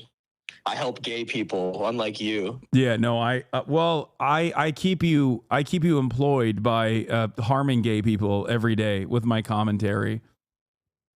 Yeah, that's true. That's fair. It's a delicate ecosystem. Yeah. I ruined their lives, and then they seek legal help from you. All right. All right. I hate you. Goodbye. All right, bye. He said he hates me, chat, and then he doubled down on it. He was filming in his office yesterday. He has not learned his lessons, okay? He has not learned the lesson. Yeah, he did. How? He was like, all right, we're going to march down. And then he like got his people to go there. He like had like his fucking assistants or whatever. What's his name? Giuliani was helping out a little bit. You had helping how? He was like, we got to fucking save the country. You know what I mean? America's mayor, dude. You know Rudy? Did you, but how exactly did this person try to overthrow the government? I'd like you to define that specifically. Bro, we were just talking about media literacy. If I have to explain that to you, I don't know what I even, like, okay. I will try to explain this to you because you sound genuine. So give me a second to collect my thoughts here. If he knew he lost the election, and he tried to overturn the result of the election, then that is, like, not good. I think there was just a protest, realistically, and got way out of hand because some people were egging people on. But, like, he like let the protest wrong. happen with the intention of it hopefully overturning the election. No. Yeah, but like, he didn't call it off on purpose what because he happened? wanted people to, like, you know, do as much as they No, he could. did. No, he didn't. He called you an idiot? Realistically speaking, you know, if you are trading with someone, you're always going to trade. Even if you like try to impose brain dead systems like socialism, what happens Wait, why's that is brain people dead? will set up a I have a black friend market. that likes that. It is brain dead. So then he's a fucking idiot. He's a good guy, bro. He's a good guy, but it's probably has good intentions, but not much of a, but not enough knowledge He in went to order to make those school. I think he intentions did more actually school than scalable. me. Well, He can't make his intentions scalable. Freaking nerd. yeah, who told him to break in though? Did he tell him to break in? Did he specifically tell him to break in? I don't know. They're That's what fucking I'd like to pissed know. and stupid and uneducated, bro. That's how he gets voters. Like, that's what I'm saying. Like, he knows what he's doing. Nah, I disagree. I disagree with that. Nah, I don't think you do. So you think, okay, so hang on a second. Do you think that the majority of the country, therefore, because, you know, the majority did in fact vote for him, is stupid and angry? I don't think the majority is stupid. I think the majority is angry.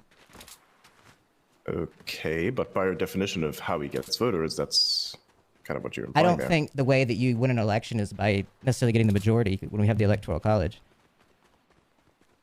I think you have to You like rile kinda up like do. your own base. No, you have to like rile up your own base of people. If you get like an angry subsection, angry enough, then that organizes that side of the political spectrum more than the other side.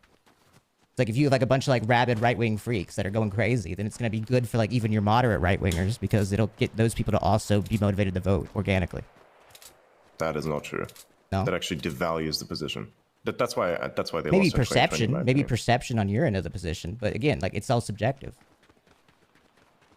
Not really.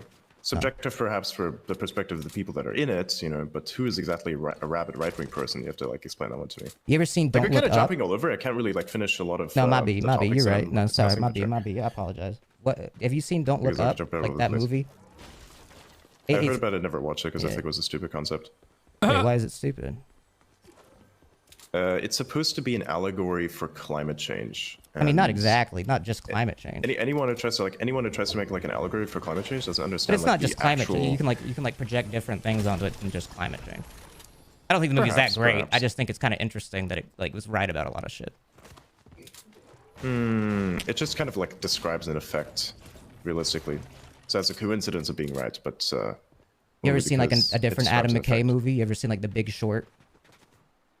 Oh yeah, it was pretty good. Yeah, so he made that. Yeah, Big Short was pretty nice because you know it was in regards to an actual historical event, you know. Right. And history. I is hate always that I like- agree with Elon Musk that I think Adam McKay cooks way harder when it's actually a work of, it's like a fictional work on a especially if they were real afterwards, event. Are really good. Or comedies. He's good at Because it's all comedies mystery. too. I saw the Bob Dylan movie last night. I don't know how accurate it was. I don't know shit about Bob Dylan, but I like Timothy Chalamet. I didn't see that yet. I haven't watched any movies. I just kind of saw it as like Timothy Chalamet acting weird and awkward for like 2 hours, and I loved it.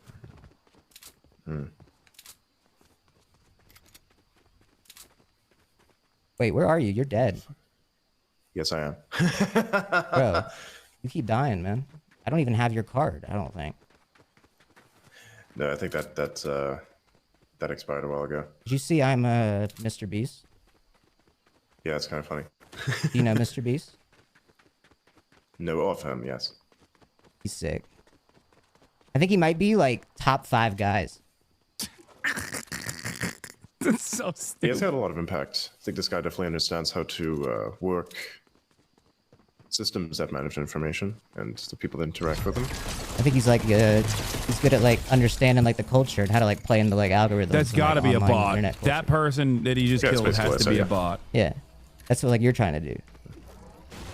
To an extent, but realistically speaking, I just want to get my point across. That's what I do. Like for instance, with something like the show that I have, what we do is we take apart various What is things. his And we have a job? discussion around What them. is Sometimes Adrian's I supposed approach things from job? a little bit of an abrasive perspective, because that often gets people to reveal their positions. Because when they're angry, they actually reveal a lot of the truths that guide them. You know, truths, their own personal truths, even to a certain extent. It could be ideology, it could be anything, but they tend to reveal what their position is. You know, Why do you I'm feel you pretty need sure to may like have seen get a your few point clips. across as like Adrian Dittmann online? Why not? Well, like, They have a good understanding like of the why do you world use that and, instead of like your real name? Wait, What do you his job? Oh, you said it's not a real name, right? I never said that. Yeah, you did. It was like you said like, what does my name mean on that? You tweeted it. Like my name No, is I like. said I'm the most. Yeah. No, I said that there are many people that have my name, you know, but it's the name is independent from. I've never whoever heard your bears name it. before. There's multiple Really? Adrian Dittermans. Dittermans, Connor, there's yes. a There are moving. many, many. There's a moving. Look at, for shrubbery. instance, Academia. Oh my God. Snipers, Damn. bro. They fucking tracked your ass. That was great. Wait, do that again. Do that. Damn. Do that. Why? It was funny. It was a good meme. Damn. Dude. Yeah. Hell Dude. yeah. Dude. Are you on crack? I'm not gonna check Sean Strickland's Twitter, dude. Okay. Oh my God. Are you actually on crack daily? Is that what it is? You must be a crackhead if you think that Sean Strickland has ever said anything of worth. God damn, dude. Shut up.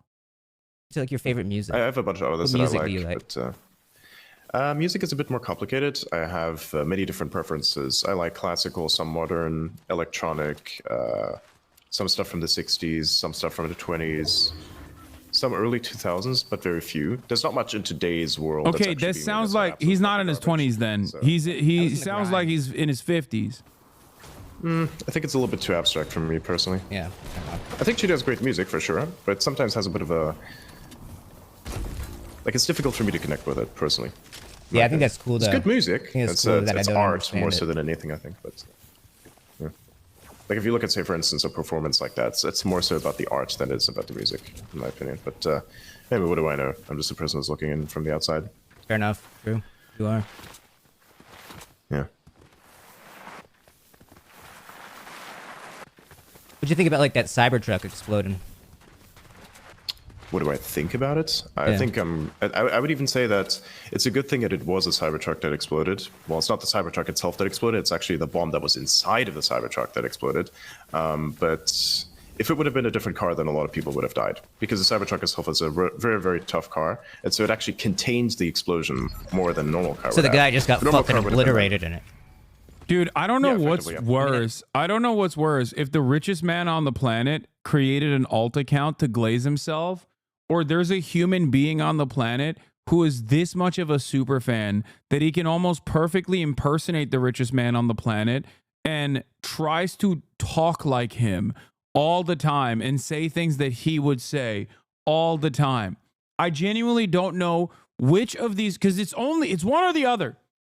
There is no secret third thing here. It's either Adrian Dittmann is Elon Musk, the richest man on the planet, who has created yet another alter ego / fake account for himself where he can, interact with groypers and defend Elon Musk. Okay. Or which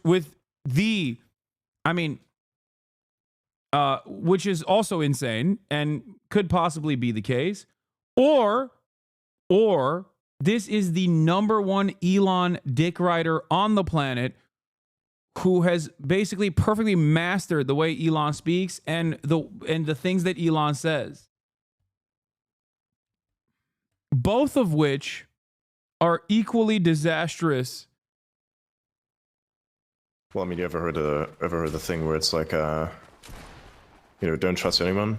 not even yourself. So it's like that, you know. I do trust some people, you know, of course, but realistically speaking, no, I don't think it's AI, chat. You're crazy. AI is not this sophisticated. Do you like? What do you like socially? Do you like seek like validation from like others? Like, do you care what others like say about you? If I did, I wouldn't really be on the X platform because a lot of people insult me quite heavily. Even though I think that's fucking funny. No, but I think that like, you can be insulted and still care. No. Yeah, I do. No, 1,000%. I think basic bitch attacks are just basic bitch attacks, really. I mean, I don't know. I mean, like, I'm also an ex-influencer. I'm an ex-influencer. Think about it this way. If somebody's attacking you on a personal level, which is actually kind of good. Like imagine, for instance, I make an argument, right? Yeah. And they argue how this argument has elements in it that are not good.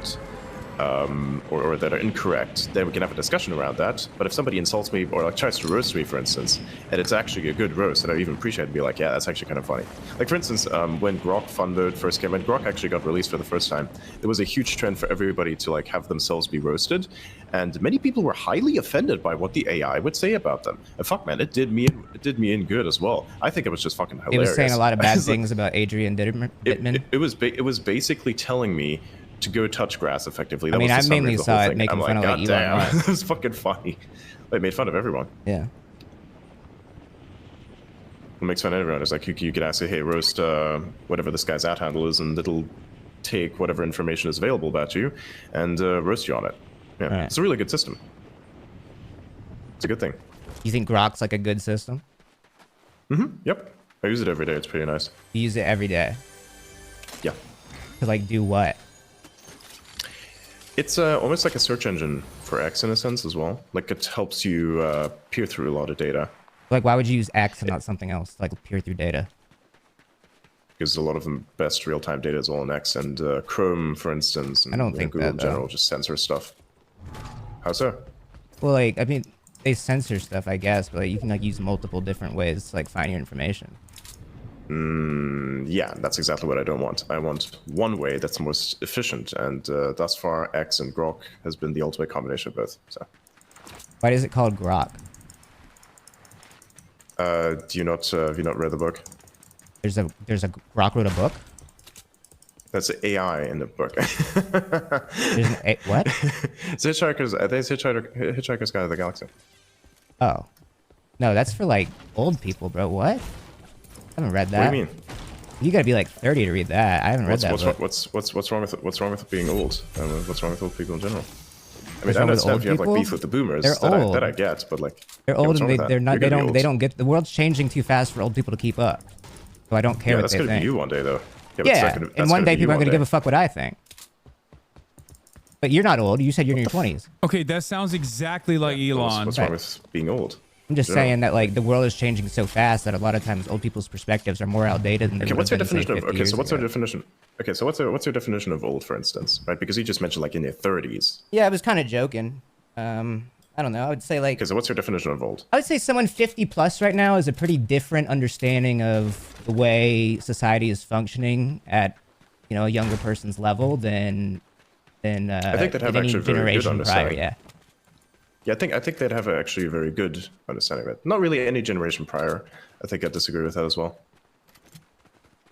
No, I disagree. I think that like the world has changed so rapidly, and you would agree with that.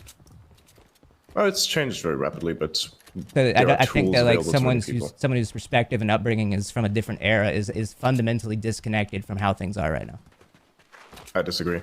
Oh, okay. Disconnected in the sense that they're not contributing to the events, perhaps, but disconnected in terms of understanding, no. You can't deny he's just Elon. He only sounds like he not only sounds like Elon, but holds every single opinion Elon has. Yeah, that's why I said. Yeah, no. Both options here are equally pathetic. I don't know which one is more pathetic. Yeah, me neither. RFK is gonna like ban those. Which ones? All of them, right? Which? No. Oh? What do you mean? He's gonna ban them. You gotta. No. You gotta be. Which pharmaceuticals do you mean specifically? Catch us like bad. Bro, I don't know. They have like long names. I don't know. I don't really know, man. I mean, if you don't know what they are, it's kind of. Yeah, it's a fair point. I'm not a doctor. You don't have to be a doctor in order to know which pharmaceuticals are gonna fuck you over and which ones don't. I have Grok for that. Okay, cool. Have you used it? For my medical advice, yes. No, I haven't used it for medical advice, but I would say, like, if you want to understand which pharmaceuticals do which things, you can find some information on that, and it helps you start out with research that you can do, perhaps, for instance. And that would be with any other system that helps you search information. You don't need to be a doctor in order to understand what the fuck's going on. I fundamentally, doctors are just other humans as well. I think Grok might be fucking with your brain. That is a typical dumb guy take, and it is exactly something Elon would say. Might be worse than the woke mind virus. Like, I think the real mind virus might be Grok and like relying on AI tools to like determine your positions on things. Ooh, good point. What the hell does this do? Why did you say it like that? Wait, what the fuck is this? Why did you say it like that? Why did you say? Sorry, I didn't mean to. Sorry, I didn't mean to talk about Grok like that. No, hang on a second. What the fuck is this? Oh, yeah, so I just picked up a random ass bush. One bush. Use the bush. Yeah, the bush is funny, right? Do you remember that meme where somebody got super drunk on like New Year's or something, and then they was like, I'm a bush. Yeah, they got Atlanta drunk. You're not a bush. Yeah. I'm a bush. And they fucking like literally face planted into the fucking bush. Yep. You ever been Atlanta drunk? Now. No, actually didn't. I've never been drunk to the point where I'd have to vomit. I avoid alcohol like the plague. Even when like you hit 21? Yep. Nope. Never got drunk. Why? Not like that. Drunk as in just, my brain being impeded, perhaps. You gotta do it one time. But never to the point where I'd actually, no, fuck that. I'm not gonna have a hangover. I don't want to feel like I'm dying. Fuck Did that. your friends like make fun of you? Did you get like peer pressured? No. Don't you want to like try things? No, you can't peer pressure me into doing anything. You have sex before marriage? This window. Yes. Sick. Not me, but that's chill. Wait, are you married? No. No.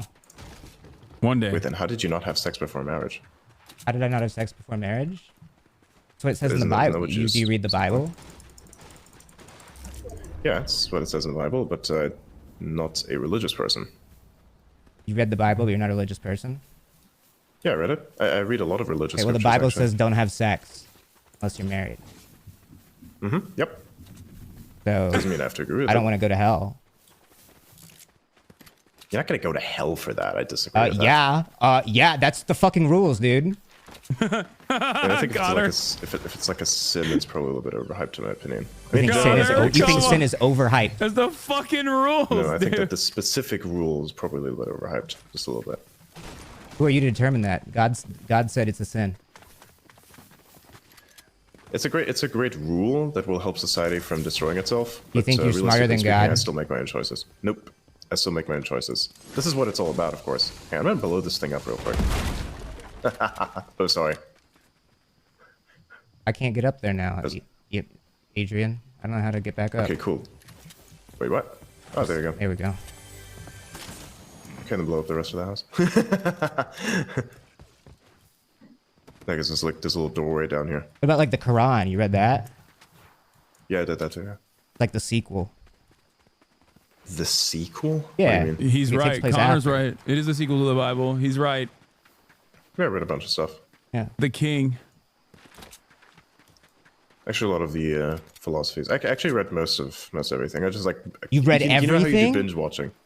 It's like how you do binge watching. I just decided I'm just going to read stuff from cover to cover. He's so smart. Wait, that's like super smart. He's so brilliant. I kind of forgot a lot of it because just like with binge watching, if you ask somebody, hey, can you recite what happened in episode this, season that? It's like, right. There you go. You kind of get the problem. Well, I mean, So you can kind of like digest like a show or like a movie. You can like listen to that like in the background. And like a book, a book kind of requires your full attention. Yeah, exactly. Yeah. Like, how do you have time to do that when you're on X all day? I did this like years ago before he wasn't on X. And even then, like if you have a random thought, you can still post it out there and it could be on X. You can read, like, say, years 10, ago before he was on X. So what? When he was 4? Do that. You'll be able to get through most books. I thought you were like 20. When were you reading these? Whenever. I mean. You can read whenever you'd like. You have. So you were like 13 reading like the Bible and the Quran like cover to cover. Something like that. I read a lot more scientific books when I was like 13 and shit like that. That's fair. A lot of mathematical stuff is pretty nice. I just felt it was entertaining. It's nice. I had like books from the 1960s. The modern math books are absolutely fucking dog shit. The books from like the 1960s are a lot better. You should read a book on how to get some hoes, bro. Am I right? Nah, I'm just no, playing, I don't do bro. hoes. Fuck hoes. Dude. I'm just playing. I was actually about to play. There's like this meme about hoeflation. Oh wait, describe it, please. It's basically that. You know, it's hoeflation. You don't know What the does that mean? inflation of hose, as in there's. Don't Google that. Don't grok that. Actually, I think Grok would give you a pretty good answer. Inflation is like the thing. I think it was. I think if I remember correctly, it was like a 4chan post or something from a long time ago. I think it was like from 2022, where it's like it says modern men have to work 5x harder than their grandfathers did for women, 20 times worse than what their grandmothers were. I think my like ancestors like went through a good bit. I found out recently that like a good bit of my ancestors were like hung for being witches. God damn. Yeah. Well, you also had a lot more kids back then, so there was a lot of death happening. Either you'd But, have like, for they weren't instance, they were like no, of course not. Of course not. You had a lot of kids, so you had to have a lot of family. Yep. Like they weren't. I doubt they were witches. They were probably just like women that were like how today like people are like mean to like girls because like they're women and there's like underlying misogyny. Enemies. You get what I'm saying, Adrian? Yeah, I suppose. But, like they would like hang. They would hang girls they don't like because they could just call them witches. I think they're shooting at me now. I don't care. They're not good at the game. They really like me. What if I did this? Adrian, come this way, bro. Nah, fuck that. I guess them seeing a random bush moving around is not really convincing. I was trying to talk about like witch trials with you, and you changed the subject. No, because I'm seeing enemies. They're not gonna shoot you, bro. They suck. What the fuck are they doing? We're literally doing good here. It's better to be in the bush. You know what, Adrian? If you sit in the bush, it's better because then you look like a bush that's not fucking moving. Bushes don't move. Crouch. Press control. Which button is crouch again? Press control. Oh, that's crouch. There you go. Gotcha. And just stay there. Honestly, that's your best move. Okay, let's see. Yeah, they're definitely sniping each other down there. Interesting. So we're like waiting for them to do something? Like, what is Elon doing right now? What is Elon Musk doing right now? Technically, I wish I knew what his calendar looked like today. You know what I mean? Because we could address whether or not this is Elon Musk or Adrian Dittmann very quickly. You know Hawk Tua and you know Grok, and I just literally replaced one word with the other. You get it? Kinda. Stop moving. It is a spectrum, bro. Did I actually hit this guy? No, no. Did you? I don't know. Maybe I did. I might have. There's a lot of people up there. It's gotta be. There's probably people up there, bro. I'm gonna text Connor they're just camping something. So what made you want to come on my show? What made you want to do Fortnite Friday? I thought it was gonna be funny. It's been pretty funny. It's been a good time. I've laughed a good bit. Yeah. Relatively, yeah. Did you not find By the it way, funny? Who did you vote for? Who did I vote for? I voted for Kamala Harris. Yeah, I explained a lot. I didn't like her though. I thought she was kind of stupid, but I thought she was better than the other guy. What did you vote for? Better than the other guy. How so? The other guy is like stupid and evil and old. How so? How's he stupid and evil? Okay, well he's stupid because he just. Fuck's sake! He shouldn't be the president. I don't know. I mean, there's so many different ways I could go. Yeah, but why shouldn't you be the president though? Well, I'm not the guy to debate this with you. I'm gonna say you shouldn't be the president because he tried to overthrow the election. I will say that will be my lock-in on that. Say that is disqualifying. He didn't overthrow.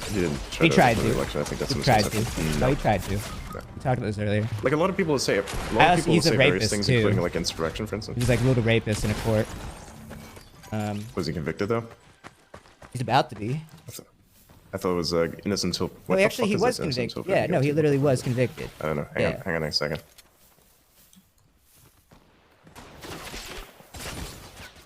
And do you not think, like, say, the history of a prosecutor that just imprison people for no fucking reason effectively is like worse. That's not as bad. Like, ooh, did I actually snipe this guy? Holy shit. Okay. Yeah, this guy's gonna full shot get me. I'm gonna die here. Oh Fuck god, this. he's so bad. Yeah, nah. God, he is ass. One more game. Ready up. He's worse than me. He's worse than me. He has no tracking. Bro, don't say that. Be nice to yourself. You love yourself? Yeah, I do. But I'm also not stupid to not admit what's going on. Forgot what I was talking about. Oh yeah, voted for Kamala. No, yeah, I thought that Trump was just kind of a piece of shit. I don't know. And he tried for the election and he's a rapist. Brock says he's a rapist. Yeah, a second. Let me check what's on my feed real quick. I haven't been on there in quite a while. No, ask Grok. What Bug is this? remover. I gotta see what trending Nice. stuff's happening next. You don't need. I mean, you gotta get off the app sometimes, bro. You gotta live in the moment. Yeah, I do live in the moment. No, you don't. Not when you're on the app Everywhere. like that. Close the door. You're not Thank gonna be you. a good ex-influencer if you're always glued like that. You gotta like breathe in. How would you know? Because I'm a good ex. That's why you came on the show. You literally said you're like you get so many numbers on X. Oh yeah, 100%. But you don't post as much as I do. Yeah, so maybe don't post as much. No, I like to post as much. I don't like to have my speech be restricted. Your speech isn't restricted by you not posting. Yeah, it is because I'm not saying shit. But you don't. Why do you always need to be saying things? That's what I'm saying is the problem. Like It's funny. How is that a problem? Funny. You know what the fuck? That's Oh, what this I'm is gonna be saying. a fun thing to tell someone. No, hang on a second. All right. What do you remember? I'm 9/11? not playing with What were you Elon. This doing isn't there? Elon Musk. I'm watching Connor Eats Pants play with Adrian Dittmann, not Elon Musk. And then shit happened. Murat thinks this Shit is go real. Elon Musk. Doing your He's a thing. simple Well, if you're fool. my age and it was 9/11, you were toddling around. Oh, on he's living asking room the floor, 9/11 question. which would have been your answer. Yep. I was literally doing my thing. That's what you were doing. Was I you were didn't know what I was doing toddling at on the time. floor? Probably. Shit, Murat, I missed the 9/11 question you I were how asked old? him Send to this to ask. someone. Sorry, I'm gonna send a meme to someone. It's kind of funny. I love memes, bro. Wait, send it to me. No, it's a controversial one. Wait, You I would want get to. it. I want to see it. I want to see it. Nah. I won't share it if you don't want me to. No. That's gonna nah. I want to see the meme, dude. I'll share. I'll give you a meme if you can send me one. No, not that one. Not that one. That one's No, dude, send it, bro. I mean, I literally just like gauged your political viewpoint. But like, You I can wouldn't like laugh it, at both, trust me. dude. I'm like Lex Fridman, bro. How are you like Lex Fridman? Because I can laugh at both. That's my Connor is so Really? good. Yes, I promise. 100%. Send me the Tell me a meme. good joke about Democrats. Tell me a good joke about Democrats. Democrats be like LGBTQ to the polls, am I right? And we're gay. That's Kiss good. boy, That's you a know? banger. That's Something a like that, banger. right? Oh my fucking god. Am I right, Okay, bro? that's a little bit funny. It's I pretty don't know fun. about Yeah, that, it was man. good. Are you saying all Democrats are gay? I think everybody's gay. Are you gay? No. I told you, I'm Okay, from then a how different is cloth. Alright, so then if everybody's gay, how are you not gay? I'm cut Would from you a even different know that you're cloth. gay if you were? The not gay cloth? Yeah. So some cloths are gay and others Send are me not? the meme. Nah. Bro, you're such a buzzkill, It's dude. good. Absolutely, and I love it. Does this give you like Okay, what is this? fulfillment? No, it doesn't. Like, What the fuck is this? okay. Well, there's an answer, I guess. What is this do? Oh shit, that's a you can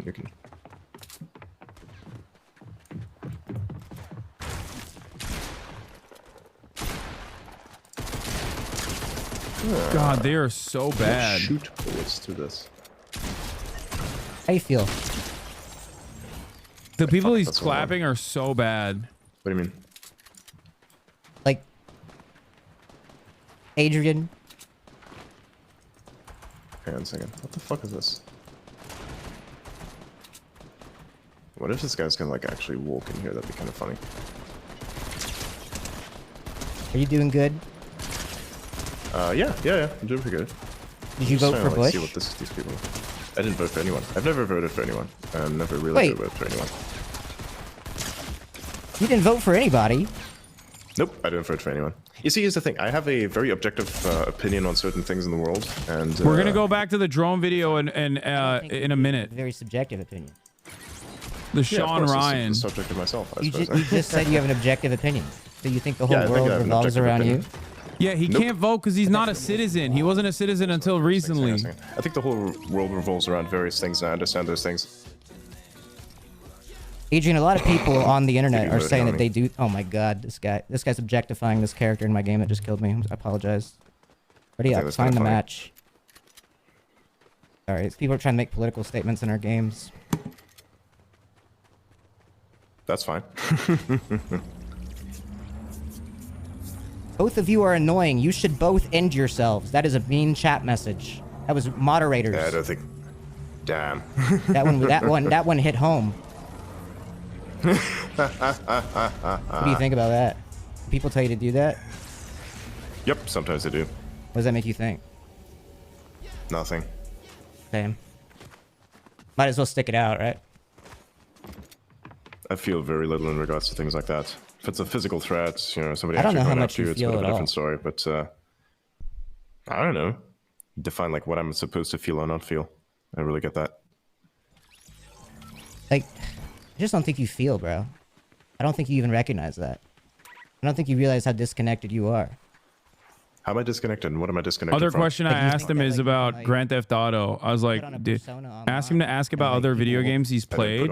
I don't put on and if he plays Grand Theft Auto. Let's see if he asks. Like, you're Adrian. What do you mean? I am Adrian. This is who you're talking to. Oh, he did already? Am I not real? I don't know. Do you think this is like a simulation or something? Do you think I'm like an Optimus robot or like? No, I just think you what think do you're this smarter than is? everybody, and that you thought that like you're How? like, because like you thought you could be this Adrian, and that we wouldn't know it's Elon. Wait, hang on a second. This whole time you're thinking that I'm Elon. Really? I'm just joking. Sure. Like, what would you like if I did Sure. think you were Elon? What would you think? I think that would be kind of stupid. What would be stupid? That I think you're Elon, or that Elon is doing this? Yep, 100%.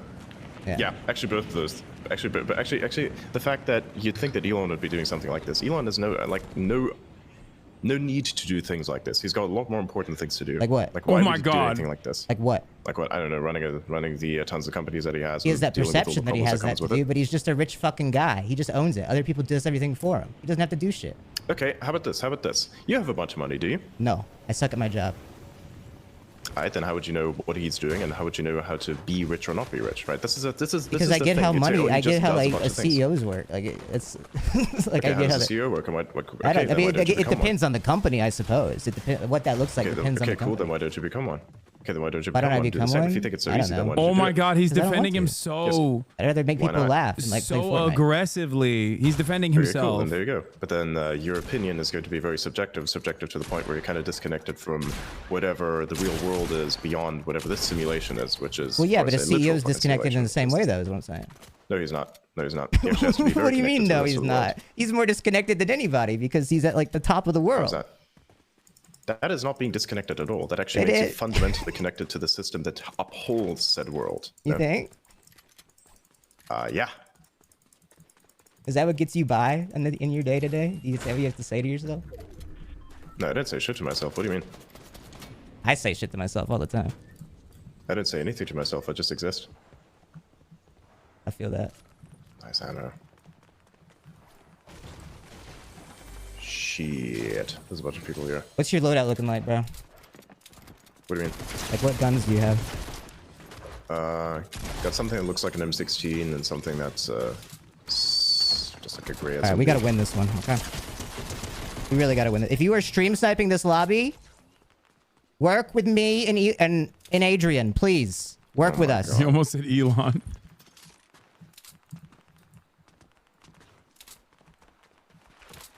I'm sorry. That was actually genuinely a mistake.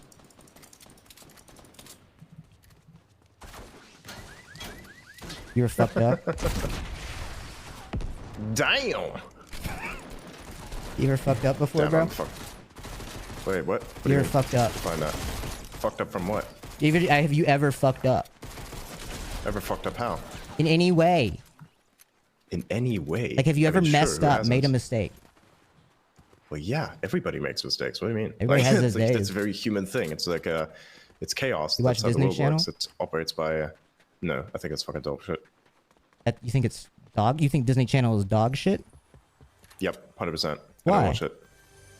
It's a waste of fucking time. What? It's for kids. Yeah, and kids shouldn't watch it either. What should kids watch? Not that. What should Anything, they something watch? That's actually educational. What did you watch when you were a kid? They can watch things like that. What did you watch? A lot of documentaries about how nature works and You how watched science nature works, yes. documentaries as a kid. Also, I would ask him All about of those, China yes. too. Like, That's how the did you other watch 'em? thing. You know, discs. Disc? DVDs. Like what? Like which documentaries? Which nature documentaries? So anything by David Attenborough is pretty good. The BBC back then did a lot of good work, especially some of the older stuff that they've made.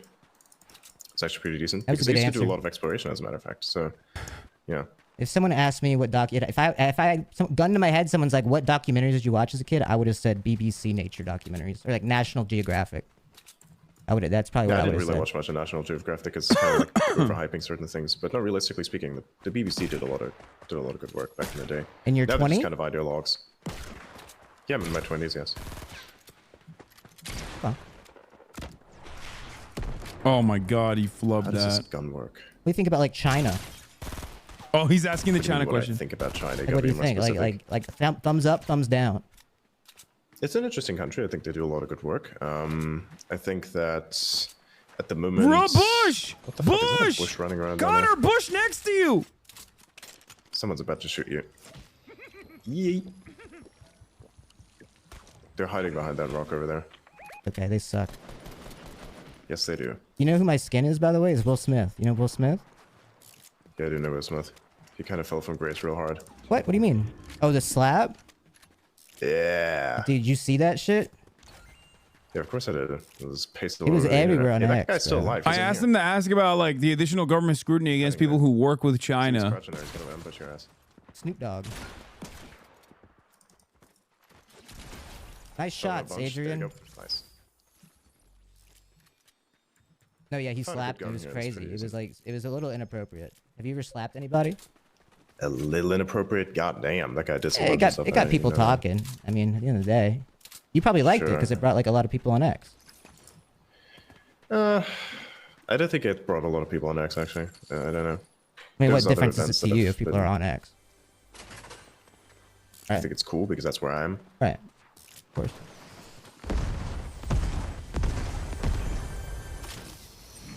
Do you think that like the Republicans like Elon?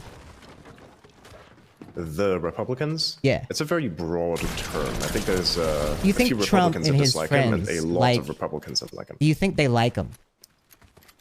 I think so, yes. He works in the interests of America, I believe. Elon I think definitely operates I with think the they interests probably of talk about him behind his back and make fun of him. Some of them might, perhaps. Perhaps, I mean, I wouldn't know. I bet they How all would I think know? that he's just like the biggest like just loser. Nope, I don't think so. Like, well, they just took all his money to like advance their own beliefs in politics and like to like justify his own like self-worth. Of, like, I'm important, I can fund this election. It was not about that. Well, he doesn't think it was about that, but he can't psychoanalyze himself and he doesn't do any introspection. So I think, yeah. Oh. How would you know? And we can tell. We can see him on X the entire day.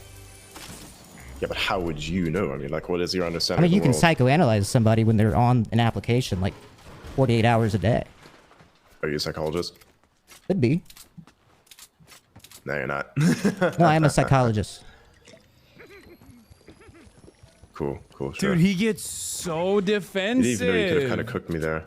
You didn't pick that one up? That's kind of funny. Wait, what could I have done? Wait, actually, tell me the bit. Nah, you're gonna have to figure that one Wait, out. tell me the joke, bro. If I missed one, I gotta know. Nah, somebody's gonna probably clip it together if they remember. Remember when I was telling you that you didn't have to, yeah, sure, I'll tell you. Remember when I was telling you that you don't have to be a doctor to understand how things work? There you go. I don't have to be a doctor to understand how things work. He, Is that oh what you were god, his referring jokes to? are so Still bad. Yeah, He thought Wait, that so was a if you're callback. referring back to that, then you're saying that like I could be. I don't have no to be one a is gonna clip psychologist to that, dude. psychoanalyze you, is No what you're saying. one. Yeah, but your psychoanalysis might not be the most correct. Sorry, I mean, not what you, kind of Elon. experience do you Not have? you, not you. Wait, what? I was talking about Elon, not you. What are you talking about? Yeah, I know. Oh. Sorry. You're saying a lot of confusing things. Hang on, what the fuck is that shooting that's going on down here? Is this guy shooting at me or is he shooting at somebody else? Oh no, he is shooting at somebody. You're probably down shooting at somebody else. there. Bonk, bonk, bonk, bonk, bonk. What do you think about like Blue Sky?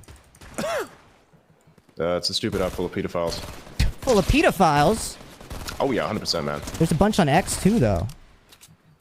Not that I would be. Like not Elon that like I would know unbanned of. one of them. or a Elon couple of them. restored the account. Who's supposedly pedophile? It's a very who? There was like Who's the guy. supposedly? There was like these conservative like commentator or something. I Dom don't remember his Lucre. name. Which conservative commentator? Someone specifically? messaged me and told me. I mean, who that's a the very fuck- serious allegation. If you want to have like a Someone messaged me. the I am guy. messaging him. Someone messaged me. But you're calling a Dom person who got on Lucre? that Is on that his accident name? public. The chat room saying Dom Lucre. I don't think he was ever banned. Oh. Oh. Well, shouldn't he be banned? Why should he be banned? Because of what I just allegedly stated. You didn't allegedly say. You didn't allegedly state something. You literally stated something. This, So what did you say again? apparently, Would you the care to chat room repeat is that? relaying that this guy posted inappropriate imagery on the X platform, and then you ban them, but then you unban them afterwards. Who's you? I Sorry, didn't ban Elon. shit. Excuse me. Sorry, I got confused. Yeah. You're confusing me. I don't know. I don't know what he posted or what he didn't post. I don't really look at a lot of his stuff. It's definitely Elon. But he'd have to come up with some sort of evidence. Like I Matt suppose. Gates as well. Matt Gates? Wait, what's wrong with Matt Gates? I mean, what isn't wrong with Elaborate. Matt Gates? I know. You tell me. You're the one who's making the Have you accusation. seen his face? Burden of proof is on you.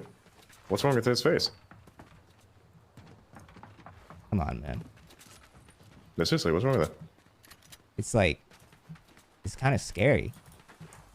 How's it scary? It's like, Are you like scared it's by not other like dudes' made out of faces? skin. What? Wait, are you one of those people that believes in like the mask conspiracies? Is that your play? The Matt what? No, you're not that deep in the Like the lore. Dream okay, song? gotcha. No worries. No, don't worry about it. Don't worry about it. Okay. No, I was just saying that like he has like a plastic face. How does he have a plastic face? Because he got like a bunch of surgery to like get like cosmetic enhancements, but it didn't go very well. Because he I wants wouldn't to know appear about that, younger man. because he likes little girls. What? I just need to. Did I need to make it more clear? I don't know how to explain it. Nice. This looks good. You think that like some people are like reptiles? Glowing. Yay. What? No. Okay, well now I think you might be a reptile. People have told me. People have said that I'm a reptile. Yes. I Yo, believe so. low A bunch key, of conspiracy theorists. The way you just Thought it was reacted when you gave that what? That like oh I don't know what you're talking about. You What? think I'm upset? Oh, wait, hang on a second. Do you think I'm upset by reptile racism? Is that the insinuation here? No, I think that like you were caught off guard by me asking if you're a reptile. I got So some now I shooting low at key me. am like scared. God You don't damn, have to be Connor, scared of your ass reptiles. too, They bro. exist all around you. There's little lizard things. They're amazing. That's good. You know, like geckos and shit. I kind of like geckos. There's another guy who's like trying to shoot at us. He's over That's there. the best lizard, bro. In this general direction. What's the best lizard? I Yep. like geckos. I like geckos. They're pretty chill. Fair. Geckos are nice. Ah, no, this guy's gonna fuck W me. pick. Damn, do they have like any actual semi-automatic? Bro, I suck ass at this video game. Why do I even host a show on this bullshit? I don't know, man. Shut up, dude. I'm definitely gonna die here. Oh, no, I got this guy. Come get your friend. Come get your friend. Go get your friend. Get your friend. Dude, don't use the shotgun at that range, man. Use the AR. Sorry. Use the AR. Use the assault rifle. He doesn't know how to change the gun. Sorry, I think. my aim is dog. Oh, it's not your aim. It's your problem solving skills. There you go. Holy Boop, boop, boop, shit. he dead. Get my card. Wait, where'd you die? Oh, you're dead over there. Do you think you're like a smart guy? I suppose I am.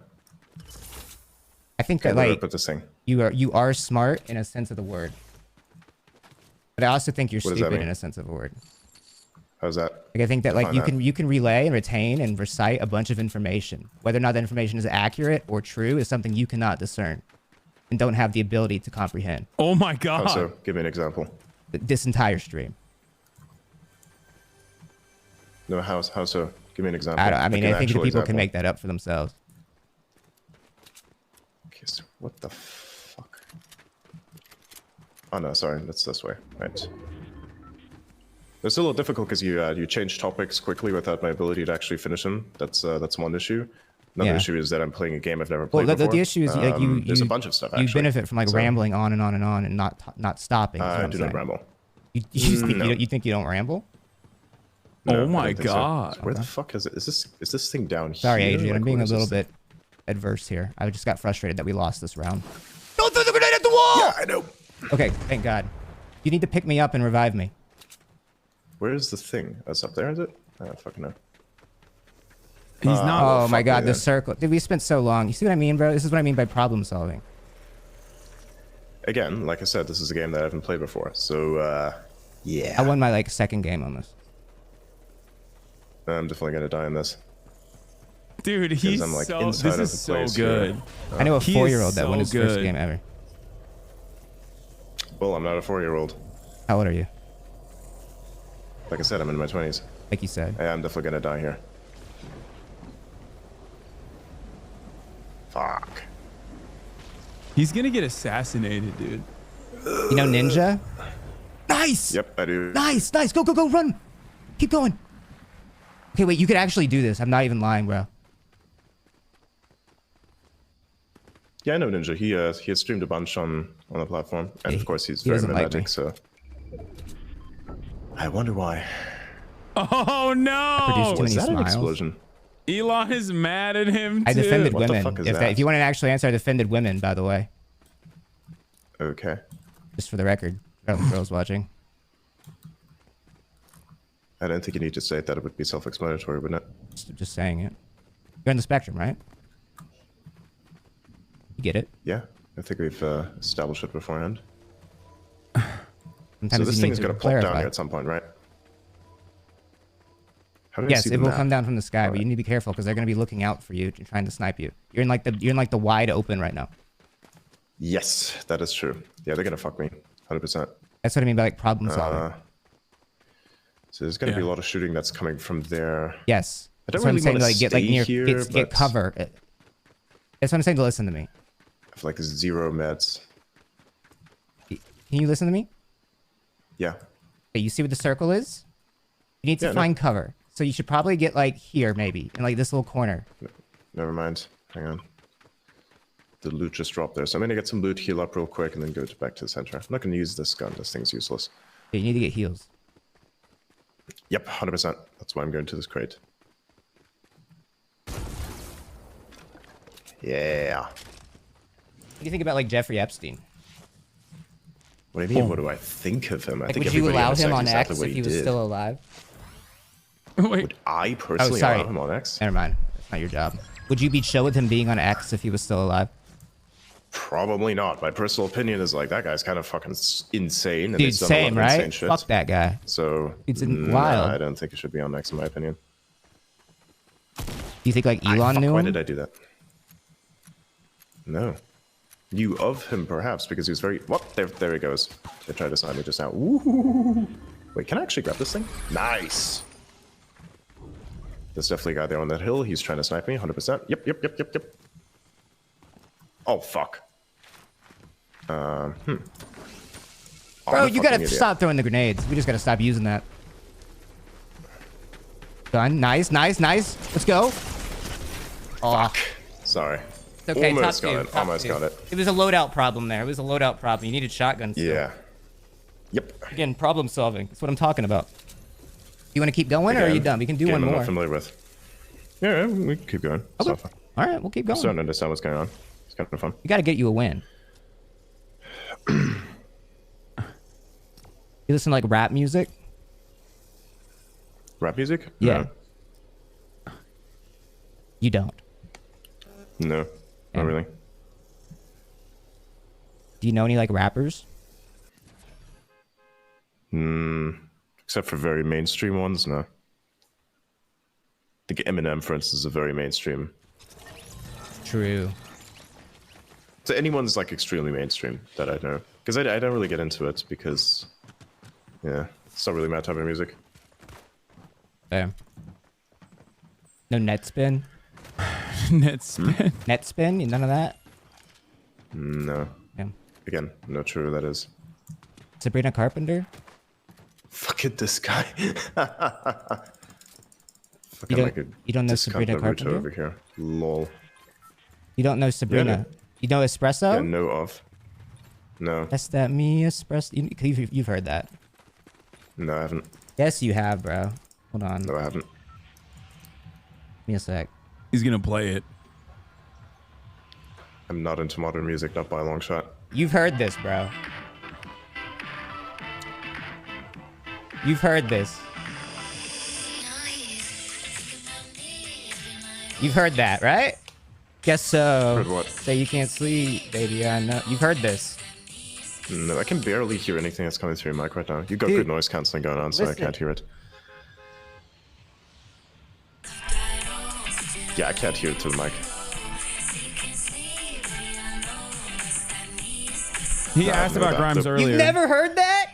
Nope. How? Never heard that. There's no way you're on X all the time, all day, and you haven't heard that one time. Again, the X algorithm is really good at sorting things. So no, it's bad at it. It's bad at it. It's bad at it. It's bad at it. It's bad at it. No, whoever you're following and whoever's interacting with stuff. I'm following the same people I was following before it became X. Yeah, well, I don't know, man. Whatever you see is going to be wildly different. It was good before it became X, and then it became bad. For instance, how did it become bad?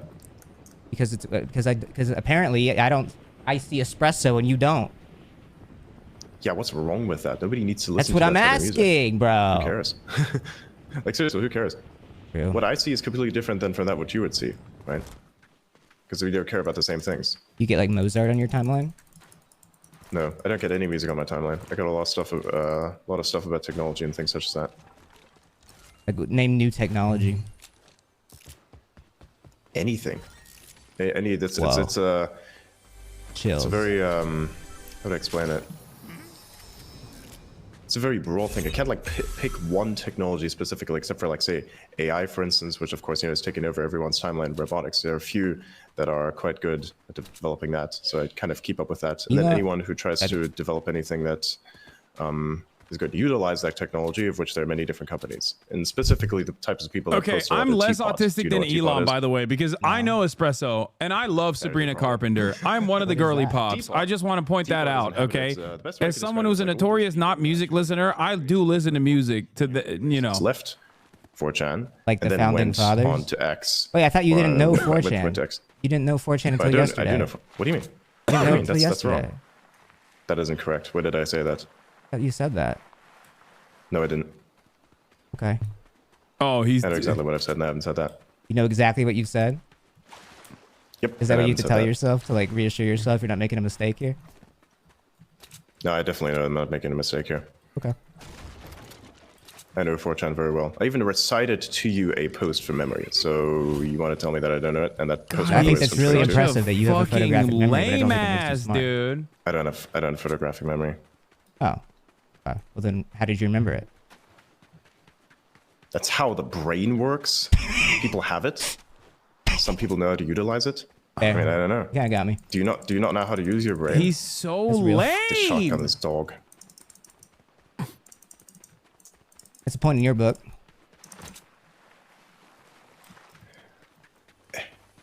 I know 4chan very well. Please teabag. Please teabag. I want to be friends. Come you here. like football?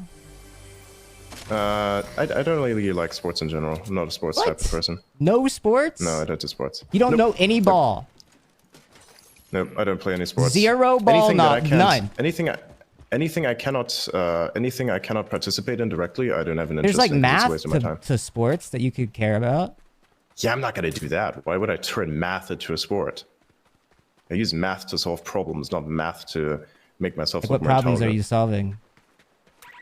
Any problem. Math is a very generalized thing. It can solve many problems Name a for problem you if you you solve. understand it What conceptually. problems do you solve actively with math? Like what Sometimes I feel like he LARPs as an autistic savant, by the way. Like, this is like LARPing. Everything. Realistically, it's literally everything. It's all around you. The universe works by it. Adrian, what are you doing with math? This is like literally everything. You do understand. This is what you would say if you were just like LARPing as like an autistic savant. You know what I mean? Adrian, what part of your job is utilizing math? Everything, literally everything. Reality is based on it. How do you not understand that? Like X is like the everything app. Fuck this. This guy's gonna fucking slice my ass. I'm gonna make him run out of ammo. Gotcha. That was a fun little giggle. Come here, boy. Like do you understand what I'm saying? Like this is like it's so difficult to kill. Why is these it are like, some like there you go, stereotypes of autism, and chasing this guy you know, like the type of person who's like, oh, I use math for everything. Like fucking beat this guy to death. What like the fuck? I'm just like Rain Man. You're Like that's what he's interesting guy, doing when he says Yeah. stuff like that. You certainly are interesting. Sure. What the fuck was that? Oh yeah, someone's definitely gonna fucking kill us. You on him? Yep. Looks like you are. I have like 5 shots. Oh my god. Hey, that's me on Saturday night. Am I right, Adrian? But oh, you don't drink. I don't know what that Never means. mind. Sorry, I was trying to like be boys, but Yeah. I guess, yeah. trying to be Oh, chill. yeah, I need this thing. Break the ice. I need to exchange this thing. Okay, let's get the Yo, shield on someone so I pour don't me down die a double instantly. shot of whiskey. Heard that? Yeah. Jelly roll? Or Post Malone, one of them? Jelly Boozy? roll. One of those? No, it's the black It's dude that interesting, you go by raps a lot of, country. Well, he celebrity sings country. Doesn't references, even but, like, rap. why does it matter? Isn't Why does that who matter the to guy you? is? Because they're Shabuzi. popular. It's like, it's pop culture. Why does Culture that matter? matters. Culture matters. Pop culture and actual culture are very different things. I think pop culture, to a certain extent, you can have like an opinion on its utility, that's for sure. I mean, I think there's some elements of popular culture that are good, but not all of them. Yeah, but I think that like, it's fine to be interested in really pop so. culture and like enjoy things that people enjoy. Yeah, 100%. But I don't need to. I don't need that. Yeah, but I think it's strange to like question my understanding or knowledge of it or seeming interest. Like, it's just like I don't normal question thing. it. You asked why? I'm not questioning it. You know the Rizzler? Oh my fucking god. Yeah, I know some of the brain rot. It's The everywhere. Rizzler is not brain rot. What? Everything's brain rot. I wonder whose fault that is. Not mine. Not mine. Yeah. Would you I'm say not it's the one who's Elon's? making it, am I? No, definitely not. He's not the one who's making it either. He's the one who makes cars, robots, and rockets. He's not the one who makes internet I don't think brain he rot. makes a car, a robot, or a rocket. How's that? He I've never literally seen him does, build though. one. You've never seen him build one. He should like post a video of him building one. Are you stupid? You do realize it's like a national security problem if you were to post things directly about how these systems I mean, work. he could, You like- do realize I mean, that's a also one of car. the He reasons- could- you know, like, that's also one of the he could make a reasons why you car. can Oh literally my not God. He should make a car. any, say, immigrants work on the rocket. I think not just immigrants. I'm not themselves, talking but you about. actually- This is actually what I have mean to by be you going on EU citizen. tangents, Adrian. This is what you're No, doing. I'm it. literally trying to tell you why he cannot post anything about how he's constructing a rocket. Besides, he's I'm not the- telling he's not the you, person he that can directly post builds them. himself showing how to make a vehicle. Why? Because you just said he does it. Yeah, he does. Okay, I want to see him do it But why should he post it? because I don't Why? believe he does it. He's Well, then just that's your rich. belief, He just pays the people that do it. Okay, then how's he- Sometimes less okay, money than then they why deserve. Okay, how about this? How about this? How about this? How about this? How about this?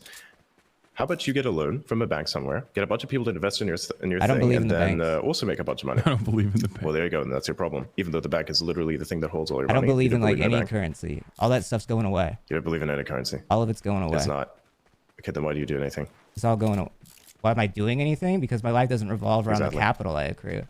Like my family, the people Literally I care about, does. people I love. It literally No, I care does. about If my you have no family money, and like you the have people nothing. around me and like putting a smile on people's faces, getting a little. Yeah, 100%. Because even producing if you good were to run out emotions. of money, then probably they will. Yeah, because then they would probably support you with their money, even if you didn't care about your own money. I don't give a fuck. Because But money like is that's what I'm still a thing saying. that Like you money need. is more like a problem. It is not. Yeah, you like it, don't you? I don't like money. It's a Little thing that bit. you need in order to do more things. I get a That's little it. bit. No. So it's I mean, how do you, I just explained to you what I think about money, that I think it's a, wait, what the fuck? I'm just gonna throw this grenade at him and see what he does with it. Do it. Nice. Wait, I don't. Random hit. You got him? Oh, there's a guy Good there. job. Well, it wasn't a Yeah, I random think I hit. You yeah. did throw it right at him, but yeah, I'll give you that still. Yeah, something like that, yeah. Fuck, I'm an idiot. Die. Yep, you did. Okay. There we You go. gotta stop laughing, bro. Why? What's wrong with that? Why gives can't I it- laugh? I thought it was about It gives it putting, away, bro. It smiles gives on it people's like if faces. you're trying to keep this up, like it. Okay. It gives it away. What gives what away? I'm very confused, man. I don't want to be there to tell you. Super machine gun. Nice. Okay, I'm keeping that thing. Okay, what else? Do we have anything else here that's pretty useful? Let's see if that ammo over there. This shotgun's pretty useful. I'm probably keeping that. This thing has only got like 3 bullets in it, which is kind of You're kind of killing it this game, Adrian. Good for you. I'm kind of letting you run this show now, and you're kind of doing pretty well. All right, if you say so. You play chess, bro? A little bit, yep. I play checkers. Yeah. There's a guy that's coming around. Yep, two of them. They're squatting. Let me link. Good job. Nice. What is he Nice shooting shots, at? bro. Flanked him. Yeah. Okay, this works. What is this thing? You gonna get married someday? Yeah, that thing. Yeah, why? I don't know. I just wondering, like, what do you think about like I marriage? picked up a sniper rifle. You think someone can have like Nice. multiple That's pretty good. partners, or like just like one? Yeah, you can definitely have multiple partners if you'd like. Definitely. It depends on what your specific what your preferences are. You can have multiple partners, I think. I don't really go for that, but you can if you want to. A lot of people pull this off successfully. kinda and, woke. You know, it can work.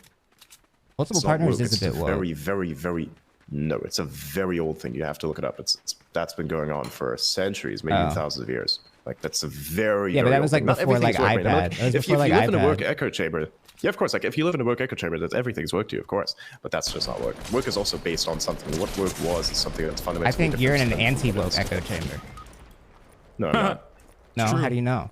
How would you know? I'm in a tech. I'm not in any other echo chamber other than the tech echo chamber because that's like where I like to be. Because everything that defines everything is literally based on it. Oh, and this guy's about to fucking kill me. You're so interesting, Adrian. Yeah, I got fucked. You got to keep going, I guess, until you don't want to do it anymore. No, I'm fine with this. I'm starting to like kind of learn how it works a little bit. Oh my God, he's gonna have him on for so long until there's literally an emergency Kinda at funny. Tesla. Imagine Fortnite 2. What would you do?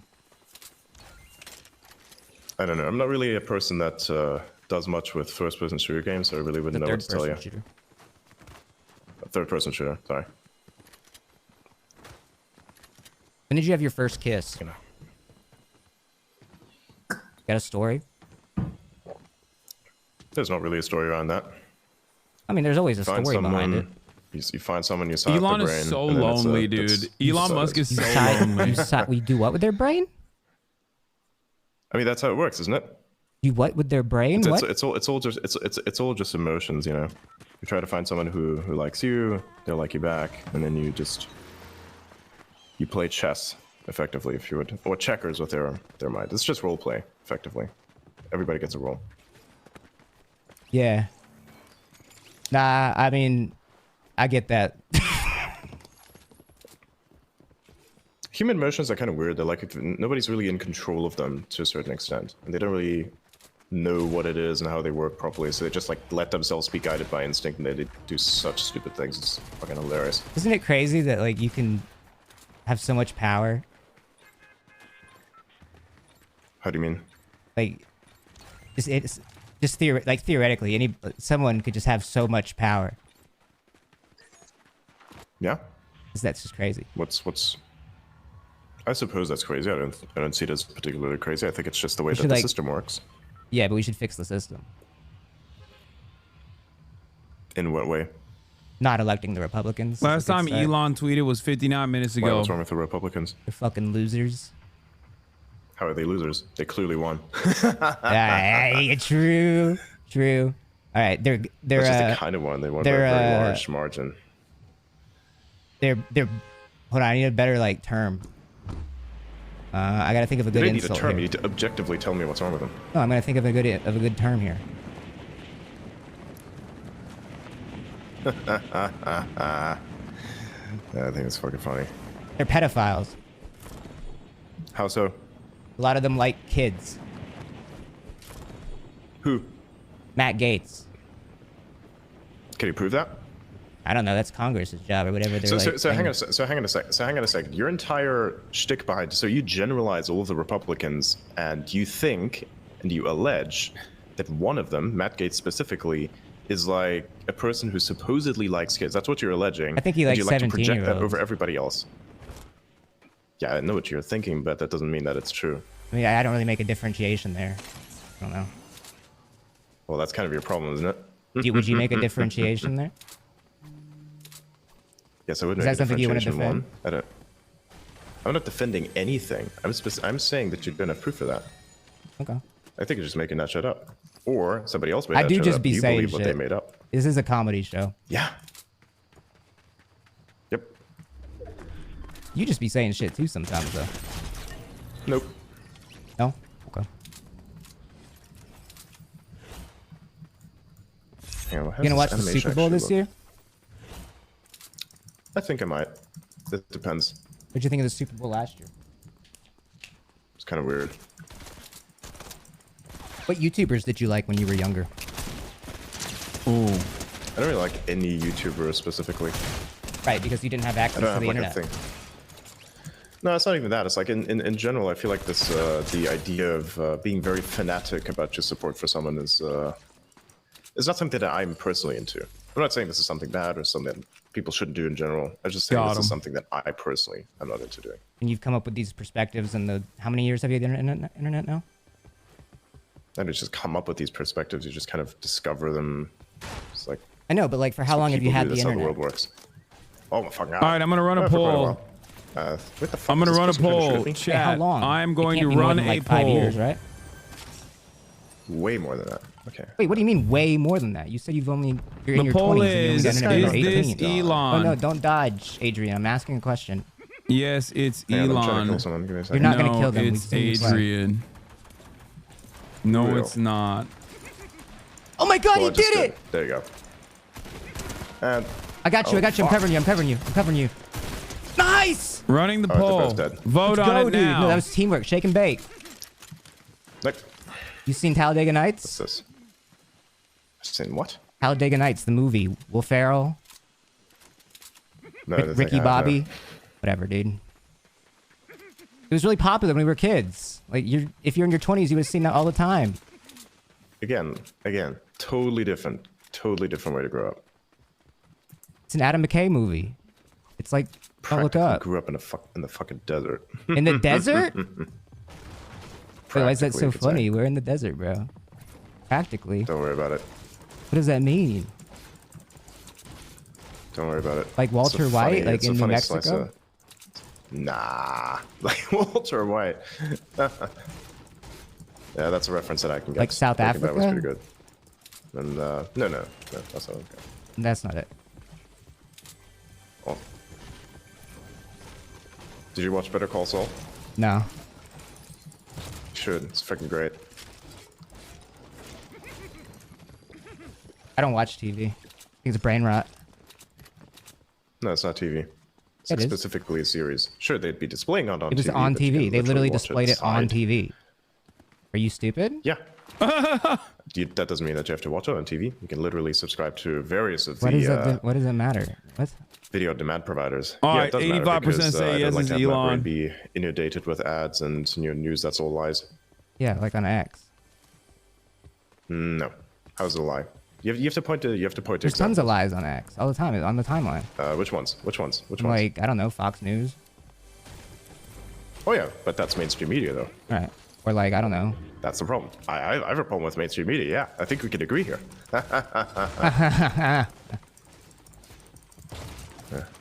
Yeah.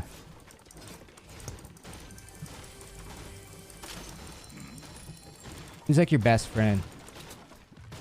This is my best friend. Yeah. There's a few of them that have accounts on X. You know, my You co-hosts. only have I'd say, friends on pretty good X? Friends. No, I'm not gonna tell you who my friends are in real life. Get fucked. okay. Absolutely not. I was just wondering if you wanted to talk about it. I don't know. Nope. I value my privacy. It's fair. Pretty sure you can understand that. No, totally. Where's the fucking crate? This thing's pissing me off now. So this staircase, good. I'm gonna have to tear it down. How could Connor afford interviewing Elon for that long, bro? Because he's jobless. You build a house. How like Connor has more of a fucking job than Elon does. Understand that he is a friendless, holeless, Twitter addicted, pathetic individual. And he also happens to be the richest man on the planet. Like if you need to like build shelter right now. He is the most unemployed man, dude. He's a CEO of like 3, 4, 5 companies. That's all he does is tweet all day. To kind of throw shit together. If you are in the wilderness, you are in the wilderness, how do you make shelter? What resources do I have? And You're which in the wilderness woods. specifically? You're like in like a forest. I don't know, like a generic forest. Okay, so generic forest. You read Hatchet? North America. What Surely tools do I you've have read at my Hatchet. disposal? You read about all these books when you were younger. That's like what everybody reads. You've read Hatchet, right? No. There's no way that you have not read Hatchet and you read all these books and you're in your early 20s. Nope, I haven't read that. Okay. Nope. Well, basically, you're in the middle of like the Canadian wilderness, okay? A plane crashes, Okay. you need to survive. How do you build shelter? Dude, Megaphonics, you need to dial it back, okay? You need to dial it back, Megaphonics. God damn, we're watching Not Elon, and you're freaking the fuck out in the chat. Yeah, okay, cool. Then I can't use that. Okay, that's a good definition right there. That's like saying asking. It's from the book Hatchet. Right. Yeah. It's good. Well, I would know because I hadn't read it. Right. Of course. Like this very specific. I mean, it's a funny little trap. It's only question like a because I book would be that's in asking, every like, single curriculum Like, how of about this? How people about this? your age. How about this? How about this? Yeah. Yeah, exactly. That's why the curriculum was dog shit. Anyways, think about it this way. But you took the. Okay. Let me ask you a question. Let me ask you a question. No, I want you to answer this one. No, let me ask you a question. I already No, answered no, the question. no. I want to ask you a that question. was You were there. in the Canadian wilderness and you need to make shelter. How What do you tools make do I have? shelter? You don't have tools. tools Your do I have? plane crashed. It's in the water. It's from Hatchet. It's the book. What do you Take do? down a few trees. Cut down a few trees. How are you going to chop down the trees? Ooh, nice. Well, chopping down, not necessarily. How are you going to do that? But you can find some can't. somewhat. You can You couldn't find do some it. somewhat You couldn't loose do it. wood, I think. You couldn't do No, it. Yes, you could. Yes, you could. I don't think you'd Yes, make you it. could. No, you couldn't. This is Adrian, so let's funny. do it. Sure. We'll stream it. We'll put I'm you not in the gonna fucking, wilderness. Go into the wilderness. We'll I'm do not it. gonna go into the fucking wilderness just like that. No, why should I? I got way too much stuff to do. Oh, we'll pay you. We'll get someone to sponsor it. You know Ludwig? You couldn't afford it. He's rich. Not that Mr. rich. Beast? You know Mr. Beast? It's not going to be valuable enough for him. Yes, I guarantee. No. Adrian. He has the money, but it wouldn't, Adrian, it wouldn't bring it. It let me wouldn't- it tell wouldn't you, make it back. I Mr. don't Beast think would it be the make it first back. one to be completely down to put you in the wilderness and then record it and see what happens. I promise you, if I know Jimmy Beast, he would be on that in an instant if he could get permission to do that. Sure. So you should do it. Do I get to choose? Wait, hold up. Do I get to choose which forest? Probably not. That doesn't seem fair. All right, there Then you you go. can like prep. No. Yes, that is what you could do if you knew. You could prep. So we're not letting you know. What's this button? Wait, why How aren't you much- answering how the much of an question? explosion does this make? Let me. I'm sorry. Am I making you uncomfortable? No, you're I'm not. getting like a Damn, vibe this that thing I'm kind of making sucks. you. I thought this Use was the gonna, I shield. thought it was gonna blow up the whole fucking building. Use the shield. We have to go to the circle. We need to win this. You're pissing me off. Not funny. Oh no, it is absolutely funny for me. No, it's not funny, dude. This is a serious I think fucking it's show. Hilarious. Serious I shit. bet it is. What is a porta bunker? What does that thing do? I don't give a fuck. Fuck you. Sorry, I'm just joking. Just joking. Just putting on smiles. Oh, that's what this thing does. Okay. Oh, that's actually kind of nice. You got this, Adrian. They don't have the porta bunker in Hatchet, but it'd be cool if they did. Yeah. It's like infinity spam.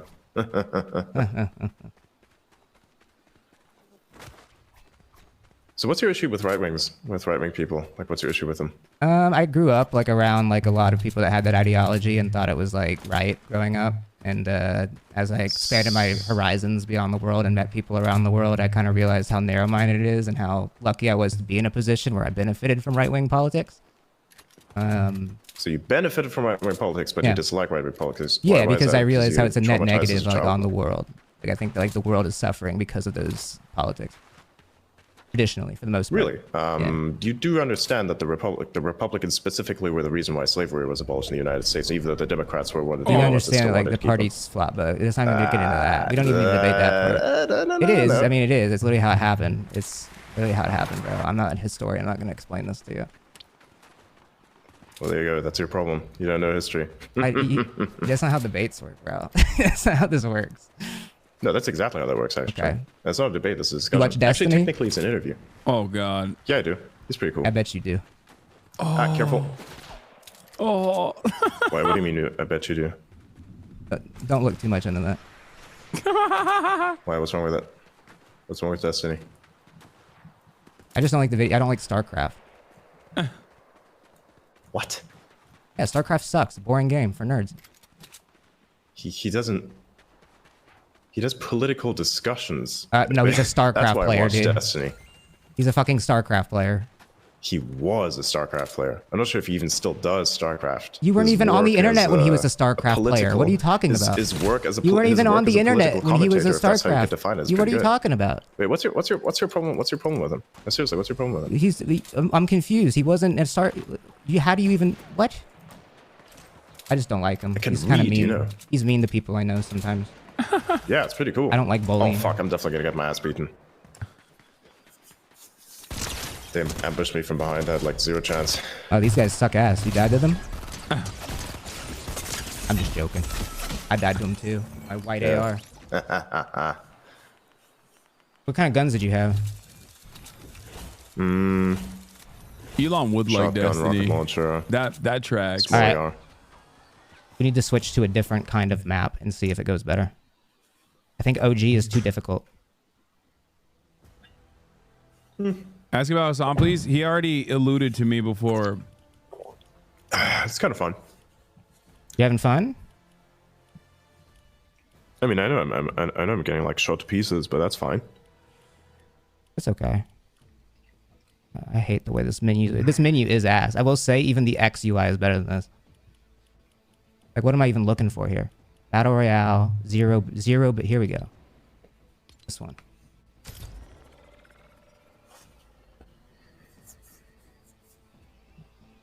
Are you ready? I need you to click return to lobby if you can. No, I already read it up. How do you return to lobby? Like, press B. I don't know. Oh, there we go. There we go. You got any questions for me? Not in particular. So what's your goal? What's your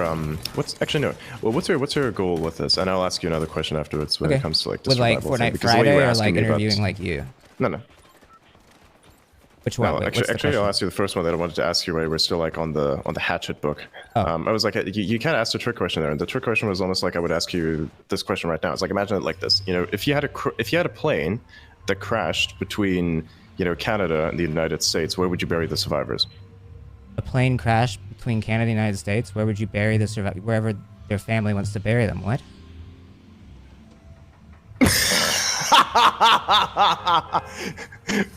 What? What is so crazy? What's so what? Are you okay? You don't bury the survivors. Oh, good one, bro. That's a knee slapper. Nice. Oh wait, I didn't know you had game like that, Adrian. That's what I was saying. I didn't know that you were That's what I that was saying. funny, You were bro. asking me a question like that. You were giving me like a bunch of stuff, but it didn't really make that much sense. That's You see what such I was a doing dad there? joke, dude. That's what I want to do. Oh my god. Yeah, 100%. Well, it worked, didn't it? That's the joke. That's the type of joke you make after your 11th next of kin is born. What else? That's were you gonna not just ask a me? What was the dad second joke. question? That's an Omega dad joke. That's the father of 12 I children. at this point. Actually, no, I do 12 remember. children, one of which you've disowned. God damn it. Like interviewing you specifically.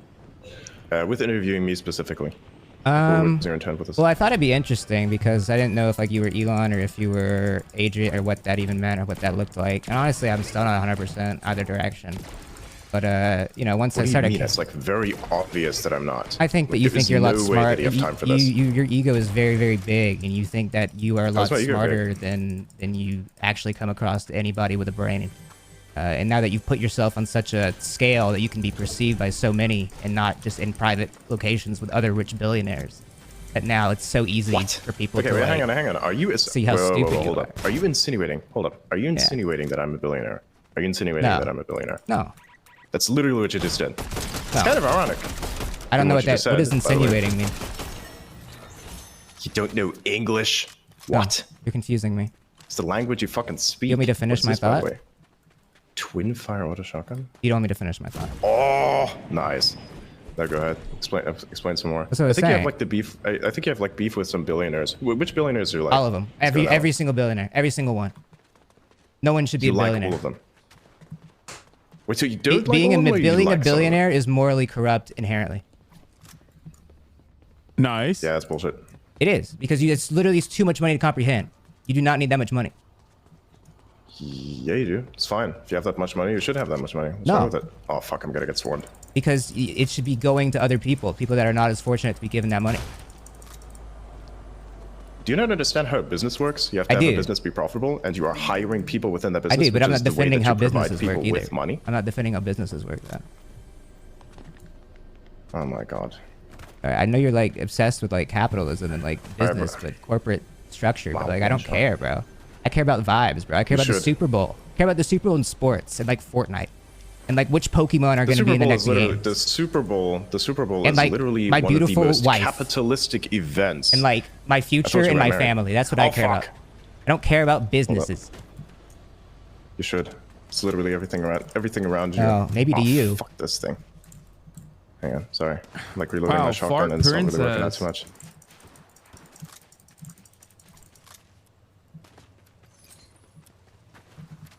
Where'd this guy go? You should really smoke. Nope, fuck that. Or at least like do like edibles. Why? I think it'd like chill you out. It's a really bad idea. Sorry. I think it'd chill you out. Nah, I wouldn't. I think it would genuinely help you. You should do ayahuasca. Nope. Fuck that. That can melt people. Not doing that I actually think it would fix you. It doesn't fix anyone. Yeah, that's your hubris talking. That's your hubris. You need your ego to die, actually. What are you talking about? Like you want to get... I'm sorry. You want to get... Hang on, have you done it yourself? Yeah. He's lying. That explains so much, man. I mean, I kind of figured that you got one shot by the 60 Mesopotamian demon. The Mesopotamian demon? He has a name, bro. It's a reference, my friend. I don't get it. You don't have to. That's the point. There's somebody here. I'm the fucking hologram. Oh, there he is. Hi, sir. Why do you want to have like so many kids? What do you mean? I didn't say I want to have many No, kids. you did. You were Where'd like, you you get that have from? a big family and stuff. When did I say that? You said that. All right, maybe you didn't. But like, what's the reason behind having so many kids? Like, what would be the reason? If anyone was going to do that. If anyone's going to do that, what would be the reason? Anyone was going to do that, then. Yeah. Because you kind of want to repopulate Earth. Okay, so there's a Come on, dude! Stop! Yeah, of course. You want to repopulate the Earth. Why do you come on, bro? That's people. Don't you think you need to like? What do you mean? Don't you need to like? You think it's just he might be impersonating him? I don't know. I don't know. How? Like, why do you need to like? Because like, if you have so many, why do you need to like? Like, it's kind of tough to parent if you have like so many.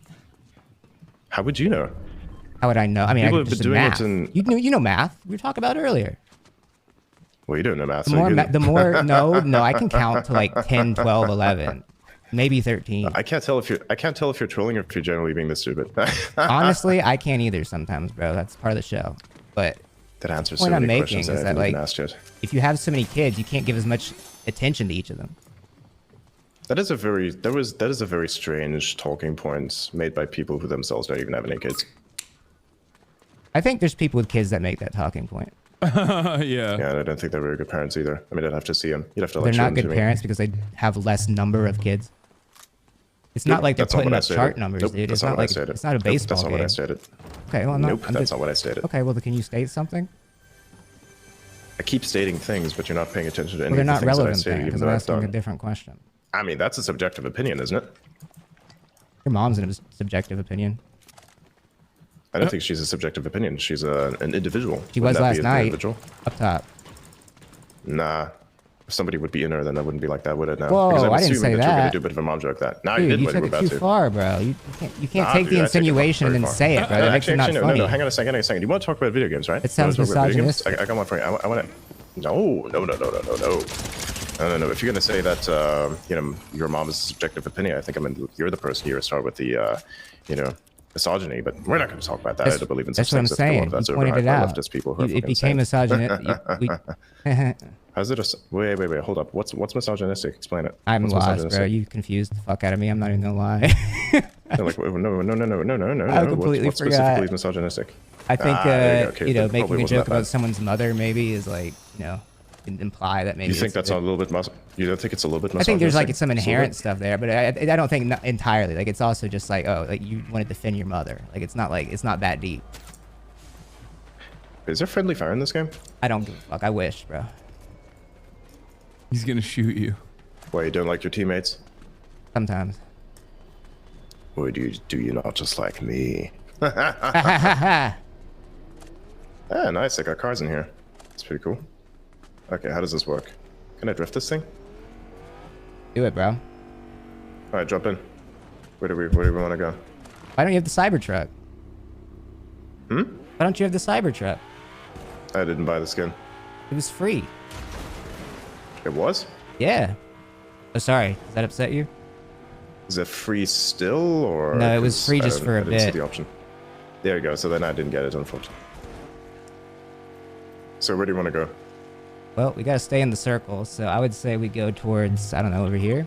The dead center? All right. No problem.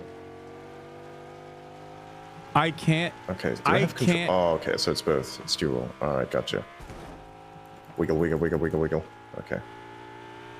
What? I'm wiggling the car. How do you turn on the radio? Don't worry about it. I don't know. It's not working. I can't figure it out. I was once driving a car, and then I had like a bunch of people who were drinking at I the don't time. think it's fucking him. funny as I shit. don't think it's So I was him. like driving I them can't. home, and while I was I don't- driving, somebody like reached over and Like fucking I pulled said, the it's car just pathetic. Whether it's him or it's not him, it's equally pathetic. If it's him, it's pathetic. If it's not him, it's still pathetic because there's a dick rider to that degree. But If you're like having a I good don't know, time so- and like somebody like tries to demean that, or like make you feel lesser, like a loser for having fun, does that make you feel bad? I don't feel anything in regards to like people's. You don't feel- strange well, I know you don't opinions. feel any- I just also don't think he's No, that's not true. Like, I don't when, care about those things. I saw that like you like. Like, I- you can make that. You've had like, I don't know. I just Elon hasn't tweeted in 3 hours, like 2 hours or whatever, like one of the rallies, and like people are making fun of his jump. And, like he seemed like really happy doing that. I never replied to any posts about that. I think he like joked about one of them. If I recall. I did a little bit of research last night. Where are these bitches? Get him, bro. Where are these people shooting from? All right, come here. But like, he does like the Can this X car logo. explode? Yeah. So can the Cybertruck apparently. Tush. You like that one? Oh, are you laughing? Okay. You're laughing How many at my times? joke. How many times am I gonna like fucking kill this guy? I'm just Okay, gonna pretend like where you were else is laughing at my somebody? joke because it was pretty good. No, I was laughing at the fact that I hit this guy, and this guy's about to get it too. Bonk. I fucking missed that so on point. How do I get out of this car? You have to make sure all the electric is on. Make sure that there's not been electric failure. Wait, what happened? You have to make sure there's not been electric failure in the vehicle first, and then you can get out of the car. This is not an electric vehicle. Every Fortnite vehicle is electric. Yeah, to a certain extent. But then why do you charge them up with gasoline? This is a video game. I know. Everything's electric in here. I think I figured out how to turn It's on the electric. radio. Know that song? But this thing's Maybe like, I before don't your know. time. I think I accidentally turned on the radio. What is this thing? Oh. This looks like a marker from Dead Space. Huh? Play Dead Space? I'm gonna throw it out. I know about it. How do I get out of this fucking car?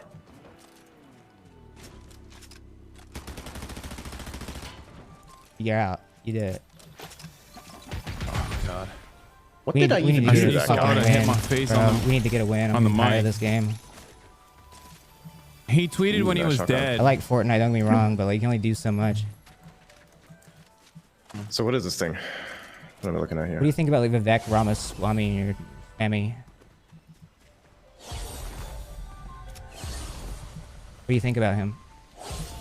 Wait, hang on. Before Stop we doing do that. that, what is this thing and how does it work and what is it? I don't know what it. I literally don't know what it does. I don't know shit. Reveal nearby spirits. I literally don't know what it does. Talk about Vivek What is this? Ramaswamy. Why? What's up? What's up with him? Like, what do you think about him? I think he cool. He cool? Huh? Yeah, he cool. You like his vibe? I didn't see anything wrong. Yeah, he's an alright dude. He's okay. He cool. Yeah. I think he's kind of funny. Why? What do you think of him? I think he's just a funny guy. He knows how stupid his Like any of voters his- are, and he kind of just plays into it. It's kind of I kind of respect that. What do you mean? Like he knows exactly what he's What do you doing. You can tell in his face and his eyes. He knows exactly what he's doing. Huh? I don't think that he thinks his voters are stupid. Oh, he thinks they're the biggest idiots on earth. How so? I just know, bro. You can see it in his eyes. Nah, I don't know, man. What the fuck is this?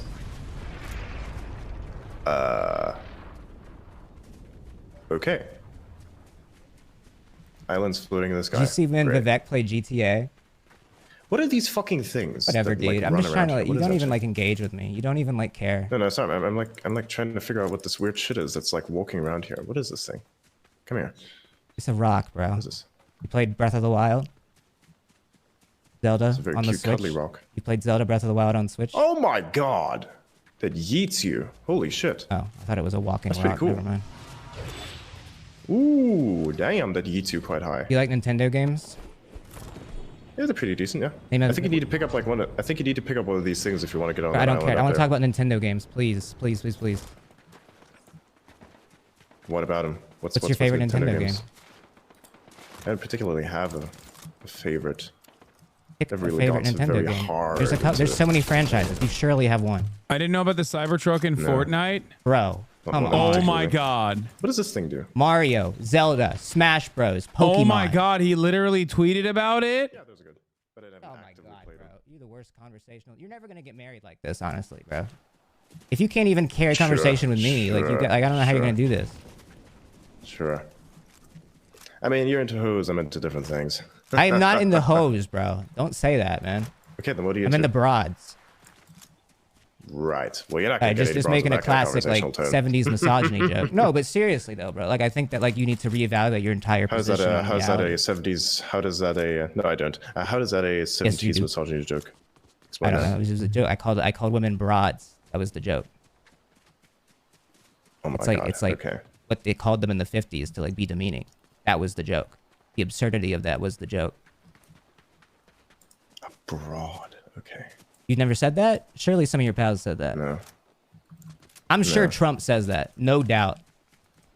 I don't know if he says that. I don't think it matters if He he, goes, does or there's does no not. way this broad's winning this election. I guarantee he said that in the past year. 100%. I'm not sure if he did.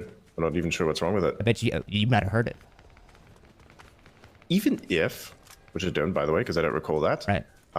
What's wrong with it? I just, he thinks lesser of women No, like, fundamentally. no. What's wrong with calling a person abroad? Like It's a demeaning with that? term for a woman. how is it a demeaning term? Because it's just like Are you a woman? historically used as a way to like demean women. Are you a woman? Are you a woman? No, but I know women. Okay, then how would you know? I don't think you know women. Sure you do.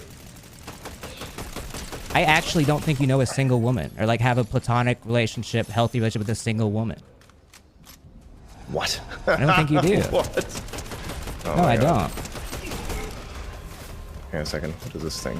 Name 3 women. Oh my God, this thing. Name 3 women. Name 3. I'm not gonna name anyone that I'm personally. Name 3 women. Name 3 girls. Nice, got it. Name 3 girls. Why? Why? You're why on the should- timer. wait, There's a what? time. There's literally a timer going on right now. I really don't care. There's a timer. We're gonna see 3 women.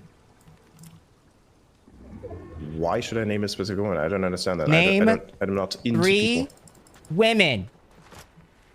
Why? I'll name 3. Britney Spears, Miranda Cosgrove, Sabrina Carpenter. Oh Boom. yeah, she's such a sure. Britney Spears is a major inspiration. I didn't say she was inspiration. I just named a woman, which you can't do. I can name a moment. I just want name to see how 3 you're triggered by it. women, bro. Name 3 of I think them. it's funny. What is this? What does this thing do? There's a portal here. What does it do? I'm so glad people can't vote for you, bro. What do you mean? Like, because they would. Like, people would vote for you. It doesn't even matter that, like, you are the way you are. People would vote for you. They voted for Trump. How am I? Like, they voted for Trump. Like, I mean, you might as well be the president. Like, it's crazy. Like, I can't believe this. I just can't believe this. 3 women. How would I escape this? 3. Nope, not gonna. I kind of find it funny the way you bro. get triggered by it. You hate nope, girls. Nope, I don't. I'm not even triggered, bro. You're triggered. No, you are. Then why are you so loud about it, man? You're triggered, bro. How am I triggered? Dude, you realize that, like, your entire, like dialect and, like, your vernacular is, like, based in, like, 2013, 2014 era, like, online politic discourse on, like, Reddit. Like, you're so far behind. Reddit? Reddit is an echo chamber. I've never been to Reddit. But you're so far. What you don't realize is how far behind you are, and everybody's laughing at you. Everybody is laughing at you because you. No. Like your specific your echo chamber is laughing entire at me. behavior is so dated. It is obvious. It's appalling. Based on whose opinion? You say like you say like you? Keck Maximus and like fucking like. I didn't say Keck Maximus. Excuse me, Elon said. What your pal? You say God, like man, the way your you perception is off the way you the refer to rails, like bro. memes, bro. But you don't even realize how that's like selling you out. You don't even realize how like the way that like you look at memes and the way you describe it is very much like Elon does, which is just wrong. This guy fucking idiot. It's just wrong. It's so obvious. It's embarrassing, man. It's embarrassing, bro. Wait, what? Wait, Make hang on, comedy what legal did you again on say? X, dude. What? What are you talking about? The way that you talk you're about saying memes. a lot of things. So The dis- hang on a okay, second. the How am I dis- talking about memes? The way that you How do I talk about memes, the way you talk about jokes and internet culture is so dated that it makes it obvious. How? Which ones? Which ones specifically are Keck, dated? or say fucking the way you talk. This meme is great, and you post like a Wojak or like a rage comic. Like you're just so far behind. I don't recall ever having You posted think Hawk a rage 2 comment, sucks, but I have dude? definitely. You think Hawk 2 Yeah, sucks? absolutely do. Yep, I do. Yep, I do. Got a problem with that? Yes. Do you don't like free speech? Do you don't like humor? I just know. You just said that he has a problem with free speech. Lol. It's awesome. You got it. Yeah, you got it. But I really let you in the trap there. Anyways, You got me, man. You got me. I don't care about any of this. The more this conversation goes on, the more I agree with Connor's take that Elon Musk thinks he's brilliant, but he's actually deep down inside a very stupid man. I'm not. Again, my dude. If you're supposed to be like very well informed, then why do you keep making these insinuations? My dude. Can I not use this boat? That's fucking sucks. The more Elon Musk feels, ride I it, mean, I Adrian really Dittmann feels like he's in a panic corner, the more he just like hyper focuses on the game. We're gonna get you a win, bro. Swear to God. Please, for the love of God, get me a fucking win. I don't even care if I do or do not. Okay, evidence that this is not Elon Musk is the fact that the fact that, and this chatter is correct, that Elon Musk would have had his feelings hurt a long time ago and left this interview. Whereas Adrian Dittmann, if he is a grifter who loves the attention and loves making it seem as though he's Elon Musk, that's the reason why he's farming this interview as hard as he can. Any particular dude, I'm not gonna do that Are either. you like Same shit. 4 years old? Am I? You tell me. I don't know. You tell me. You're supposed to be the one who psychoanalyzes people. I don't know. Mentally, I don't think I can even put you on a map. I don't think I can clock you anywhere, man. Like, I don't. Which map specifically? You don't live in the same reality, and that's you are an indictment of the entire structure of world that we live in. Is what you are. You are a complete. This should you. That's exactly what you are. I don't understand. Is that supposed to be like meant as an insult? Because that's definitely a fucking compliment. That you're an indictment on the way the world is? Yeah, coming from you, that's just like the max level compliment. I'm a cool guy, bro. Are they autistically shitting on one another? What's happening? Now I'm confused. Do you tell that to You know yourself? Justin so you can feel Bieber? better about Is this autistic flirting? Like, what's happening? Your boyfriend by are, Justin Bieber? Swag. Oh, you heard that? Nah. Chilling by the fire while we eating fondue. What is this? You heard that? What does this do? I have noticed that he has a tendency to constantly pay attention, like a lot, close attention to the game anytime he feels like. And then pick them off individually? Yes. Now I you're love getting how we're it. playing it like the Dark Forest theory. The Dark Forest theory. Yeah, I'll explain it to you later. After No, we I know kill what it these is. people. It's about They're like alien Jujutsu life. Kaisening. They're I know Jujutsu that. Kaisen autistic domaining right now. He opened up his domain, and then Connor opens up his domain is larger. What was that supposed to mean? I think they should. I think you got a lot of hate in your heart. Elon posted 7 minutes ago, No, I first launch. I mean, this could be a. think it This manifests literally in ways could that be you don't handled by comprehend or his digest. social I media think you got a lot of account. hate in your heart. How's that? But the Because fact you that don't he'd be understand playing the world. Fortnite while there's a Tesla launch, a SpaceX launch happening is pretty low. So it also is more evidence that this is not Elon. Nope. And your This guy down here justification like for it hiding is around your here. wealth and what you've accrued. I don't have any wealth. What do you mean? Who do you think I am, actually? You did. I think you're Adrian Dittmann is who I think you are, bro. Good, nice victory royale, dude. Yeah, good games today, Adrian. Good games. Thanks for playing, man. Yo, thanks for coming on the show. You know what? All the discourse aside, I genuinely do appreciate you having an open dialogue today. Yeah, yeah. I thought it was badass, and I think it's cool that you do that. Now, I do think, again, that I do think you are Elon Musk, and I do think that it's really embarrassing that you do this. Definitely not. I'm definitely not. No, dude, one day, here's the thing. The way that the world works, one day, there will come a time where everybody will know exactly who I am. And the claims such as those will appear as Are you the remarkably Antichrist? stupid. What? The Antichrist. That's Mr. Beast. Okay, so that's a new one. Okay. Wait, what? I'm just joking. Cool. Who do you think I am? Elon Musk. Do you think I'm the Antichrist? Okay, cool. Yeah, sure. Why specifically Antichrist? What How do you about me sleep? makes me? How do I sleep? Like do everybody you else think does? that You like close you're your gonna eyes be and then like do you want your memory to be like good? Like I can tell that like you want to be go down in history books as like this guy got us to Mars, did all this. Like you're only gonna be remembered as like a negative stain. I am not gonna be remembered as that. That's what Elon's gonna be remembered as. That's what Elon's gonna be no remembered matter as. how many people. Right, is Yep, a that's negative stain. Nope. That he's gonna be the person who brings people to Mars. Or he at least facilitates That's what he it, because wants. That's, exactly what he wants, and SpaceX he's is. realized recently that it's not going to happen like that, and so he has to influence more than he was before. And now What he are you just talking keeps about? digging Are himself you a hole. aware? Okay, hang on a second. What do you think SpaceX is? Define it for me. Gay? You think space exploration is gay? Is gay, really? No, I said SpaceX was. Because that's exactly what it is. Okay, so how is that? Okay, so hang on a second. You want to say that some things are misogynistic, but at the same time you're willing to do things that are definitely homophobic. What's wrong with being gay? There's nothing wrong with that. Okay, then what is wrong with SpaceX being gay? Because you There's said that nothing wrong SpaceX with it is being gay. but I you're just saying said it as was if was gay. negative. Okay, what's wrong? What's wrong I with didn't that? say it was a negative. You insinuated it was a negative. No, I didn't. You did. You did. You You did. just simply said it was gay. Because you internet didn't. culture literally stipulates that if you say that something is gay, No. then you're referring to it in a sense No, you of took it something that being way. negative. You took it that way. I didn't say that. Nope. And I got That's you. not I how that turned it works. around on you, bro. Nope, you did not. You've gone woke. I have gone woke? Yep. I thought, okay, so hang on a second. Isn't that a good thing then? Because you like woke, don't you? No. No, you said, you earlier you did say that woke is kind of badass. Woke's, I mean, sometimes. So then what's wrong with that? Am I becoming I guess better? there's like. Is that what you're trying to say? I guess there's like nuance You're to saying a it lot like of a things. negative. What's wrong with it? There's like nuance to so much in this world. Okay, that so you were- hang on a second. Are you saying that there's parts of woke that's bad? Yeah. Which parts? That like maybe you can be too woke sometimes and like alienate people from like learning about like how they can actually progress their view of the world and social systems around them. Like DEI, for instance, that would be pretty bad, wouldn't it? No, DEI was awesome. Twitter was so much better with DEI. No, it wasn't. Yeah, it was. A lot of less censorship. bots. A lot of censorship. Nope. Yeah, sometimes That you need works. censorship though. It's like Nazis don't like run the site. No, Nazis run 4chan. Yeah, the 4chan came There's to no X. Nazis. There's no because it was there's no free Nazis speech. that run X.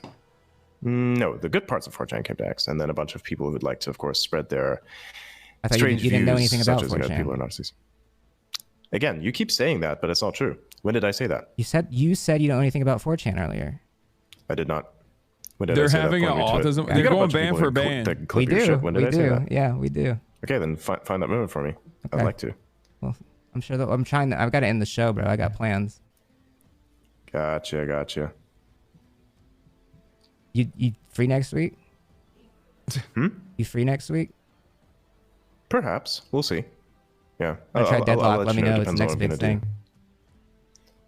perhaps. Like, named three if girls also Adrian Dittmann wasn't Elon Musk, though, I feel like Elon Musk would stamp it down. You know what I mean? Because he speaks for him, and enough people think he is Talking Elon. about girls, or you're talking about women specifically? Because I Either. don't know any girls, but women specifically. Either. I don't know. I'm literally like, it's not hard. But why do you want to know it so bad? It's kind of Because funny. it's weird that you can't name three girls. Oh, I can definitely name them. I'm just not gonna. Because it's Okay. funny, the way it makes you feel. The way it makes you feel is funny that you can't name three girls. Yeah. Okay. This is just funny entirely. I think this is funny. I get it. It's like, you just name him, just name him, just name him. I get it. I'll name like, three. by Grimes, which, Vivian, Ghislaine. Huh? Just name three girls. Don't know the other two. No. You want me to name women specifically? That's not a problem for me. I can do it. I'm just like pushing you because I know that you're trying to push some sort of thing, and I would like to figure that out. And I just discovered it, I believe. What'd you discover? Don't worry about it. Dick. All right. Well, hey, thanks for coming on the show. We appreciate you, bro. One more thing I want to ask. Do you know Teapot? Do you know what Teapot is? No, I don't know what that is. You talked about that earlier. I didn't know what it was. Yeah, it's kind of funny that you don't know what that is. It's literally called this part of Twitter, and it's like the tech side of things. Oh. You should look into it. It's pretty cool. The tech side. They won't like you too much. Are there girls there? Oh. Maybe. Oh, Probably not. he's so 53 years old, which is suspiciously how old Elon is. One of them? Wait, You named one woman in the hang on a teapot? second. Hang on a second. Are you not into chicks who do programming? No, I am. I'm into all. You don't think kinds that's of hot? You heard the song "Girls" by The Dare? Look that up. Is that your thing? Look up "Girls" by The Dare. Connor. You'd fuck with this. Huh? Wait, he Song. said Twitter. He said this part of that's Twitter, true, not that's true for me, T-Pox. Listen to this. I can barely hear it. Your noise canceling The kind of point is, isolates it it. talks about the guy likes all kinds of girls. It's what it is, bro. I'm trying to end the show. Thank you for coming on the show, Adrian. Thank you for coming on the show. Yeah, cool. All right, see you around. Bye, dude. Thanks for coming on. We'll talk to you soon. Bye. Sure. That was crazy. I don't even know what to say. I think there's a lot to process from that. That was crazy. I think it's him. I don't know. It could not be, which would be crazy. There's something about it, bro. I think it's him. I think his brain is so cooked. I think he is so obsessed with his own website and has no life. And he is just completely, he thinks so full of himself that he can create an alternate persona online and that people wouldn't. I don't think it's him, dude. Like, He's figure it probably out. at the SpaceX And now he launch. just keeps digging his hole. That's the only thing I think. I mean, SpaceX launches a lot. That's what I think. Right? So I he don't know. probably doesn't go to every, obviously he That's what doesn't I go to think. every launch. But He tweeted while you were live? No, I know. But like, I think someone else can tweet for him. Or he could even, it's not like his tweets are like hard to like do. Like, he's just like concerning to like the fakest shit you've ever seen in your life. Anyways, thanks for tuning in to the stream, guys. If you're new here, welcome. I'm ConnorEatsPants. I play Marvel Rivals and Deadlock and Nintendo games and movie games on Monday and Fortnite on don't you Friday. think the bigger indication is that he doesn't sound like Elon? He does. He just has a different by the way, shouts out to Connor Eats Pants. Go follow him. What a remarkable, incredible ongoing show. Big things are happening in the HasanAbi universe. What? You want to listen to Hasan? You want to listen to HasanAbi? Okay. What the hell? That's crazy. I do have this impact on cats. There are clear differences. I know Elon just tweeted. I know, I saw. His plane took off from Florida like 10 minutes ago. That doesn't mean he's in it, chatter.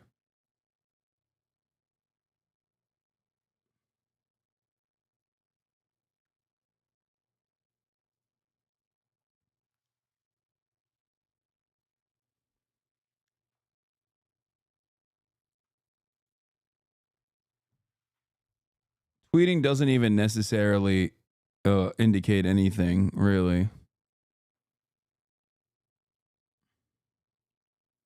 He did noticeably start posting a lot more as the Fortnite games ended, so that's weird, but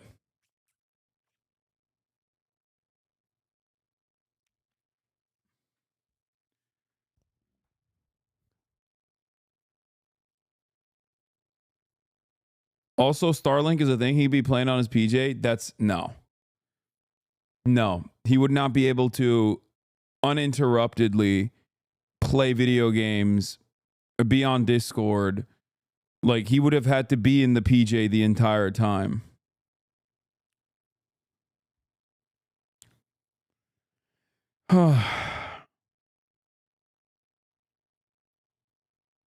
This is like drones in Jersey people for more people that have more than 100 IQ. No, we're still very much less than 100 IQ for constantly having this back and forth about whether this is Elon Musk or not. We are also very stupid. Don't ever think we're smart for having this conversation.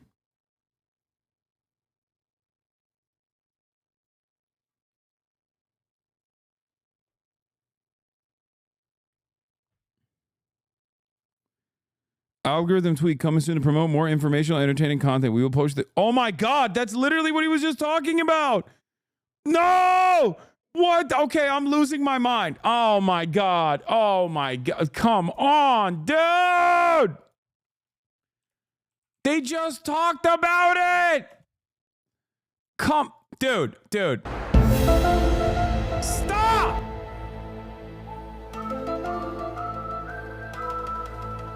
Algorithm tweet comes to promote more informational, entertaining content. We will publish changes to the X. Our goal is to maximize unregretted user seconds. Too much negativity is being pushed that technically grows user time, but unregretted user time.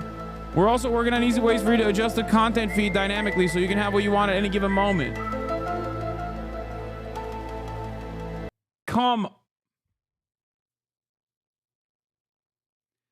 No, I still don't think it's him, but also at the same time, it's just like so frustrating.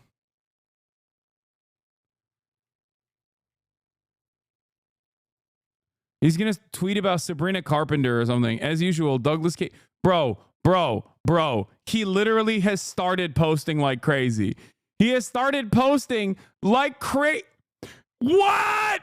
He just started he was not posting that much for the past hour. 2 hours ago, worth doing. A couple of retweets. And then now he's just back to his crazy posting.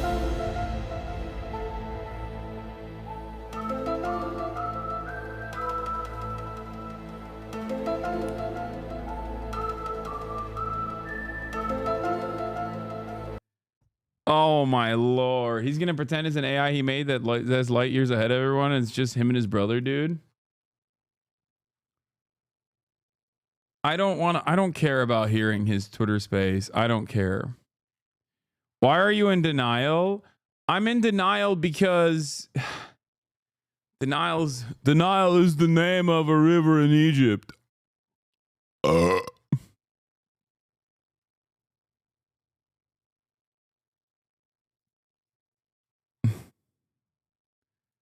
H-1B visas? It does. I think with the kind of political stuff. What MAGA is between you doesn't matter. It does. I think with the kind of political stuff that has happened on the platform, especially stuff that I have to deal with personally, I think it matters very much. Wait, what did you deal with personally? What has happened over the last couple days? I don't know. Even leading up to that. I'm confused. Elaborate. Well, yeah, very simple. Because so for instance, you had this discussion around H-1B visas, right? And there was a lot of so fundamentally, I think that was Elon that was talking about all that, right? No, it was various other people as well. They were just kind of trolling him that he responded in various ways, but right. What the fuck is this? Who's this guy? See, he does it every time. Every time he gets nervous, he just like turns around and he's like, "What the fuck is this?" No, this is fake, chat. Stop. This shit is fake. Okay?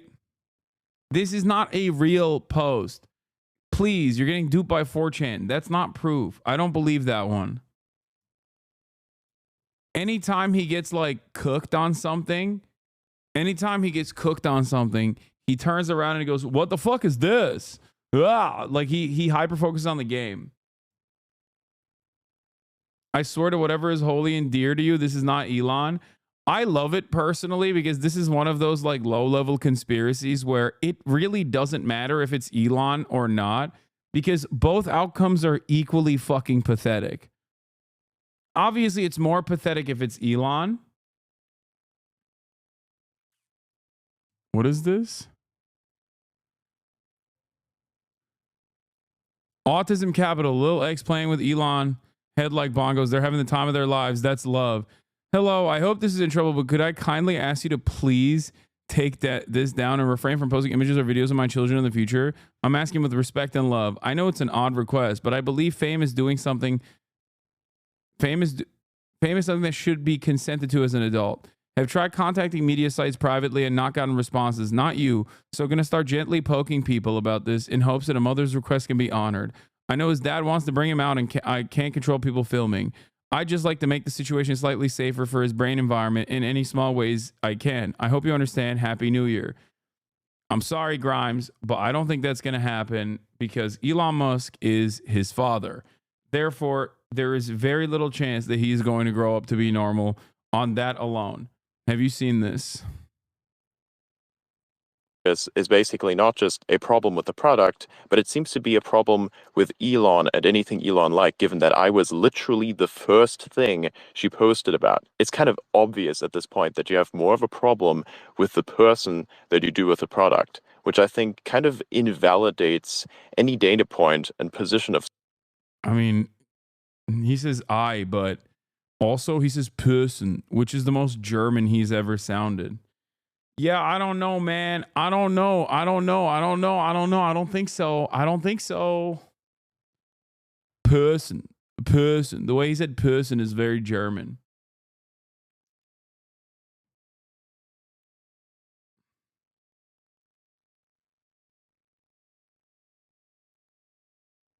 He uses I here too. When I was like small on the internet, I would like make smaller accounts of myself and like be a fan of like myself and like make myself seem cooler than I actually am. Oh my god. That was like what I would do. I'd be like ConnorEatsPants fan 32. That's fucking funny. Yeah. A little sad, but funny. Yeah, I never did anything like that. I didn't think you did. You smoke?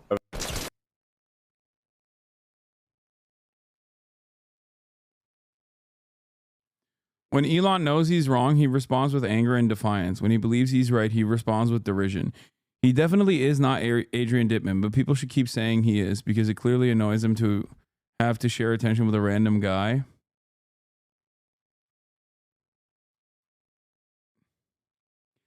I mean, look, I kind of take Evan's word for this because outside of Megaphonics, Evan is the #1 Elon tracker. You know what I mean? For the record, Fango, Lives, and I both think it's Elon.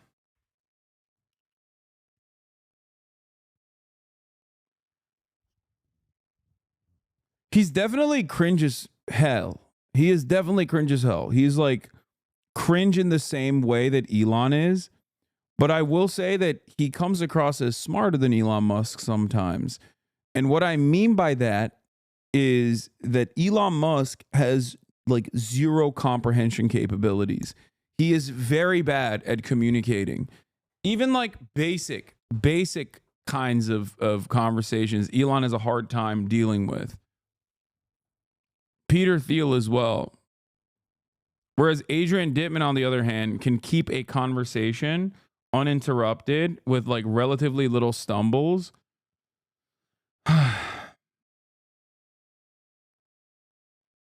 Nice catch on the curse word, bro. Thank you.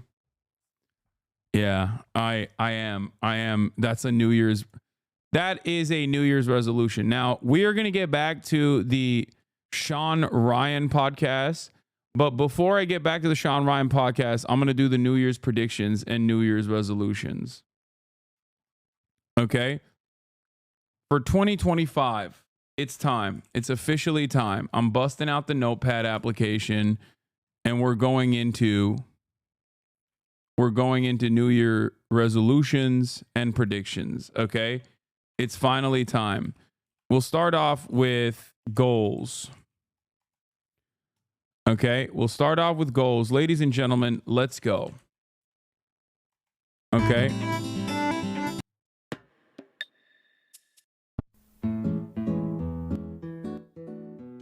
It's time. 2025 goals.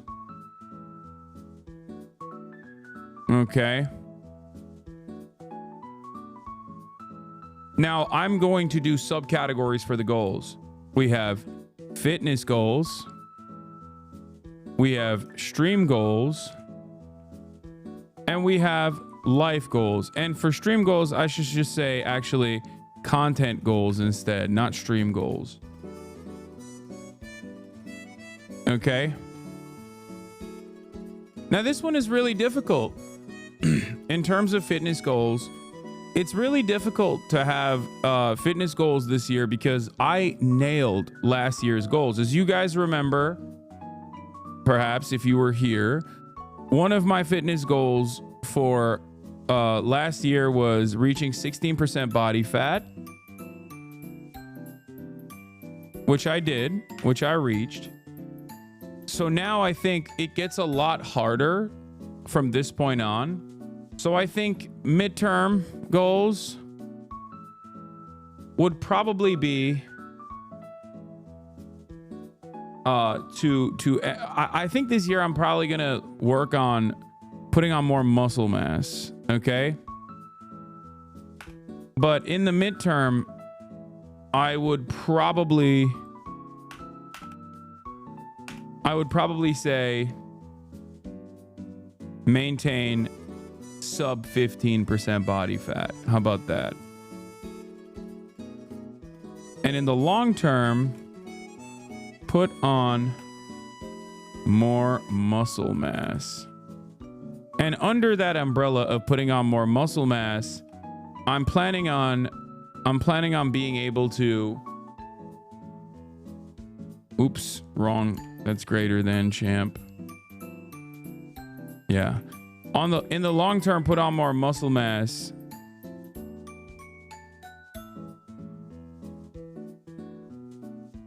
In terms of putting on more muscle mass, I'm planning on not compete. No, I'm planning on hitting hitting targets, right? Weight goals for different compound exercises. So what I mean by that is on the bench press, on the BP, hit PR, okay, which would be not even PR, but it would be my goals. I think realistically should be to be able to do 225 pounds 15 times. And I used to be able to do it 10 times, like even during my cut. 225 is 2 45-pound plates on each side, which would mean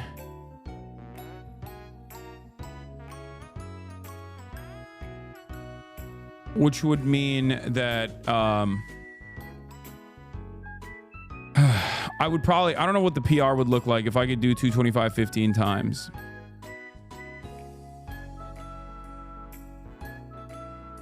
I've done 225 for 29 reps. What are you, an NFL linebacker? That's like an insane number for even you.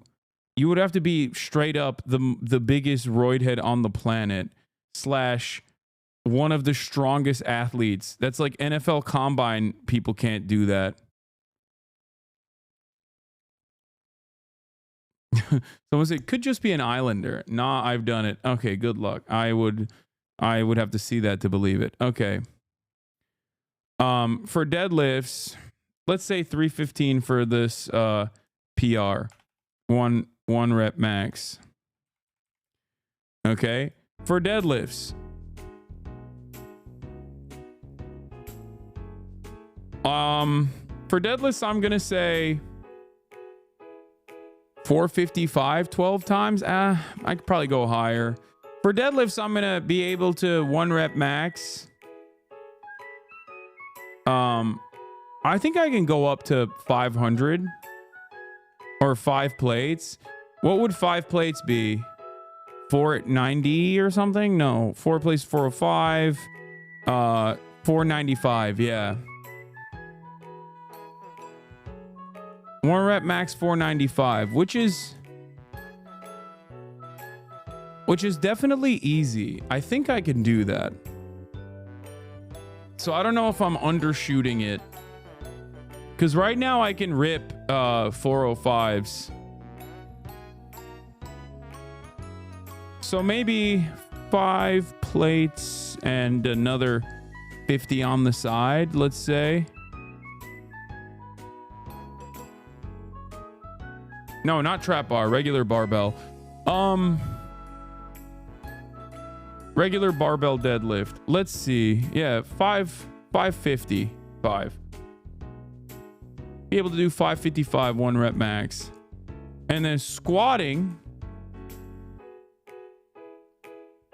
I think you can do 545 times 2. I don't know if I can do that. I don't think I can do that right now. For squatting, I want to be able to do 305. Or I mean 315, sorry. 12 times. So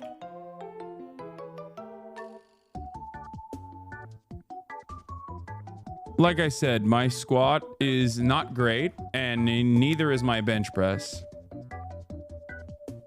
Boy, if you don't bring a 450 squat, I can't.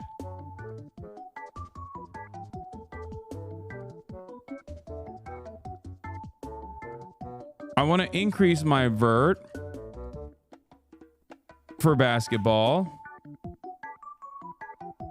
I want to become more explosive. Dunk consistently / in a game.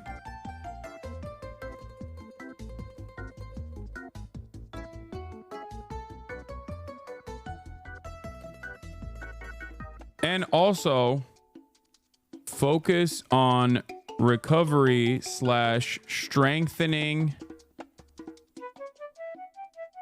knees or strengthening lower body in general. Because I do have issues with like knees and ankles, things like that.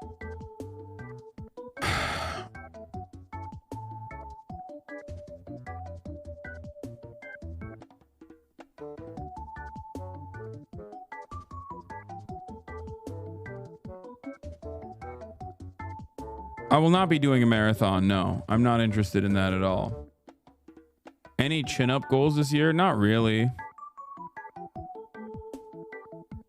Knee stuff can get tough in your 30s, so good idea, yeah.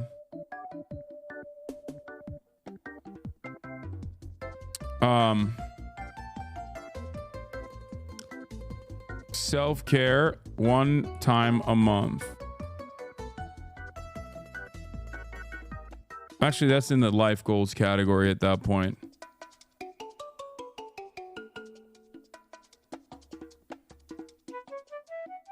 Take more time off.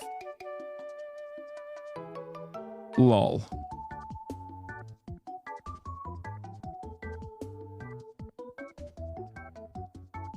Other fitness goals I have. I'm a little all over the place because I've been so consistent. I've been so incredibly consistent with my fitness that it's difficult for me to figure out like where to take it at this point. Also, another thing I've realized is that my community is so primed towards political content, and I do want to change that. Because that definitely is a content goal. What I mean by that is like, even after the Connor Fortnite thing, like back in the day when I used to swap from like politics to, you know, reacts or whatever, we wouldn't have this much of a massive number of people that are like, oh, you're not doing politics? Like, I'm done. I'm tuning out. And that is not like, I'm not faulting anyone for that but myself. I think that I do need to definitely focus on more fun content, more collabs, and reshape community to have more diverse fun-tent enjoyers. Because right now we are so primed as a community. Like, look, when politics is happening, it's fantastic, right? Everyone is like locked in, dialed in. Everyone is invested. People come to me for politics.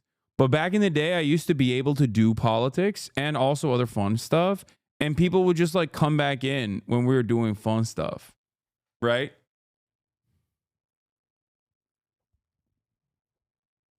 I only suggest not to replace it with drama stuff because that's always where politics frogs want to do if it's not politics. I know.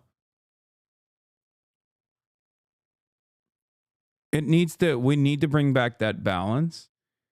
And I think we're about to hit 7 hours. People are man, stop.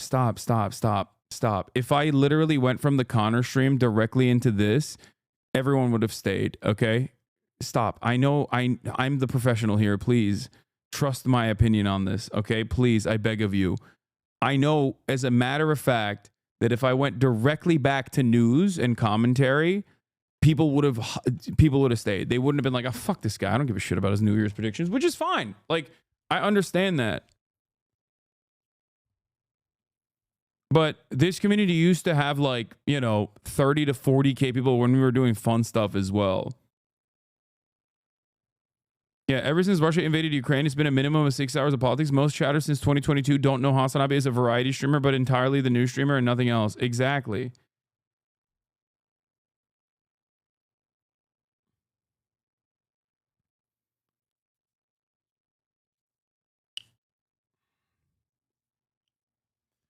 MasterChef reacts and like TV show reacts was definitely bring back TV show react meta. And I don't think you guys understand, like, that creates a massive funnel. That creates a massive funnel for this community as well. That brings in new people, new eyeballs, people that aren't like immediately invested in politics, but then also get invested in politics as well as a consequence of that.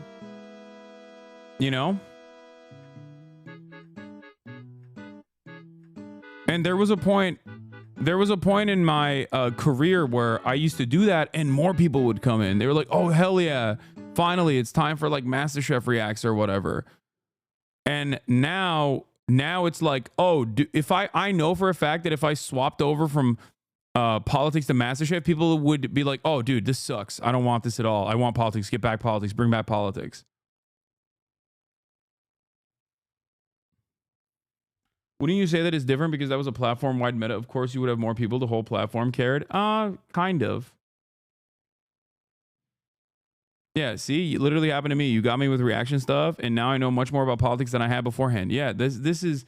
Chuck dies! Thank you for the 25. Get the subs. That is a huge aspect of this. I think that...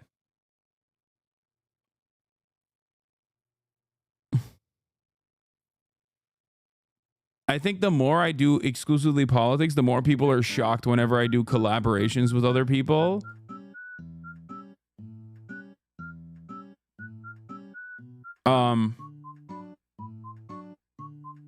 Jubilee is a major turnoff. First of all, you're not wrong. But also, secondly, I do not care about your opinion as a 68-month subscriber. No disrespect to you. But you are exactly the type of person I'm referencing when I say, like, you've been here throughout the years and you've probably become a rugged politics hardliner in general. like no disrespect to you, but you are the opposite of who I'm trying to target with this content shift in general. The content shift is exactly not you, but other people. No disrespect. Okay?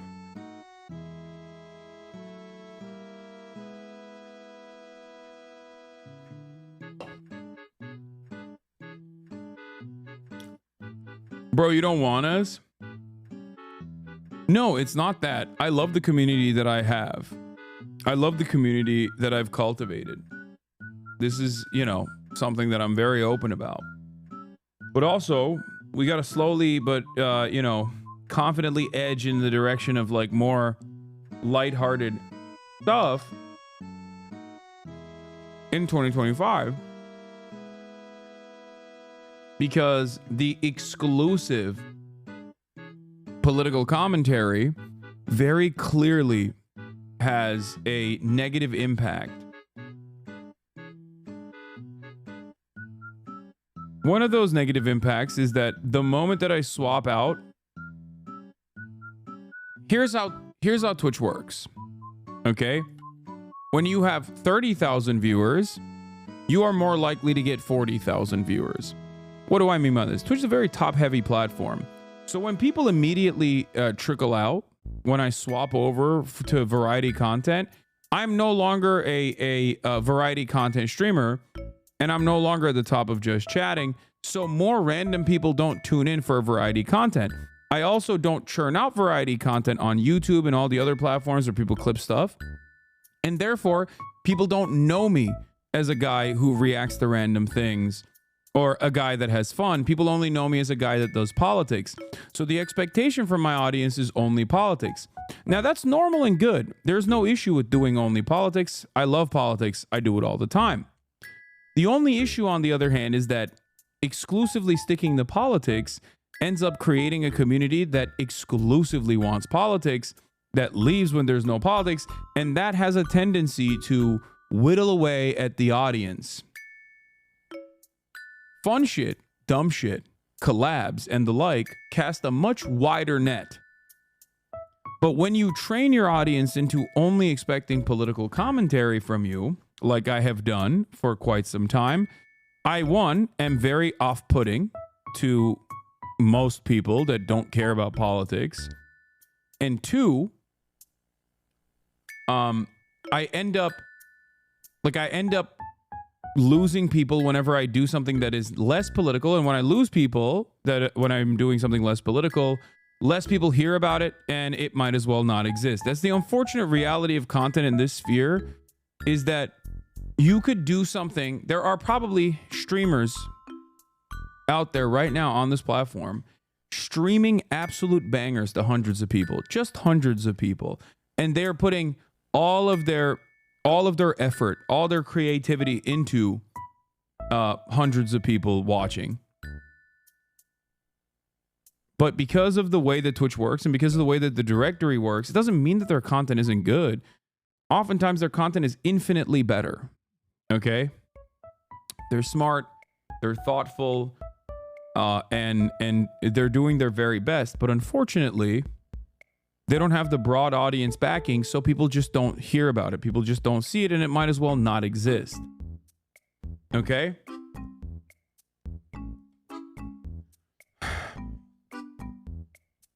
That's it. That's the reality.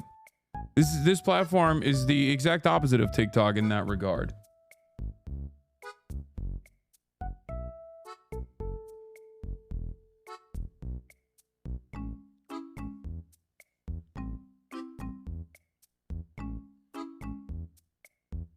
So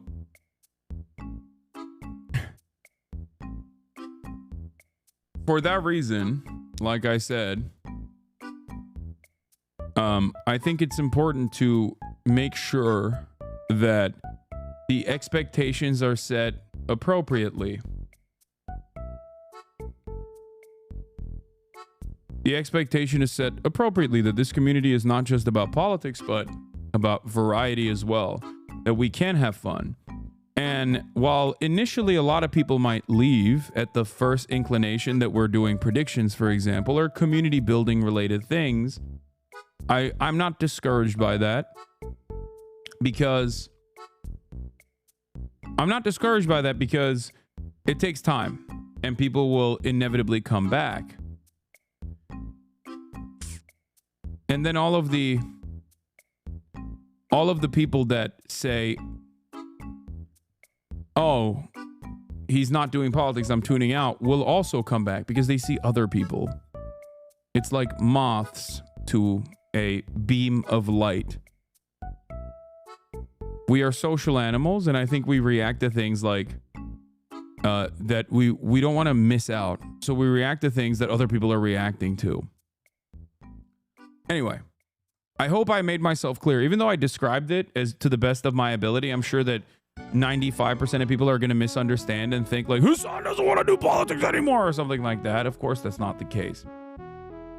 Anyway, are you bringing back chair reacts? Hell yeah, baby. That's what I'm bringing back. Yes, I'm just going to place the chair here and let the video bang.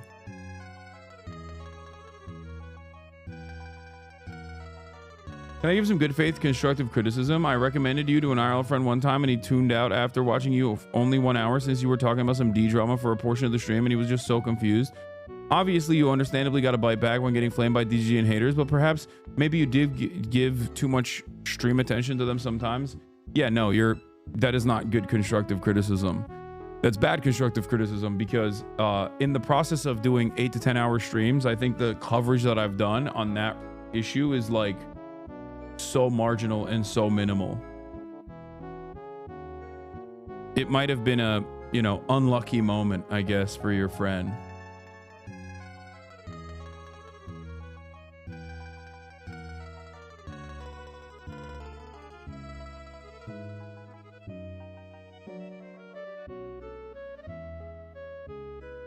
Some of your best political content isn't when you're covering politics 12 hours a day, and I wish some of the chatters who insta-leave will stick around to notice this. Yeah, it's fine.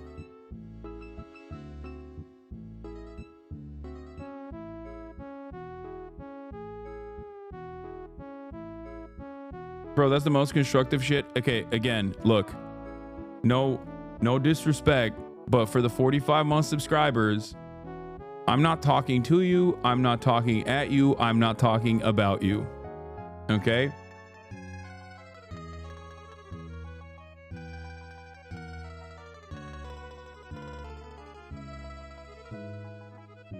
But the best thing to do would most likely be depending on their interests of like if they're a gym bro, show the Bradley Martin conversation. Because the reality of the matter is, it's probably better if you want to show, as a first impression, if you want to show me to your friends, it's better if you're not in the room. Okay? No disrespect to any of you. You're all wonderful. I love this community. But it is probably better if you are not in the room, which means I'm just not talking to chat, but instead I'm talking to a random person. Okay? It's just true. Because many of you have probably recognized that when all of you are in the room in my ear, I am not at my very best. Okay?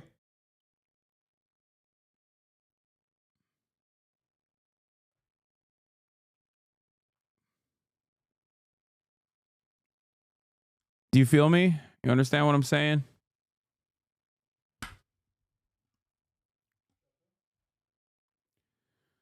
But let's continue.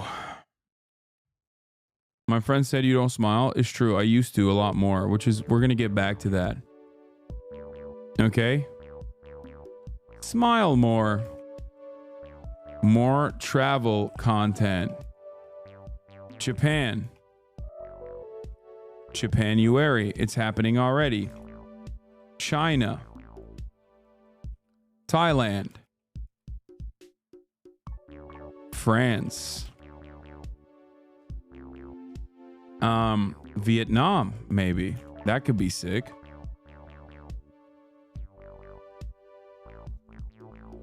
Korea.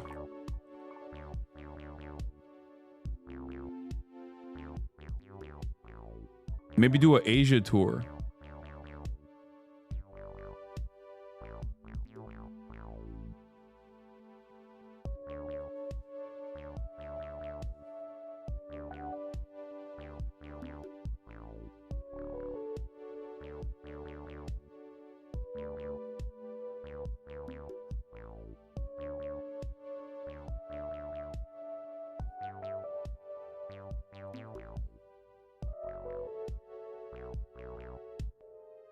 So that's a That's a option. Bingo. You take relative news and can apply materials and make a political conversation based on theory about anything current. You make it digestible for Zoomers who can't read. Like everything can be dialectical materialism.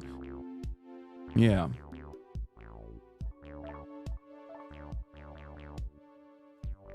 Hasan, will you maintain 50% body fat while you add muscle, or will you bulk and cut? I would potentially bulk and cut, or main gain and cut. I want to see more of this, Hasan.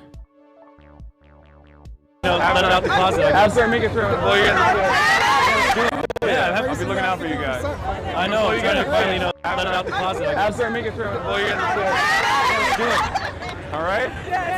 Yeah, we got to do more. We got to do more stuff like this for sure. For sure.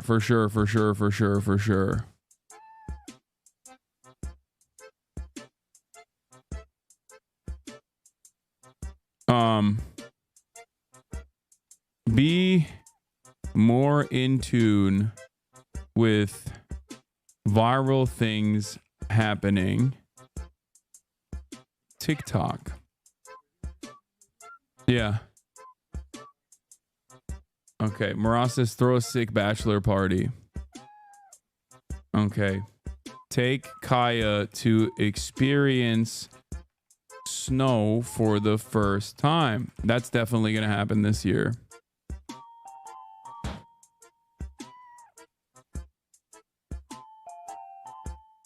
Kaya second. Well, I guess, would it be third? No.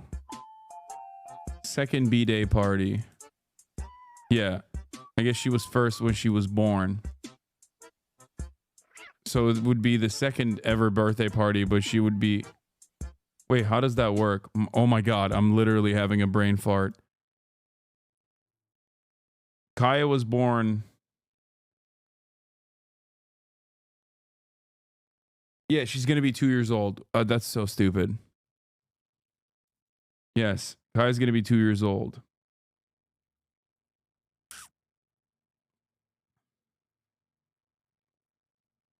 Bro, her first birthday was at 1. She is going to be 2 years old. I need to take a break. Sorry.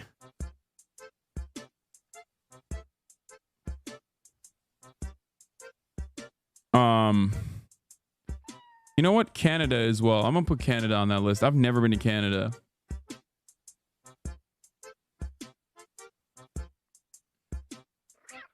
Would you ever go to Russia? No.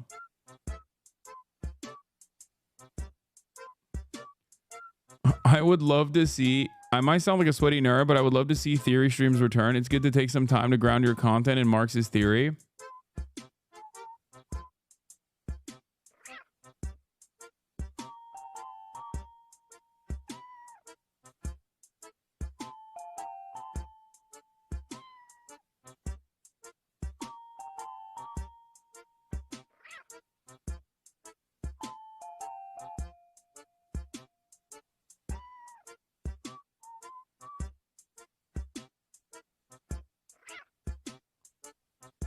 I like that the average chatter is in a permanent state of scaring the hoes. Like, they just can't stop. Your community hates you? No, they don't. It's okay. No, my community tries its best. Okay?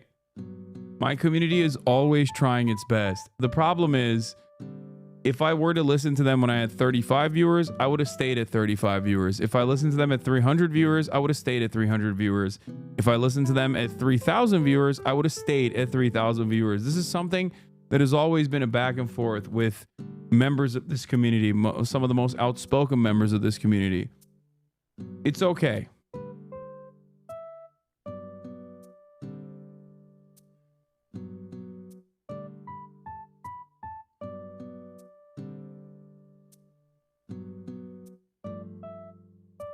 There are competing interests here.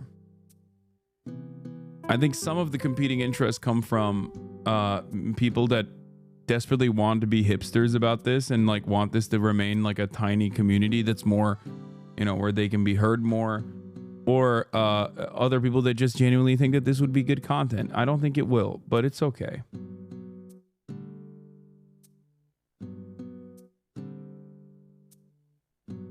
We are too alike. We need people who disagree with us. Exactly. Why I left the left? My chatters wanted a tiny community. Yeah, I know. Except throughout those years, as this community's grown, I don't think I've left the left.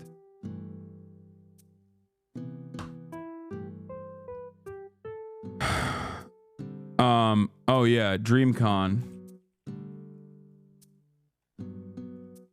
More b-ball content. Fix shot with lethal shooter.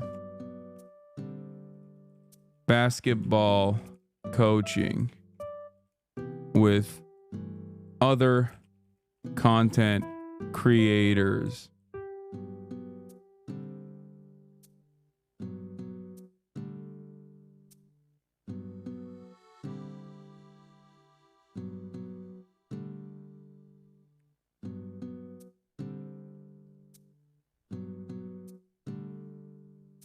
I'm not going to do a D&D stream. Cooking streams with Cutie.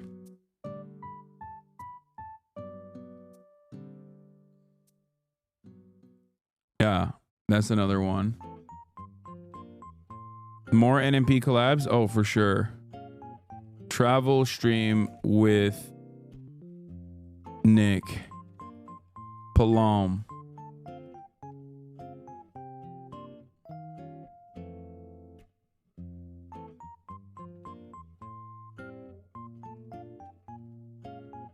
Okay. More community things. More community content. For real this time. It's not an election year. I have no excuse. Okay? Chad Vice. Monthly.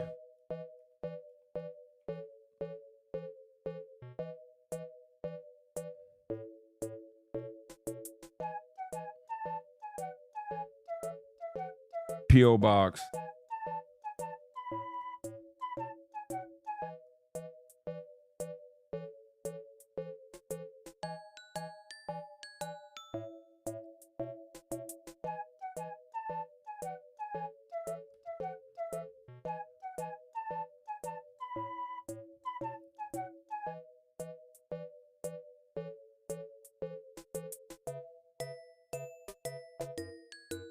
Dating profile reviews could be fun as well. Dating profile reviews. Yeah, no, YouTube content is up here. Focus on more fun content, more collabs, reshape community, have more diverse fun content.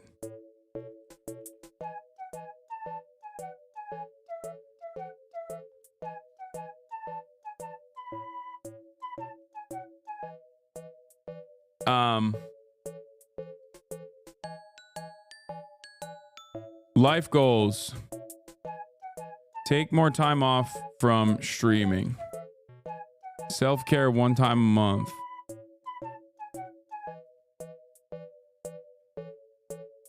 Lean into the clip farm meta. That's what I need to do as well. Lean into clip farming.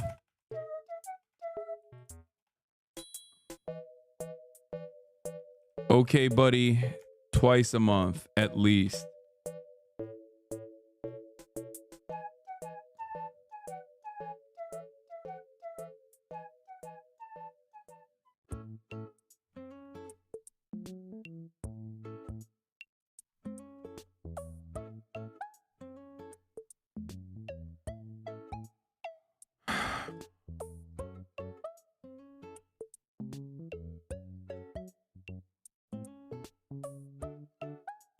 What else for content goals?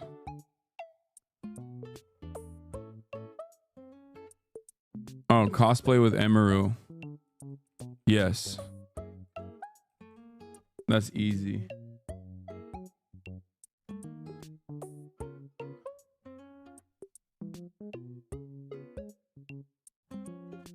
Kaya Beach Day? Sure. Kaya Beach Day. Why not?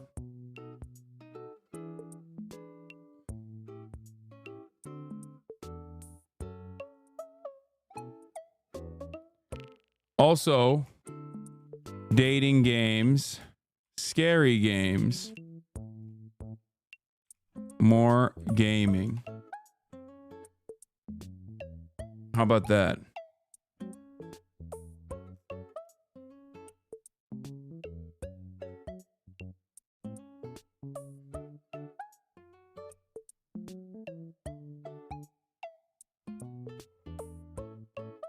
Return of leftovers? Yeah, no, that's probably not happening. Anyway. Finish Elden Ring DLC. Finish Elden Ring DLC.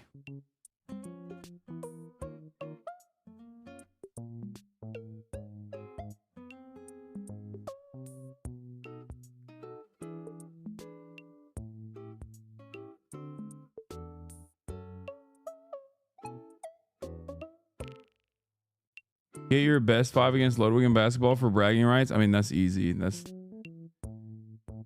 That one is not even a... Hasan, you should do a tour where you hook up low-level subscriber channels with high-level subscriber channels. There's a really good gaming group that have been in the video gaming reviewing industry for a long time. They're called Easy Allies. They've been overlooked on Twitch since Twitch started. Very nice people that just need people to notice them. This chatter has only posted this in the chat nonstop. In between... Go to Catalonia, Spain, or Vienna, Austria. Can you give girl advice on dating? You're hot. Please don't ban me. Yeah, we usually have girl guests on as well.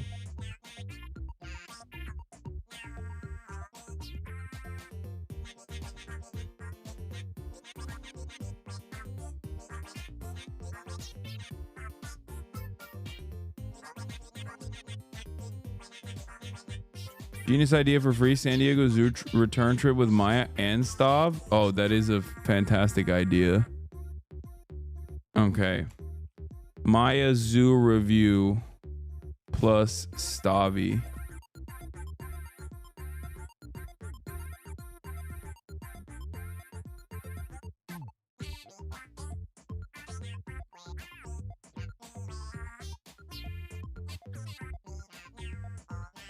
Bring back leftovers, but every week bring on a new guest co-host that your community dislikes. Maybe for the first week you could have Brett Cooper on. Okay, you said community dislikes, and then you mentioned Brett Cooper, and I feel like this community likes Brett Cooper more than me. So that would not backfire.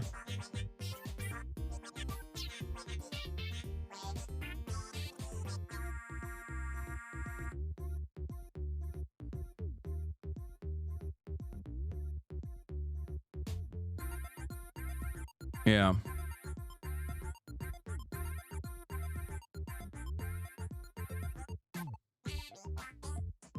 More Will Neff streams, am I right? Yes, you are right. But we're doing that already.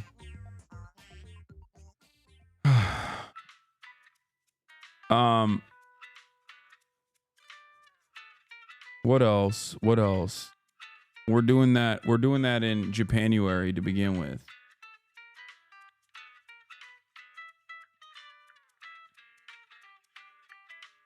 Oh yeah, collab with Keizo as well.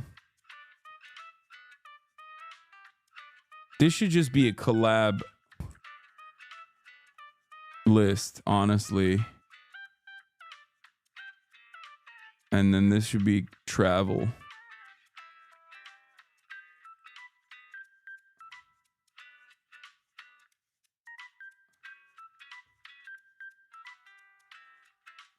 Keizo.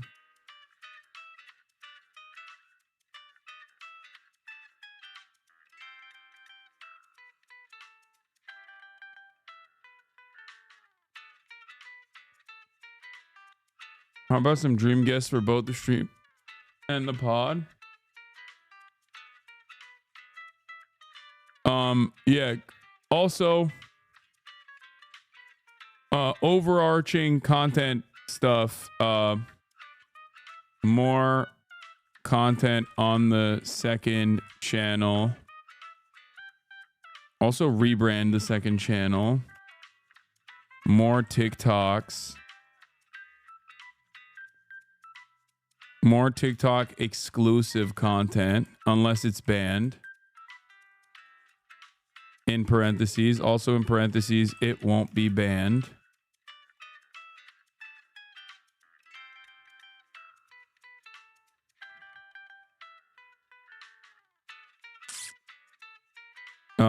But yeah, collabs Jeff Nippard for sure. Squeezy.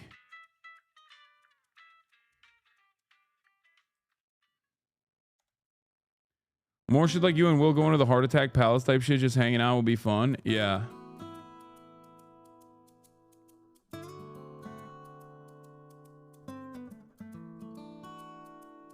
Also, more fear and shared experiences. I think those always bang.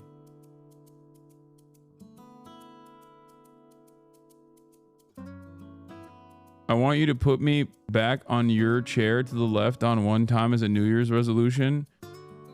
Wow, the Connor Eats Pants in here. The Connor Eats Pants, Mr. Fortnite Friday. That's crazy. What the heck is the Heart Attack Palace? Oh, it was Heart Attack Grill. Here, this is what they're talking about. I used to do so much fun stuff, man.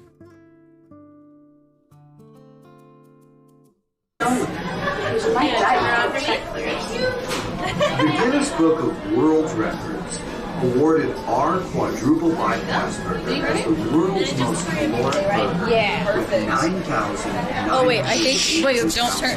Look at that. Since that time, we've expanded our surgical bigger. I don't know. We don't allow splitting or sharing any of our larger burgers whatsoever. When we went to Heart Attack Grill, that's also the worst possible. Epic idea, looky here. Get a wondrous idea, gaming trust. Play random Steam horror games you can play. 1 or 2 streams will be highly rewatchable as well. Yes.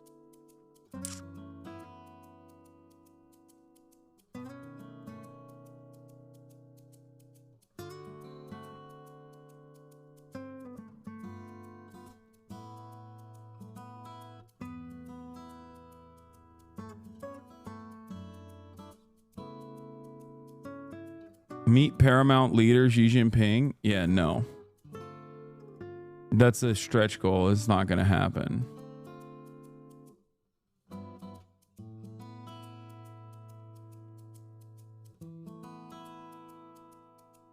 Game demos and indies. Yeah, I'm going to do that.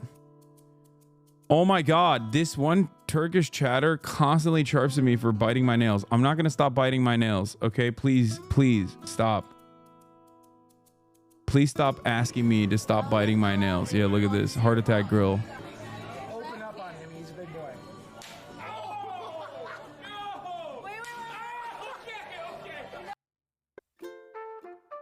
Yeah, we used to do fun stuff. Speed will meet G. Collab with Speed. Speed. You're more likely to... Wait, what? You're more likely to get a Presidential Medal of Freedom than get anywhere near CCP Politburo? I think CCP Politburo, yes. CPC Politburo, yes.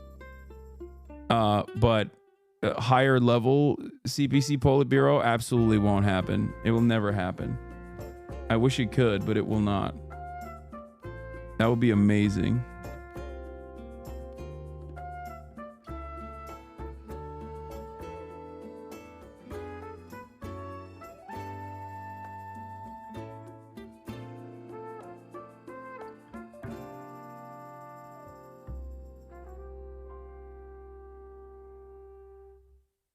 Squeezy. Oh, I said it wrong. Squeezy. I also want to do more of like I want to do track racing again because that was a lot of fun. Yeah.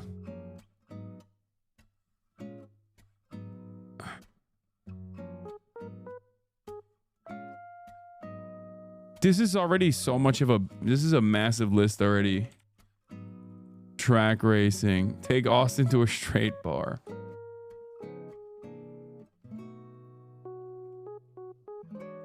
Learn to ride a motorcycle. How about that? Something crazy. Off-roading with Murat. I mean, that's so boring. Off-roading when you're in the car is not as fun. Like when you're in the car, it's fun, but like you're not going to get pleasure out of it when you're watching.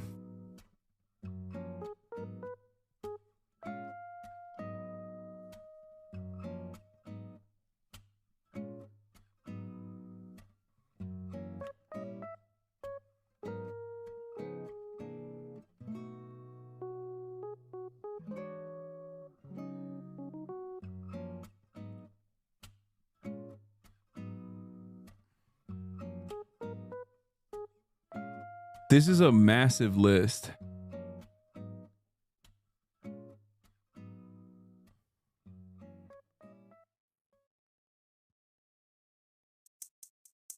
Anyway.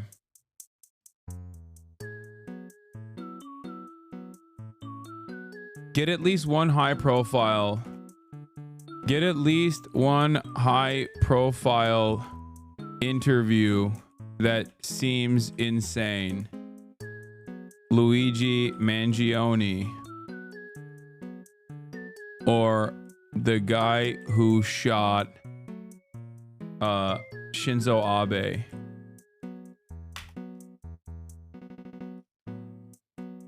Something like that. Hideo Kojima.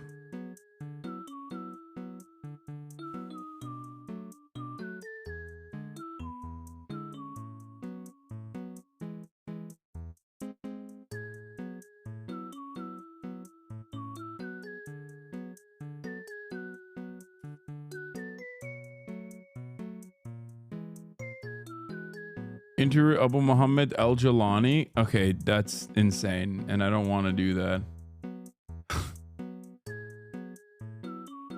These are all more likely than Hasan finishing games. Is true, but not the finishing Elden Ring. I said I would do it, and I will do it. Visit the Italian Cultural Institute of Los Angeles to atone for your anti-Italian racism.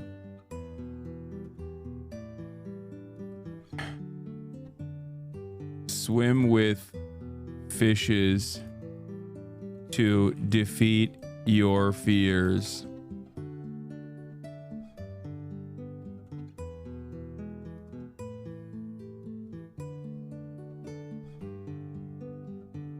How about that?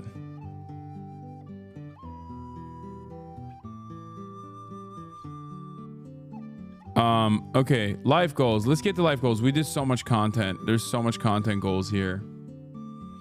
I mean, look at this. Look at this list here. Let's zoom out so that people can see it. We got the fitness goals, pretty basic stuff. No more injuries. Let's just say avoid injuries. How about that? And then for other fitness stuff,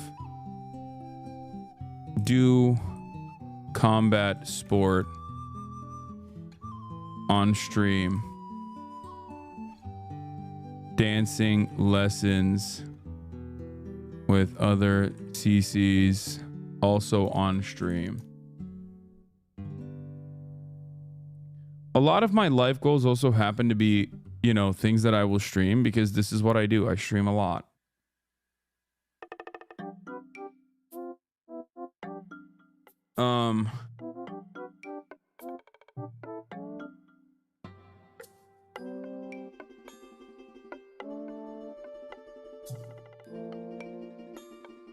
Okay, life goals. Take more time off from streaming. Self-care.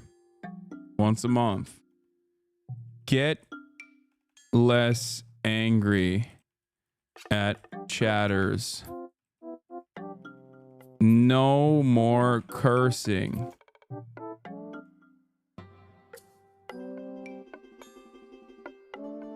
That's a good one. No more cursing. Get less angry at chatters. Generate more positive vibes / have people be more charitable to you. Hire a PA.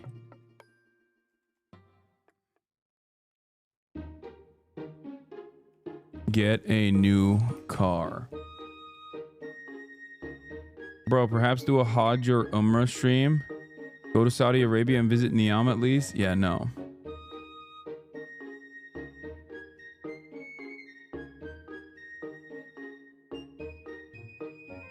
Generate more positive vibes that people will be more charitable to you. PR year continues.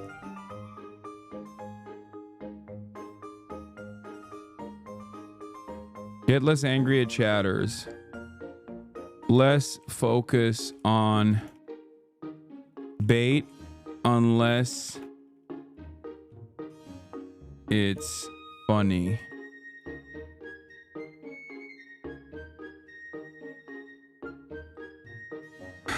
You not cursing is going to be creepy. For the past couple of days, I've already been doing that.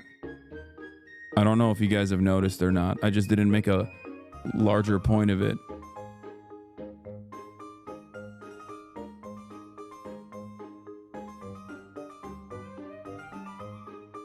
Leak a dick pic this year. You won't. Yes, I won't.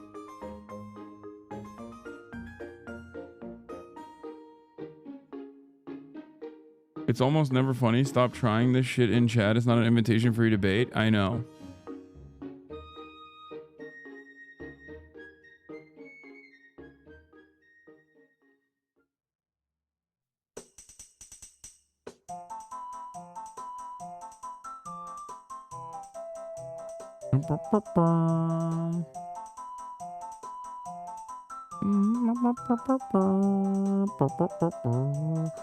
I noticed it, and it caused me to examine how much I curse when I'm filling space, so I'm trying not to. There you go. Why less cursing? I think I curse too much. That's it. I don't care about like boomers enjoying my content or anything.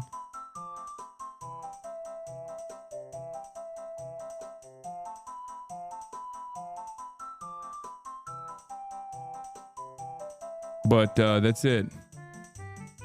Explore bisexuality? Yeah, no, I'm good. I don't think there's that much to explore there.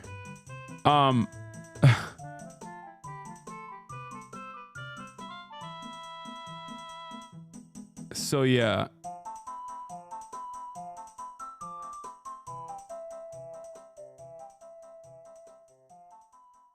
More debates for content? No. This is a bait, right? I assume it's bait.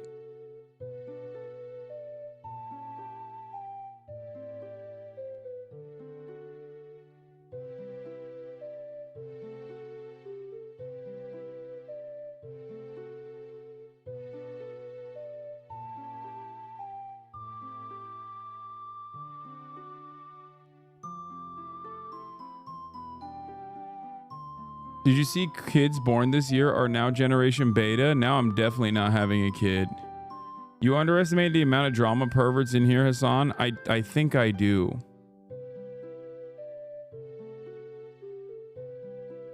Please make more content around feminism. Maybe it will make people realize that you are not sexist, please.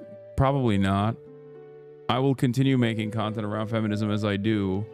And I think people will still continue to say I'm a misogynist, which is fine. It's okay.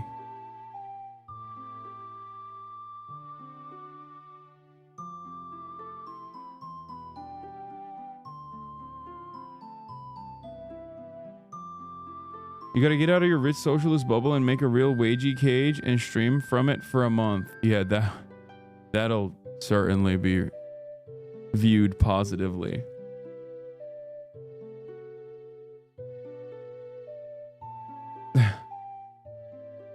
Yeah, this rich champagne socialist LARPing. LARPing is a everyman.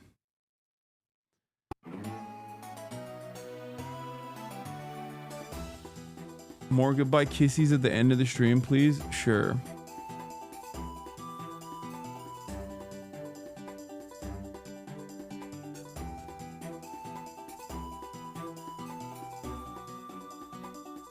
I think this is good. We've done enough.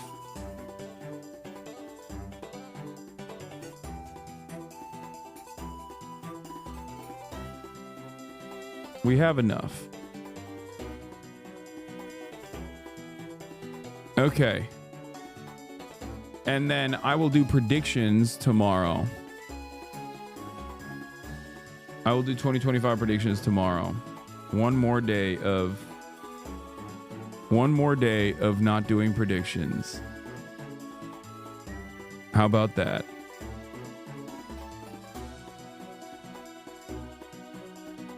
I don't think you realize except just how drama brain the majority of this community is. I hope that less politics includes a decisive move away from simply clicking on drama chatters in general. They need to be ignored more.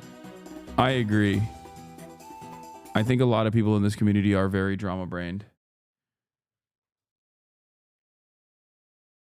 Just put predictions on the 2025 list, Lamau. That's cheating. You can't predict what's happening, lol. I mean, it's only been 4 days. There's still time.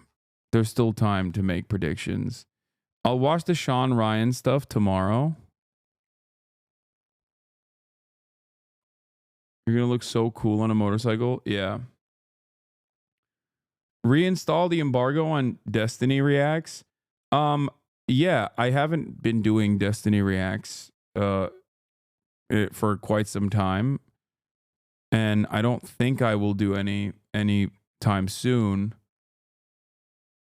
But I do think that the limited amount that I have done have been important in terms of defending myself and also showcasing. Like I do need to, at certain points, especially when I'm relentlessly under attack, I do need to showcase my perspective.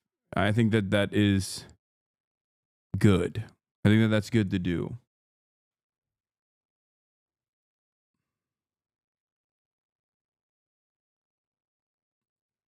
And I think it's been relatively successful. So glad we stopped reading a terrorist manifesto to watch a twink and an Elon impersonator argue on Fortnite. I don't know if you're saying fuck you. Wait, what? You're mad about that? Because that was actually banger content.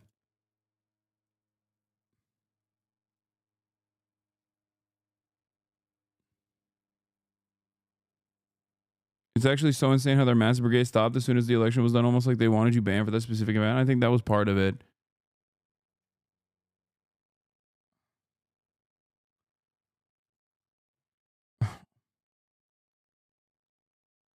I hope in 2025 you feel less forced to justify your content to every single chatter with a chip on their shoulder.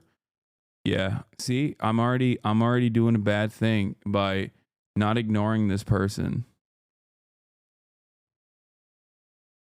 But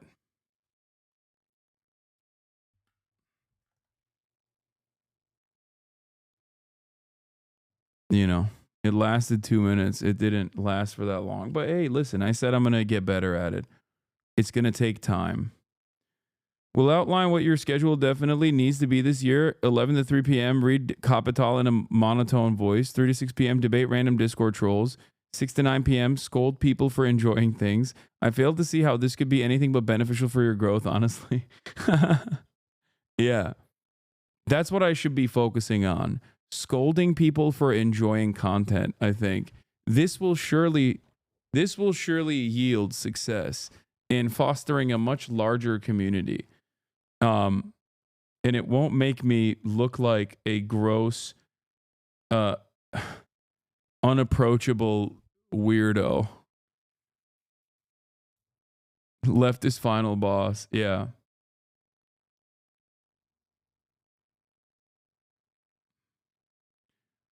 And then 5 p.m. to 6 p.m. I will do a Purity Spiral stream where we basically do, Maoist cultural revolution style struggle sessions, where we get together and we basically both self-flagellate and also whip chatters as well. I think that could be cool. Followed by Fed jacketing and inventing numerous new ways of engaging in wrecker behavior. Because no leftist movement is complete without sectarian infighting. Okay? We have to find new and unique ways of hammering in identitarian talking points into any sort of classist, into any sort of class analysis. And also, we must do it in a way where we accuse each other of not being sufficiently progressive. In a world where most people just either laugh at or openly and actively despise progressive politics, partially because of how unapproachable, boring, and also smarmy and self-entitled, self-aggrandizing it is. I think this would yield the most positive outcome for community building. This way we will do some real praxis for once, which is not when you go out and do things, engage in mutual aid, but instead endlessly critique others who are trying to do good things. I believe this will work. This is how we become max left. Marginal differences become the most consequential alienating factors that absolutely rip apart the last remains of class consciousness and solidarity in this community. That's what I'll be doing.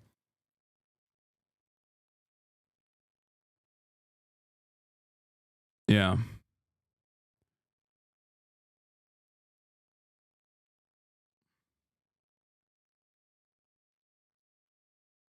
Kaya knows it's time for her. Yeah, she's already up in arms. Hello. Hello, ma'am. Anyway, on that note, it is time. Love you guys, and I will get back to predictions and more updates and the like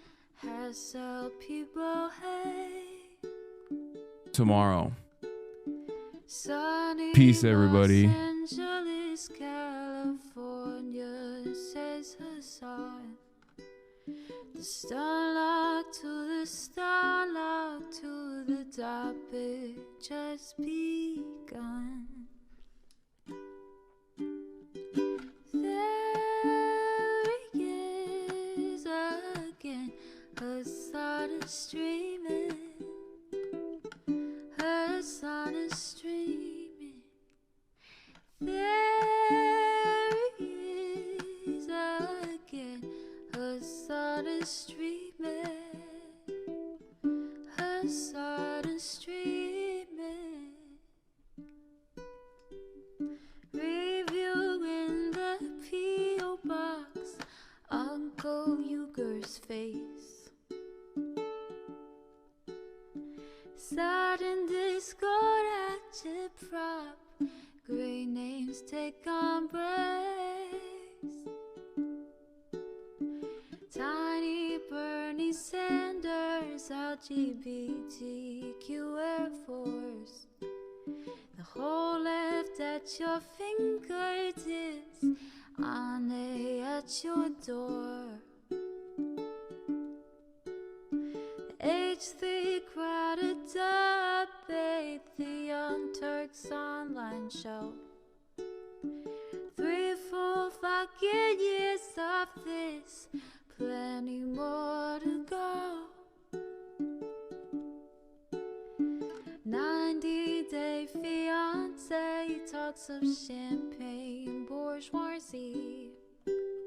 A Trump rally live reaction, a mass riot at DC.